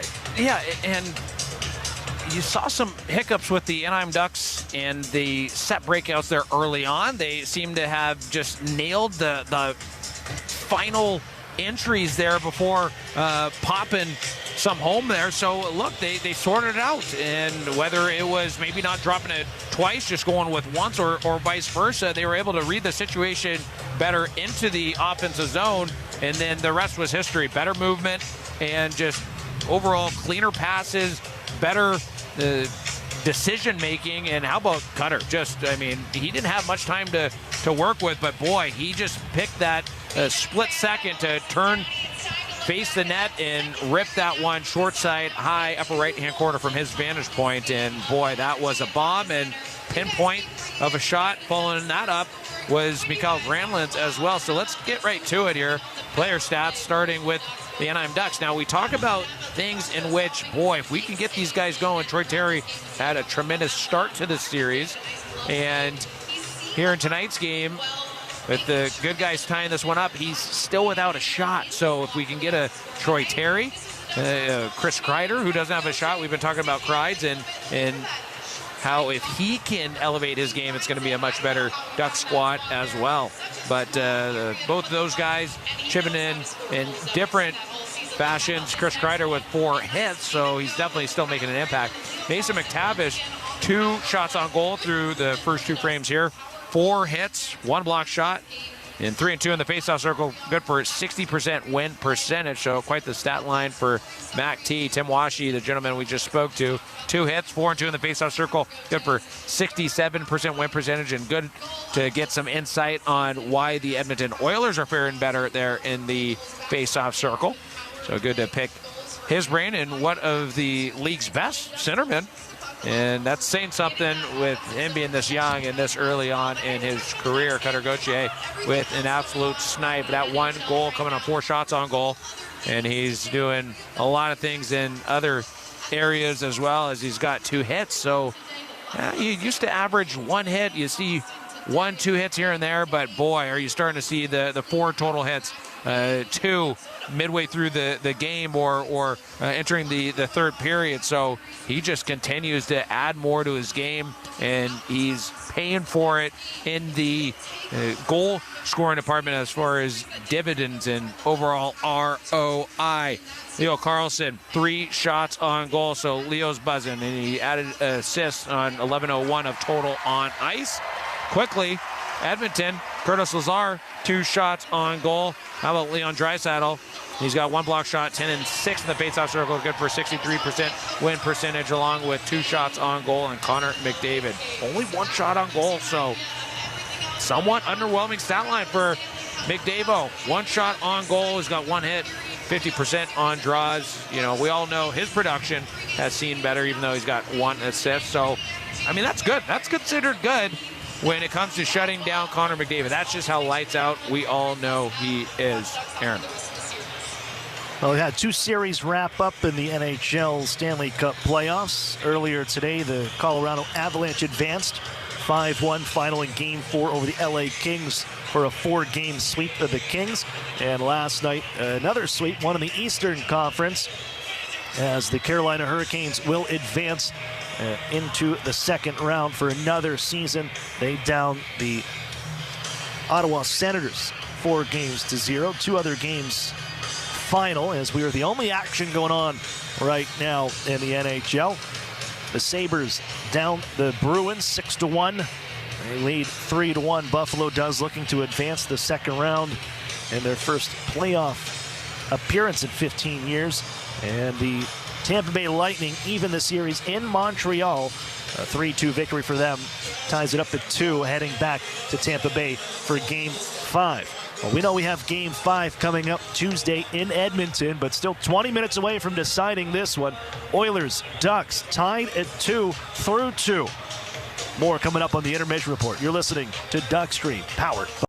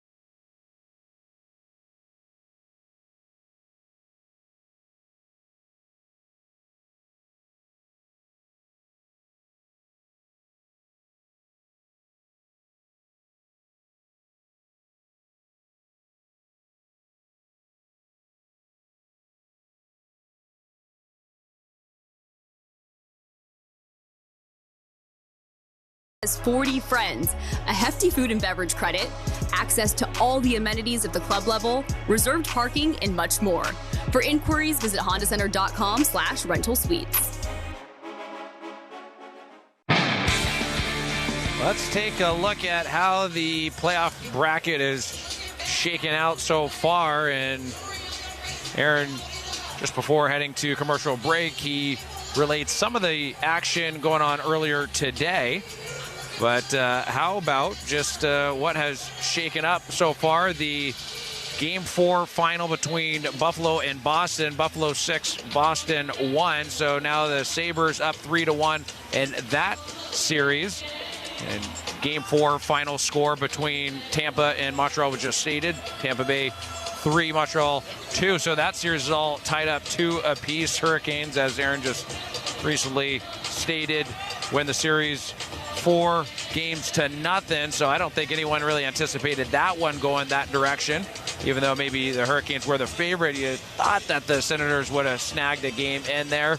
And the Flyers take a commanding 3-1 series lead with the Game 5 slated tomorrow. Avalanche sweep the Kings 4-0 there in Anze Kopitar's last game of his career. Game 5 is coming up in the Stars Wild series in 2 days from now, which would, of course, be Tuesday. So looking forward to that as that series is heating up 2 apiece. And we all knew that was going to be tight, but maybe that tight, not so sure. Golden Knights trailing the Mammoth series 2-1, and their next game is slated for tomorrow. So it continues to just get more and more of a nail-biter here this 2026 playoffs, and I can't wait for more. We have third period puck drop coming your way after this commercial break. Thanks for listening to Duckstream, powered by TuneIn.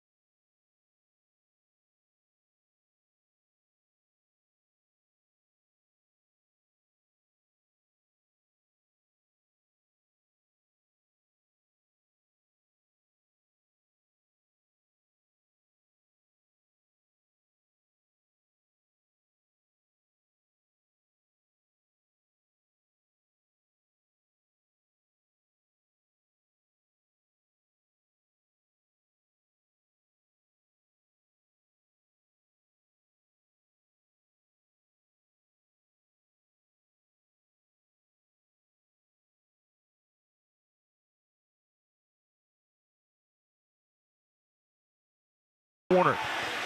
And John Carlson skates us ahead into the zone with Killorn. Moves right, hands over left. Seneca shoots, save made, rebound in front. Picked up by Nurse last second. Seneca, oh, he got a lot of that one. Hadn't him a whole lot of time to put that on the forehand, but still got a lot on it. As the Oilers countered, left side, Rosvik into the zone, shoots, save, rebound, kicked out by Dostal. He denies him on the doorstep. Dickinson looking for one. And the puck is picked up by the Ducks, and they'll play it off a skate to center. Wallman. And a little giving ground. It's going to be Emerson off the bench boards, moved in by Hyman. On the far side, behind the net, Dostal sets it up. Snap to Terry, down the ice, this goes out to neutral, and it's brought in flight cutter, Gauthier, man on his back, penalty coming up. Taken down behind the play was Carlson, Leo Carlson. And now they'll go after Wallman, who made the play. And I believe was the guilty party at the infraction. Leo Carlson slow to get up. Now he gets to his skates. But initially, this was going to be the Ducks heading back to the power play. They're 2 for 3 on here tonight. Well, I'm hoping it's not a head issue, as Leo Carlson was very slow to get up there. He slid for a good 20 feet. And let's take a listen to the call. Edmonton penalty number 96, 2-minute interference. Interference, the call to Wallman. Power play takes the ice for a 4th time for the Ducks. Yeah, Wallman was definitely in control. He had the sight line there. Leo was just trying to drive, and boy, well, let's just hope Leo's okay. He's not on this unit that's out right now, so we'll continue to monitor it. Face off to the right of Tristan Jarry. 2-2 game. JMG power play to the ice. Left side, McTavish to the face-off circle. Takes to the bottom of the circle, trying to get across to Cutter Gauthier.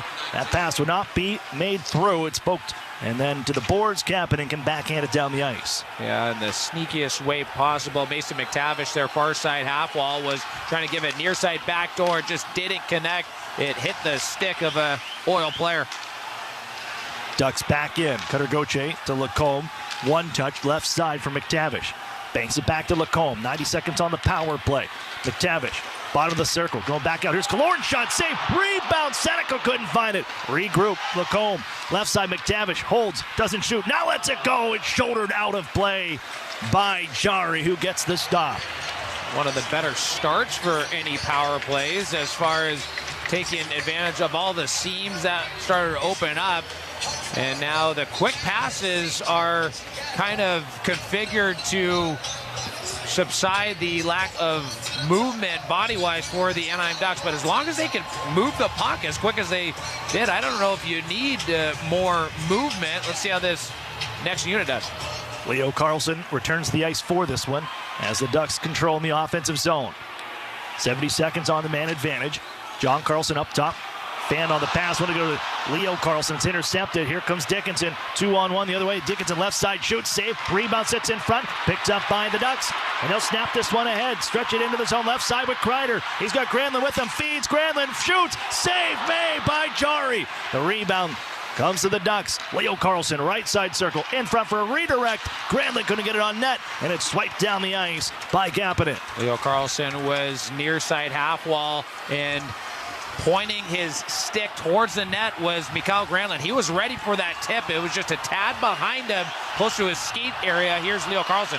They'll bring it in offside. It just rolled away from Leo Carlson on that rush to the blue line. And with 29 seconds left on this power play, the Ducks will see a face-off in the neutral zone. And how about this? The actors from Super Troopers are here. What a classic movie that is. And they're getting the Honda Center crowd buzzing on a little Jumbotron promo there. The Broken Lizard guys in the house, back on the Jumbotron. Neutral zone face-off.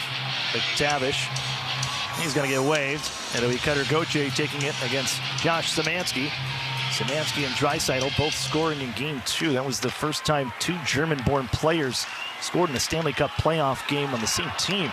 And Szymanski at the face-off, chipping it down the left side. Script of it right at the line by Lacombe. Ducks break out 3-on-2 in the offensive zone. Killorn down the right side into the zone. Going to bring this behind the net. Drop it off to the corner for McTavish. 10 seconds left in the power play. Lacombe up top. Left side, Beckett Seneca.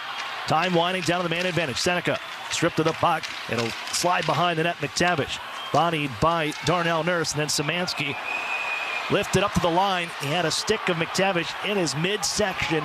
That's going to draw the eyes of the official. And McTavish is going to come to the penalty box. The Ducks will be shorthanded. 2 minutes for hooking. That's not a good penalty to take, considering that it was in the offensive zone. So you want to stay out of the sin bin, but furthermore, you just don't want to take penalties in the offensive zone. And Mason McTavish knew it, and he is in the sin bin. Second power play for the Oilers. McDavid at the faceoff on the right side. Bouchard shoots and scores. It takes 4 seconds for the Oilers power play to connect, and Bouchard has his first of the postseason. What a shot from Evan Bouchard. To no surprise, we all knew he had a bomb of a shot. It's Connor McDavid. He freezes everyone. He's top of the circles, just to the inside of the near side dot lane. And he waits, gets everyone to think that he's ripping it on net, but he slides it over far side. Bouchard adjusts his hips, collects that puck, and absolutely roofs it. Well, the only guy that can get a more pinpoint shot or as close to Cutters as we saw earlier was that Bouchard shot right there. That was darn accurate. Led defenseman in scoring in the regular season. 1.06 points per game in the postseason coming into this one. Only one defenseman in NHL history has a better mark. That's Bobby Orr at 1.24 points per game. 3-2 lead for the Oilers. Ducks looking to play catch up as Moore chasing in the offensive zone. It's bounced to center. Going to be brought in by Jackson Lacombe. He'll drop it in deep. Blasted by Ekholm around the boards. Took a heavy hit as that puck slides to center ice. And Jacob Trouba back at his own end to play it to Lacombe. Quickly ahead for Poehling down the right side. Got it into the zone, but he overskated. And here come the Oilers. Trent Frederick, left wing side, busts in. Feeds it towards the front. That'll bounce behind the cage wide. Chopped around the boards to the right side. Emerson drifts down the right wall, shoots this one. Rebound came right across the goal mouth and picked up by Seneca off the boards. 1-on-5 into the zone, trying to dance through them all. Roslovic gets back and pokes the puck off his stick to the corner. And the go-ahead goal scored by the opposition's Evan Bouchard, assisted by Connor McDavid and Leon Draisaitl. Bouncing puck out at neutral ice, settled by Frederick. He'll rip this in. Mintyukov collects it from his own corner. And with 5 minutes and closing in on 5 minutes off the clock in this third period, Seneca in left side, but he's poked off the biscuit by Draisaitl, who carries this to center ice once more. Draisaitl in right side with Kapanen. Shoots this one wide of the net. Trouba may have gotten a stick off that one as he came across. Now it's Poehling to center ice. Gains the red line, shoots it in. Troy Terry chases. Murphy first to it, hit by Terry. As the puck slides to the near side, at the point kept in by Trouba, feeds it to the front. Stepping in front of that, it's blocked by Nurse and dished to center ice by the Oilers. And the blocking shots continues to be a theme here for the Edmonton Oilers. Just when the good guys need a shot that gets through, Oil just come up with a big block, but here comes Troy Terry creating a turnover. It forced the cough up behind the net.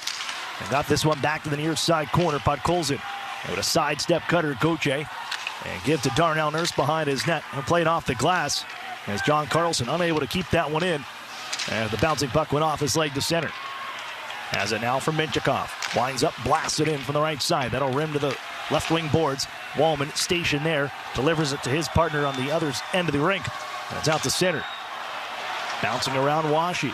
Collects, walks it in, left side, fires to the cage, save, rebound in front, backhander, and it's blocked. Bodies in front for the Oilers. We'll move it ahead. Roslovic softly puts it towards the zone. Hines back for Anaheim. He's hit to the near side boards by Hyman. Roslovic looking for it. It's Tim Washi back defensively. Run off the puck by Hyman. Dickinson takes over. Angles this to the right point. Emberson, D quickly. It's Wallman, his shot. That's blocked by Viel. Viel carries to the corner. Trying to stick handle down low. Hyman almost took that away. And he would have got it now for Hines, who can skate ahead. For his partner, Drew Hellison. Softly puts it to the neutral zone, but it's scooped up by Wallman. He'll dish to Connor McDavid. He'll hoist it in on the backhand. Dostal just shrugs it into the corner. 13-15 to play. Third period, Ducks down by 1. It's 3-2 Edmonton. The power play goal from Bouchard put them ahead. And now Savoy looking for it in the offensive zone. Hines, he'll reverse it to the far side. Ducks can't clear. Bounces right onto the tape of Savoy in the slot. Turns, fires, blocked as the Ducks put it to the corner off a stick. This one will be fired down the ice and will go for an icing whistle against Anaheim. Yeah, both Drew Hellison and Tyson Hines forcing plays a little bit even.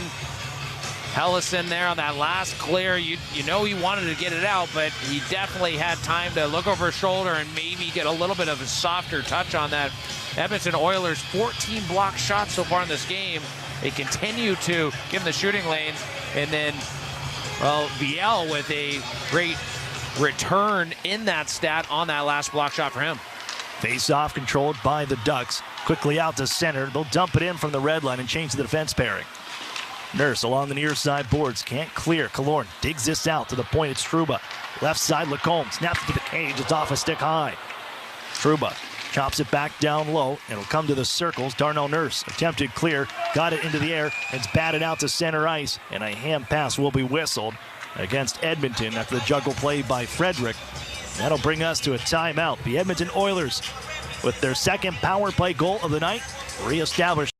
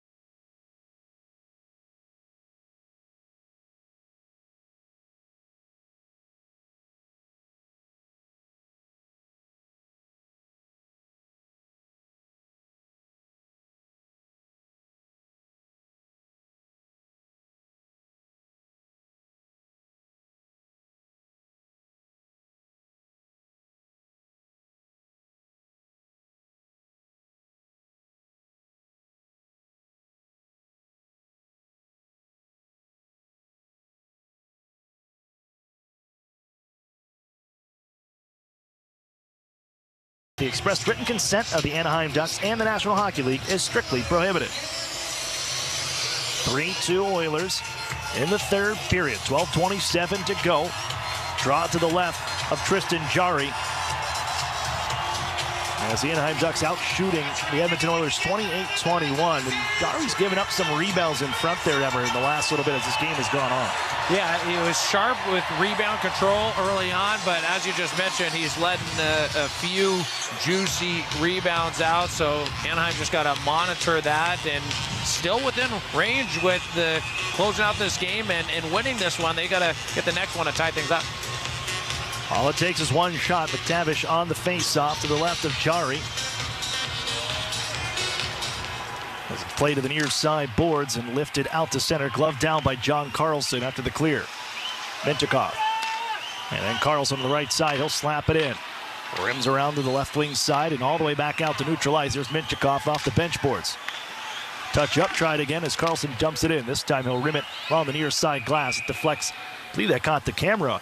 That station behind the net, and the whistle will sound. And we'll have a face-off on the way.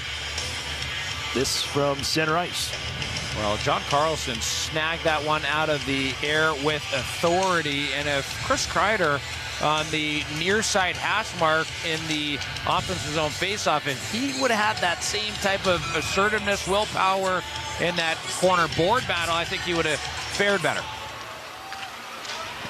Ducks win the draw. Down by one. Trouba to center ice. Leo Carlson finds Cutter Gauthier. He'll rim it in along the glass to the far side now. Terry on for Leo Carlson in the circle. He's flying right now. Left wing side. Jackson Lacombe takes the handoff. Feeds it down low. Nurse pokes it right back to the corner. Lacombe is stationed down there as he waits and outwaits Kapanen. He'll walk it back to the corner. Jams the brakes on Draisaitl. Now looking for a passing option here. Draisaitl takes away. Coughed it up in front, right to Carlson, but they get it right back as Draisaitl able to negate the play that he almost gift wrapped to Leo Carlson. Yeah, Leo Carlson initially thought he had more time and space, but maybe one too many stick handles as Beckett Seneca sends it in. D-to-D pass by Edmonton behind their own net, and they got some room out at neutral ice, but that pass is intercepted by Helleson, who scoops it into the far side corner. Ducks come in on the forecheck, blasted around the boards by Edmonton's onto center as Hyman sidesteps the defense and then puts this one in cross corner. Hines back behind his own net. Shrugs it near side. Seneca looking. It's Wallman taking it off the boards for Dickinson. And Hyman on the left wing circle. Carries to the corner. Hyman powers his way to the far side corner. Spins on Hines. Plays it to the front. That's cut off by the Ducks. And they'll play it left side after a bit of a scary bobble in front. Hines will dump this one in and chase after it. He'll force the issue here. No icing. Ducks making changes behind the play. 10:35 to go here in the third period. Loose puck. Ian Moore just on. Jams this back down low. Jari out to play it. Swings it near side for Nugent Hopkins. John Carlson couldn't keep in as it's tipped ahead to center. Washi back at his own circles will pick this one up as he's watched by two forecheckers. Snaps it out ahead to center. McTavish taken right off his stick by McDavid. He comes flying back in left side. McDavid shoots. Saved Dostal. Rebound. Picked up by the Ducks. They'll drop it off to the near side corner. Looking for John Carlson. It comes to Nugent Hopkins. Now Washi trying to clear near side. Ekholm stands him up on the left wing boards as he pinches from his defense position. And Nugent Hopkins can get this one deep to the corner. Well, we're not seeing a whole lot from Edmonton as far as trying to orchestrate plays and doing some of the damage offensively that we saw them earlier doing. And this is an opportune time for the Anaheim Ducks to make something of it. And here they are. Breakdown left side. Kreider's shot denied. And the rebound is lifted to center by Podkolzin. Does it have enough for icing? It does have the legs, and we'll get the whistle with 9:31 to go in the third period. 3-2. Quite the delay to feed Kreider flying down the left wing. Yeah, Chris Kreider, he was in that similar spot when he scored early on in the year in Dallas. It was a long stretch pass, great speed, and he picked the corner on the near side there, and it was a quality shot. That was one of the better looks he's got so far in the playoffs. Let's see if he can continue that momentum. Draw out to the right of Jari after the icing whistle.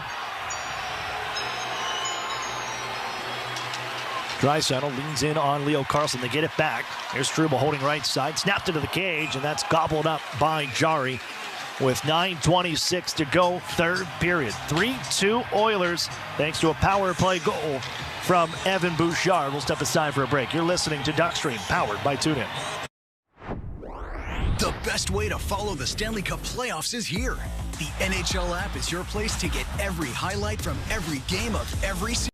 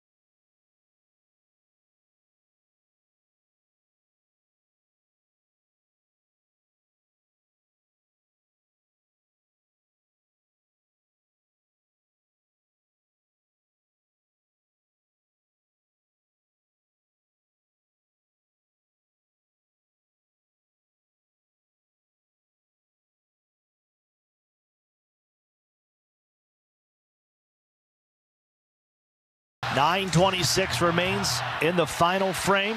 3-2 Edmonton. Power play goal in the third for the Oilers from Evan Bouchard, his first of the postseason, to reclaim the lead. Draw will be to the left of Tristan Jari. Leo Carlson in on it. It's Leon Draisaitl to win. And on to center ice. Frederick almost coughed that one up in front of his bench as Leo Carlson back pokes it away from Podkolzin. Lacombe on for Trouba near side. Holds from the corner. He'll back in it, back around, trying to rim for Chris Kreider. Pinching is Murphy. He forces the puck back in deep, and a slide by Podkolzin got it to the near side. Trouba knocks one out of midair. Trying to flip it near side for Cutter Gauthier. Got it to center ice, and it's blasted right back in on the left wing side. Headman play, diving to poke it into the zone as Cutter Gauthier. That'll avoid an icing call as the Ducks make a wholesale change. Skated ahead by Wallman. Ramped into the Duck zone off of Blade out at center. Minchikov fires it to the far side. Seneca takes it off the wall. Spins away from traffic, picks it back up, and is either to skate the stick with this one, but can't get by Curtis Lazar. And now Szymanski forced off the handle. Granlund to neutral ice. Backhanded back in by Szymanski. 8:22 to play in regulation. Back in the Duck zone. It's ahead for Granlund. Spins along the near boards, finds Seneca. They rush into the zone. Seneca snaps to the net, looking for a rebound. It's batted in front, off of the goaltender, and kept out. Skated aside by Frederick, and he just guides it to center ice. They'll pick him up on the left wing side. Gets into the zone, left wing, shoots it from the circle. Saved by Dostal, ricochets off the end wall to the front. Dostal pounces on it with the left paw for the whistle.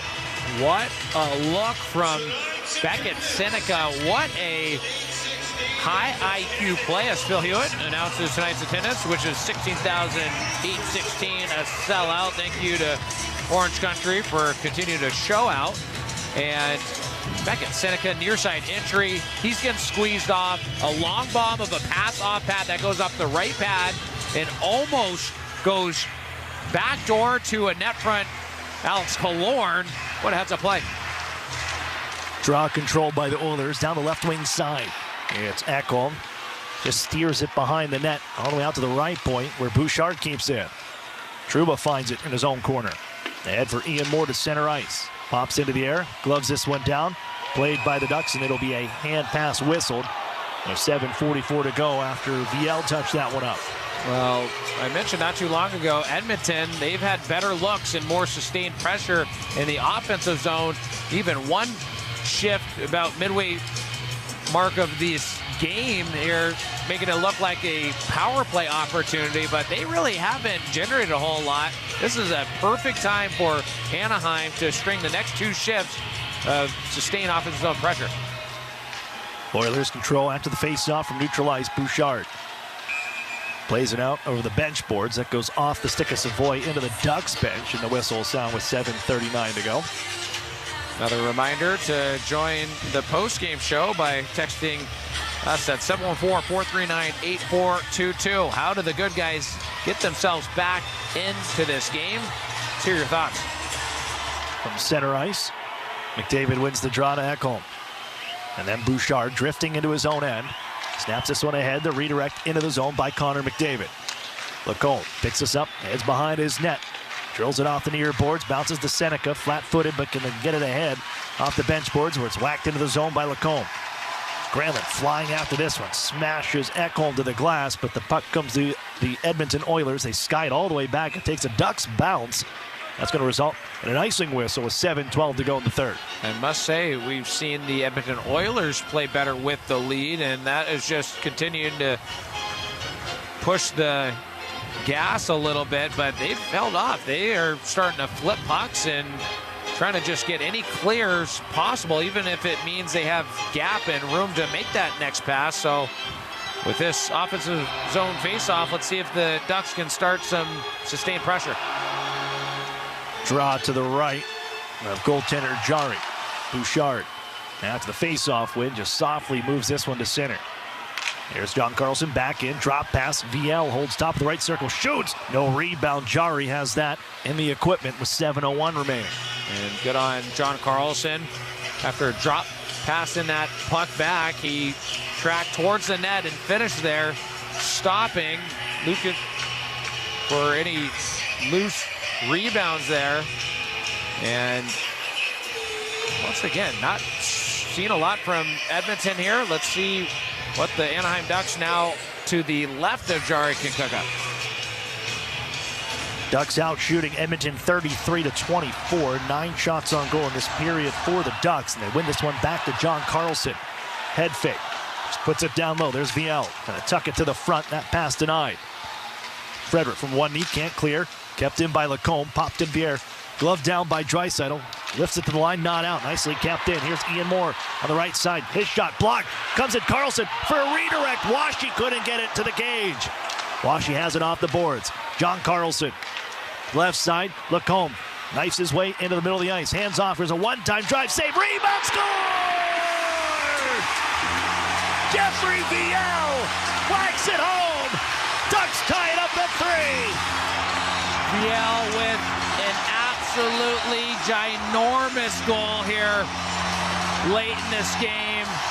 And it was all John Carlson. He set up Tim Washi here on the near side. Washi couldn't connect. So John Carlson gets available far side point, opens up. Nice one-time clapper that hits Viel. Viel stays with it there, and as he's falling, he puts it right through the 5-hole of Jari. Brand new game at Honda Center in the third. 3-3. This one's redirected into the crowd by Kreider after the face-off win.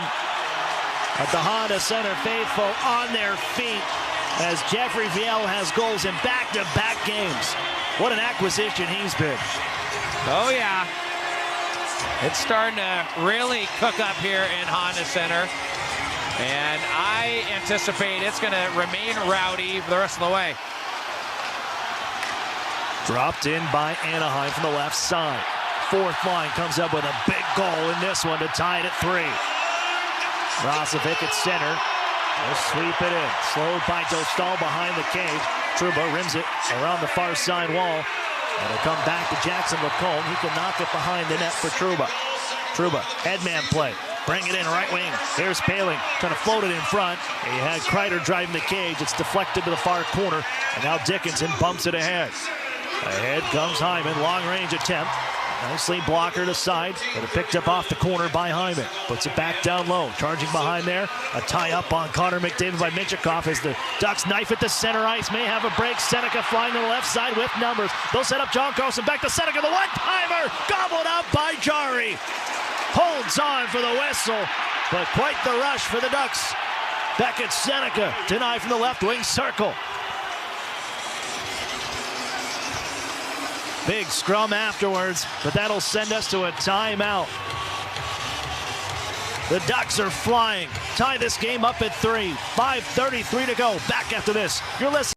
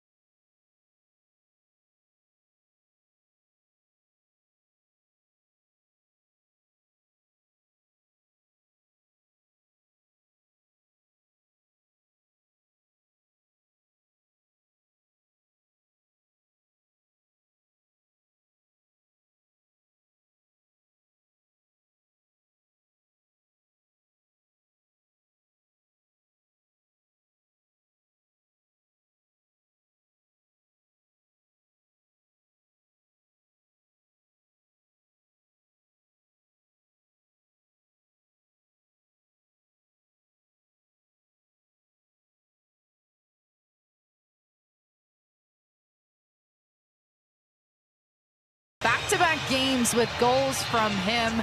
And I mean, Emerson, what a year it's been for him to go from not playing a whole lot in Boston. The Ducks pick him up, and he scored in really key moments throughout the regular season and now into this postseason. Yeah, I look back to that game at Ball Arena there where he sniped on that odd man rush low. How about this game where he's got another big-time goal? He's got 3 shots so far, 1 hit, 1 block shot, 1-0 in the face-off circle. What hasn't he done? Jeffrey Viel ties this one up. That 3 apiece. John Carlson, the first assist. Jackson Lacombe, second. Draw to the right of Jari. Puck sent to the corner. Ducks knock a man down. Seneca after this one. Twisted out towards the front. It'll slide to center. Trouba is back. He'll give to Lacombe. He'll one-touch it back to Jacob Trouba at the circles and look to wind things up as Lacombe spins away from his own man. He's able to find Trouba. Launches this ahead to the bench board. Seneca flies back in. Left wing side, cuts across. Right wing dot now. Spins away from traffic. He'll look across. Sets up one-time drive. Carlson couldn't get that one through. And charging ahead comes McDavid one-on-one against Seneca. Sidesteps and McDavid back to the front. Toe save made by Dostal. He robs McDavid with the right pad. It's Frederick still in the offensive zone. Back to the point. Bouchard shot wide of the net. And while McDavid trying to feed it to the front, this will be bounced to the near side circle and touched on a hand pass whistle. But Lukas Dostal, the save of the night on Connor McDavid with the right toe. Wow. How used to just finishing those plays off is Connor McDavid, but count on the Dostal to stay right through from far side, sliding it across to near side and shutting the door on Connor McDavid. That's some stellar goaltending. Well, you know, Dostal didn't cut his toenails this morning, because that is a toe save and a beauty on the near post as he went into the splits, kicking out that right leg to make the stop. Ducks control the draw. They'll touch it in on the left wing side with Kreider. Fired around the horn by the goaltender Jari. Blocked by McTavish. Plays it to the circles and out of the point where it's kept in by Lacombe. Back to the corner. Kreider down low. Busts his way to the far side boards. Out to the point. It's Trouba now. His shot through traffic. It's fouled by Jari with McTavish stationed in front. Yeah, good net front presence by McTavish. You have a speedy Ryan Poehling here, rounding out the low bottom of the circle en route towards the net. And now we're going to get Ian Moore, Jeffrey Viel, and Tim Washy. The trust continues to build from that line, and the coaching staff for the Ducks, they certainly are noticing the impact of the trio. They've not been afraid to roll four lines, that's for sure. It has been very effective, and this line has come up with the game-tying goal. They win the draw. Carlson keeps into the near side corner. Or Viel couldn't pick this one up on the boards. It comes to Draisaitl at neutral ice. Feeds Frederick. On his back is Ian Moore, and the Ducks take it away. Just pushing out to center ice on a play by Tim Washy with 4 minutes to play in regulation. Ducks have tied this one up in the third. We're all even at 3. Lacombe with a man on his back. He'll charge behind his net, trying to get away from Podkolzin. Now banks it behind his cage for John Carlson. Carlson looking ahead, just drifting to center ice. He'll carry the mail to center red, then bounce it towards the netminder. It has to be shrugged aside by Jari. Had a little trouble with this one, and then lifted out to center ice on a clear. Well, the Ducks have been so dominant over the last 7 or so minutes. They have by far and away been the better squad. Let's hopefully they can close out with the final 3:15 remaining here in the third period. Blast to the center for Hyman, who just leaves it for the pickup down the right side by Dickinson. He'll shrug it into the corner. Trouba is back. He'll just rim it around the near side looking for Cutter Gauthier. It's out to center ice. Past Ekholm, no icing. 14 and White will track this down behind his net with 3 minutes even to go in regulation. Right side for Bouchard. Ahead for the flip in. As Nugent Hopkins gets this deep. Flying to this is Savoy, but taking it off his blade is John Carlson. It's sent down the ice off a stick, no icing. On his horse is Killorn chasing to the end boards with Bouchard. And then comes Seneca. He prods it loose. Granlund steers it back down low. Glove down by Bouchard. Quickly puts it for Nugent Hopkins, but he can't clear because Minchikov rims it back around on the keep-in. Juggle to the near side corner. Ekholm has some time and space. He'll bank it for Bouchard in the right circle now. He just lifts it back to the Ducks line off a glove and grabbed by Carlson. Well, any confidence we saw on the offensive side of the puck early on for Edmonton has dissipated as the Anaheim Ducks have been in the ones controlling the pace of play for some time now. Lacombe's going to keep in on the left wing side after a rim in, and then forcing the issue is Kapanen. He's able to guide this one down the ice, slowed by Dostal. He was forced to play it with 2 minutes even to go. It's Kreider now through center. Ahead to the touch in. McTavish trying to drag this one towards the front. Drops it off to the circles. It's going to come to Draisaitl, who hands over right wing side for Kapanen. In his skates, poked off his stick. Draisaitl follows up, though, into the offensive zone. Ducks watch as he feeds it across into the neutral zone as Wallman unable to get there in time. 95 seconds to go in regulation. Bouchard from the right side. Plays it off the bench boards, and they'll come with Hyman. He's run off the puck by Minchikov defensively. Washy does the same to Dickinson and forces him down to the ice as they can find VL. Working on the left half wall, just skies this down the ice. No icing on the play. Moore chases Wallman. Puts him into the near side corner boards as Bouchard has to rim it out to center. And it's Hyman. Roughed up by Washy. A rough ride near the bench boards. And the Ducks will take over, make a change, closing in on the final minute in regulation. It's Leo Carlson. Overskated, look out, lost this one at the bench. It's Nugent Hopkins for McDavid, busting in the right wing side, trying to bring it to the front. They fire to the cage. Dostal says no, and the rebound. The Ducks poking ahead to center. It's Terry, 1-on-3. In right side, Cutter Gauthier joins him. Sidesteps the check, feeds him in left side, slapped off from the comb. It was blocked. Back to the front from the end boards by Carlson. They couldn't get it on net. 35 seconds remain. Trouba from center red. He'll rim this one in with half a minute to play. They put it back with half a minute to play. They put it back down low for Murphy. Backhands it near side. Trouba will stand up at the line and hoist it back towards the cage. Bodied by Murphy. Plays it near boards. 20 seconds remain. Nugent Hopkins will go for a skate. We're staring down overtime in game 4. Nugent Hopkins will drift back behind his net. 6 seconds to go. And the Oilers will take it into the extra frame as we trade goals in the third.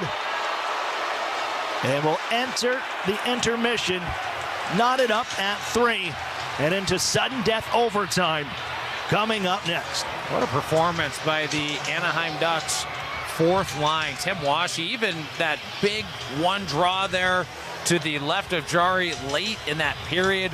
Washy fighting for every loose puck. Jeffrey Viel coming up just ginormous with that goal. And that's as old school of hockey as it gets. Almost the lack of save too there in street hockey style fashion, with Jari reaching out with that right pad, reaching out with the paddle. Looked like old school net minding before Viel slid that one home. What a crucial goal.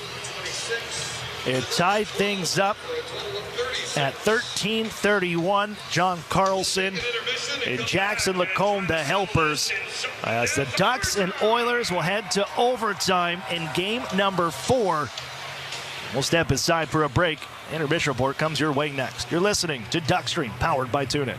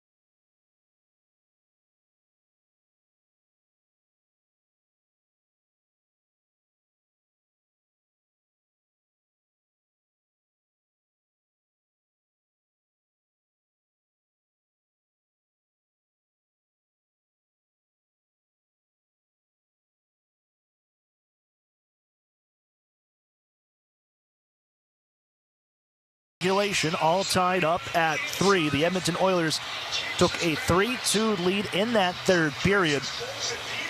A power play goal from Evan Bouchard at 3:27. Assist to Connor McDavid and Leon Draisaitl. But the Anaheim Ducks kept battling to send us into overtime. Jeffrey Viel with a huge goal in that third period at 13:31 of the third period. He gets his second in as many games, ties the game at 3. That puts us into the intermission. Looking at overtime, Emerson, is you gotta love the fight. There is all season long, there's been no quit from this Anaheim Ducks squad. They did it again, and they're still alive. They go down to sudden death overtime in Game 4 from Honda Center. Yeah, and maybe the best news about going into sudden death overtime is the Anaheim Ducks have the momentum. I mean, they were controlling the pace of play for, the 12 minutes remaining, 13 minutes remaining in the third period there. So they were playing tremendous hockey. We're going to get to break down why the Anaheim Ducks have been dominating so far, but we'll start with this face-off wins. 13 in the third period for Anaheim, 8 in the third period for Edmonton. Block shots 5 for Anaheim to Edmonton's 3. So it was a game up until that point where Edmonton was getting in the lanes and getting in front of all of the Anaheim Ducks shots, and that slowly started to dissipate, and the roles reversed their hits. Anaheim has been the more physical team throughout the game, but they sustained that in the third period. 11 hits for them, 7 for Edmonton, and shots on goal in the third, 12-9 in favor of the Anaheim Ducks. But yeah, I think the Edmonton Oilers came out hotter. They were the better team to start that last third frame. And slowly but surely, the Anaheim Ducks, they shift after shift, right? That's been so key. When the Anaheim Ducks have been at their best, they're coming in waves. And a lot of that started with the Ducks' fourth line. We saw some flashes. Chris Kreider with that far side bomb on that entry. Mason McTavish creating havoc. I thought Ryan Poehling probably his best period of the game there, that last frame. And everyone in that top 6 skating well, doing the job they needed to do. But how about looking at the back end? John Carlson, right? Keeping plays alive, gloving pucks out of midair and going D to D. He's playing so quick. He is providing everything, really. He's providing smooth puck movement and playmaking, holding the line, as we always talk about. But how about that blast, right? The one time from the far side point there, and that was a big reason why Viel was able to get that deflected off his equipment, stay with it, and put it right through the 5-hole of Tristan Jarry. What a spectacular goal that was. And once again, we're just waiting for the stats here to come up momentarily. Before we get those stats, why don't we get another plug-in for the post-game show? Text the post-game show, 714-439-8422. And hopefully we get that sooner rather than later with maybe a big early first overtime goal by the good guys. Why not? But first, let's get to some stats through the first 60 minutes of play here, starting with the Anaheim Ducks, Ryan Poehling. He has a great stat line: 2 shots on goal, 1 block shot, 8-5 in the faceoff circle, good for 62% win percentage. Beckett Seneca with 5 shots on goal.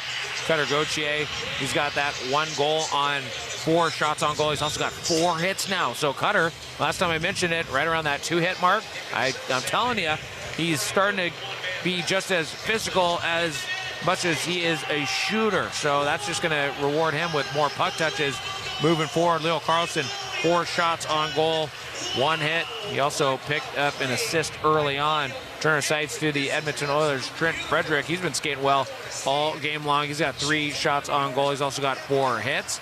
Leon Draisaitl, who's picked up a assist in this game. He's got 20-57 of total on ice, 2 shots on goal. He's also got 4 giveaways, which is quite interesting. 13 faceoff wins, 9 faceoff losses, 59% win percentage. And how about Ty Emberson? He's been key in a lot of different areas, but specifically in the hits department, 5 hits for him. And last but not least, Connor McDavid, 3 shots on goal, and it's not the shots that's doing all the work for him. It's the dishing, the playmaking. 2 assists, yes, 2 happies, and 6 and 3 in the faceoff circle. Good for 67% in win percentage. Aaron. Well, we're just 6.5 minutes away from overtime. We'll step aside for a break. More coming up in the intermission report when we come back after this. You're listening.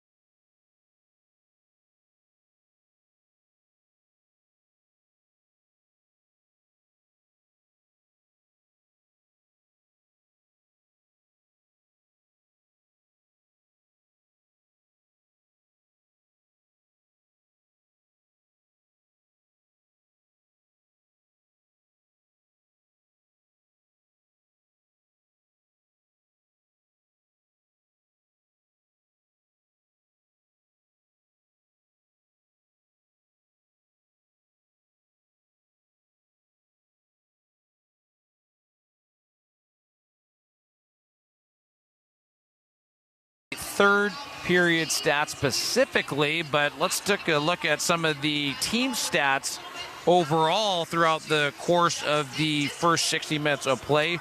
Starting now, the Anaheim Ducks are leading in the face-off win percentage column, 52% win percentage for the good guys, 48% win percentage for the Edmonton Oilers. So the Oilers starting to slowly claw their way back in that department. How about block shots? Edmonton currently leading that one 17-14. Takeaways, the Edmonton Oilers leading in that category 5-4. How about giveaways? The Anaheim Ducks currently giving the puck away more, 18-16 hits. The Anaheim Ducks being the more physical team, 33 hits to 25 for the Edmonton Oilers. And last but not least, shot volume. Well, that is the nod given to the Anaheim Ducks. 36 shots on goal total to 27 for the Edmonton Oilers. We got a first overtime period coming your way after this commercial break. Don't you go anywhere. Thanks for listening to Duck Stream, powered by Tuna.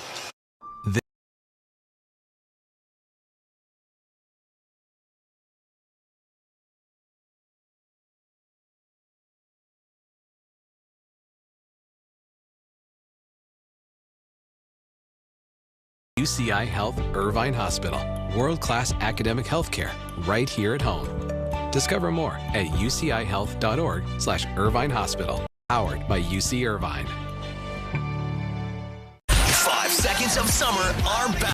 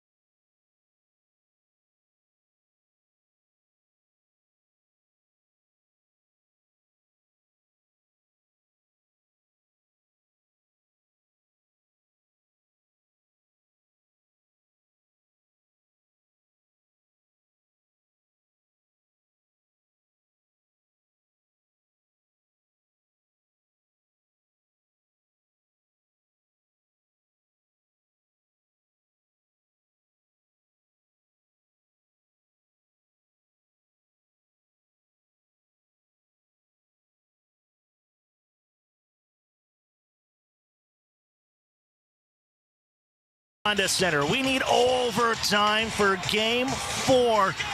Ducks, Oilers, all knotted at 3. Aaron Cooney, Emerson Edom here with you as we get underway. Sudden death overtime from Honda Center. Played into the Duck zone on the far side. Granlund ahead, finds Killorn, breaks in the right side, trying to sidestep Murphy, want to drag it to the net, got it to the cage, stick to side.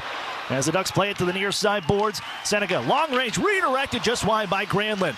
He's got this one out to the front. It's loose in the crease. It's grabbed by Nurse. And he can hold on to this one. He'll float it to center. There's Leon Draisaitl, NHL record 4 overtime goals in the postseason last year.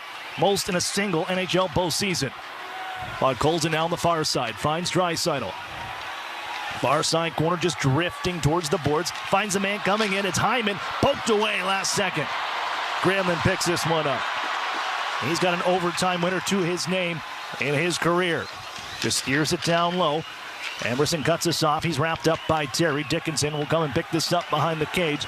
And a minute off the clock here in overtime in Game 4. It's fed down the ice and will go. No icing is washed out. Rosovic beats it out. Near side, here's Hyman twisting away. Looking for Dickinson. Cutter Gauthier is back. Brushed it to the near point, kept in by Emerson. Dickinson, who didn't dress in games 2 or 3, back in the lineup tonight. And up the center ice goes Leo Carlson, finds Cutter Gauthier, shoots, save, rebound, foul by Jari. And he'll hold on with 18:34 to play in overtime. It's just the individual that you wanted receiving the puck there. What a kick out, or I should say kick in from Leo Carlson. He's far side on the entry, and he has a 15-foot kick-in pass to Cutter Gauthier, who's at the mid-ice line. And Cutter Gauthier, he doesn't miss too often from that point blank of range. A chest stop by Jari. Savoy over-skated, but finds it along the near boards as he was pressured by Viel. Got it to center. Ducks push it right back out to the red line. Ekholm blasts us in from the left side. It's Lacombe on the near side boards. Down low. Moved by the Ducks. Nicely ramped to center off the backhand of Ian Moore. He finds it at center red. He'll shoot it in. Ducks make some changes. 2 minutes nearly off the clock here in overtime in Game 4. It's either a 2-2 series tie or a stranglehold for the Anaheim Ducks as you head back to Edmonton for Game 5 Tuesday. It's John Carlson from his own circles. D-to-D pass. Here's Minchikov. He'll send it in from the left side. Darnell Nurse shrugs it back behind his net. On the near side, Trent Frederick pokes it out to center, and this will slide down the ice, and an icing call is the result. You gotta love how the Anaheim Ducks came out in this first overtime frame, and that is just pressuring up. They're playing relentless without the puck. They've so far been out-changing the Edmonton Oilers with their long change, so this is a great start so far for the good guys.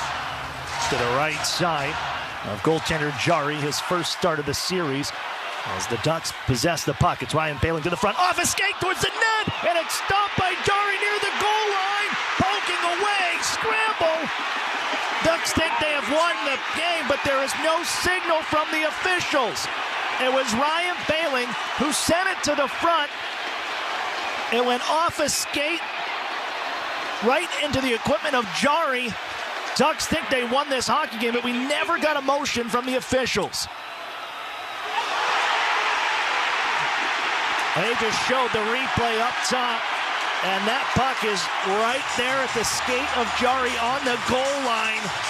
Did it cross all the way?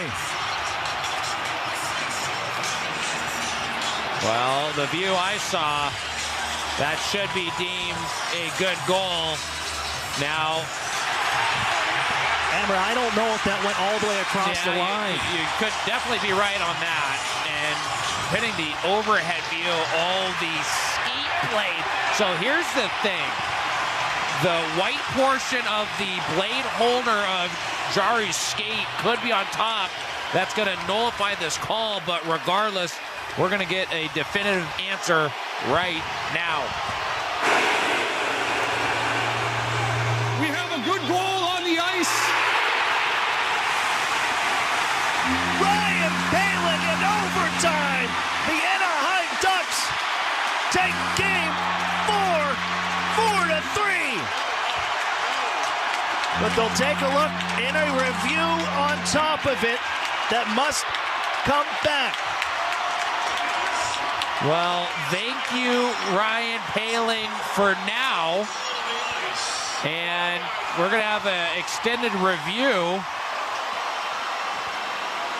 And that blade holder, so we know the puck is fully past the red line. That's for sure, but here's the problem. The top view, the blade holder and the blade is covering the definitive section of the puck in which you need to make that call, meaning if you can't see the white ice between the goal line and the puck, it could be a cause of concern for the Anaheim Ducks because it's got to be conclusive. And even though it may seem as if the puck fully crossed the line, if something is in the view and if it's going to block the sight of it fully being crossed, the rule has it that it needs to be clear sight line. So following those rule books, just with the overall shot that we saw, there's a good chance that it could be deemed a no goal. But you just, folks, you never know how they call these. It's been called so many different ways in the past. So just, it remains to be seen how they judge this one.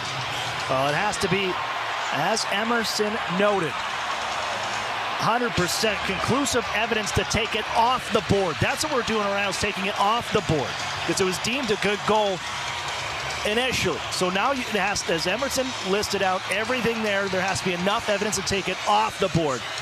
But that last look on the ESPN replays that we got, they're in freeze frame mode, and here we're going to get it one more time right in front of us up in the press box. And here's where it's sliding across the line. It continues to go. Now, we're going to zoom in even more. That's right there before the stick of Murphy comes in. That looks like that thing is all the way across the line. And again, as you mentioned, Emerson, you have to have conclusive evidence, 100% that thing didn't, because you're taking a goal off the board, not putting one on. One thing I will say is I've seen it go the goal-scoring team's way with the view that we've seen. I know it's got to be conclusive, but there's just those odd, weird circumstances and times. And boy, it's just, I think the best bet is if they can somehow get that angle of a near sight camera before you get that overhead view, because that just seems like the money spot. Where is there a point in time where it avoids the skate and that goal line, so we could see that white in between the puck and the red goal line there. So, boy, this is close. And you wonder, I don't know if you have the net camera helps us out at all. That's something we haven't seen, but the headsets are coming off of our officiating crew, and we're going to have the call. After review, the puck completely crossed the goal line. Ryan Poehling wins the game in overtime, and the Anaheim Ducks take a stranglehold on the series with the two-time defending Western Conference champion Edmonton Oilers. They'll have a chance to close it out Tuesday night at Rogers Place after a 4-3 overtime victory in Game 4. Attaboy Pales. He's the hero here in Orange Country. What a goal. It was a greasy one. It was a bad angle. Perimeter just tossed on net. They don't ask how. And it's just, what a time to be a Ducks fan right now. Ryan Poehling at 2:29, just coming down the left wing side. It was a centering pass. Just feed it in front. You know what they say. Good things happen when you put the puck on net. Poehling does so. It kicks off of a skate and leaks through Tristan Jarry, and the Anaheim Ducks win this one in overtime, 4-3, and can close out the Oil Tuesday night in Edmonton in Game 5. It's a stranglehold on the series as the Anaheim Ducks win Game 4, 4-3. Well, that's going to wrap up this portion of our show. Stick around. Get your texts in, because coming up next, the Ducks Stream post-game show with Emerson Edom and Alexis Downey on the other side of this break. I'm Aaron Cooney saying goodnight. I want to thank our entire Ducks Stream crew, as Anaheim Ducks hockey on the Ducks Radio Network is brought to you by UCI Health. Discover how a marsh can be healing. Get ready for a place born of the healing powers of breakthroughs and tranquility. This is where community meets innovation, where game-changing research takes place beside soul-affirming nature, all in the name of a healthier Orange County. Discover the new UCI Health Irvine Hospital and Mercury Insurance. Ducks versus Oilers is brought to you by Mercury Insurance. Smart insurance for smart people. And Western National Property Management. DucksLiving.com, your new platform to score your dream apartment. And Yamava Resort and Casino. Play at Yamava Resort and Casino at San Manuel. You win. Ducks Stream post-game show after this. You've been listening to Ducks Stream, powered by TuneIn. Hockey's not just a game. My God, so I said, okay, guys, this time when he comes back to the bench, he's now going to overextend his shift. He's going to be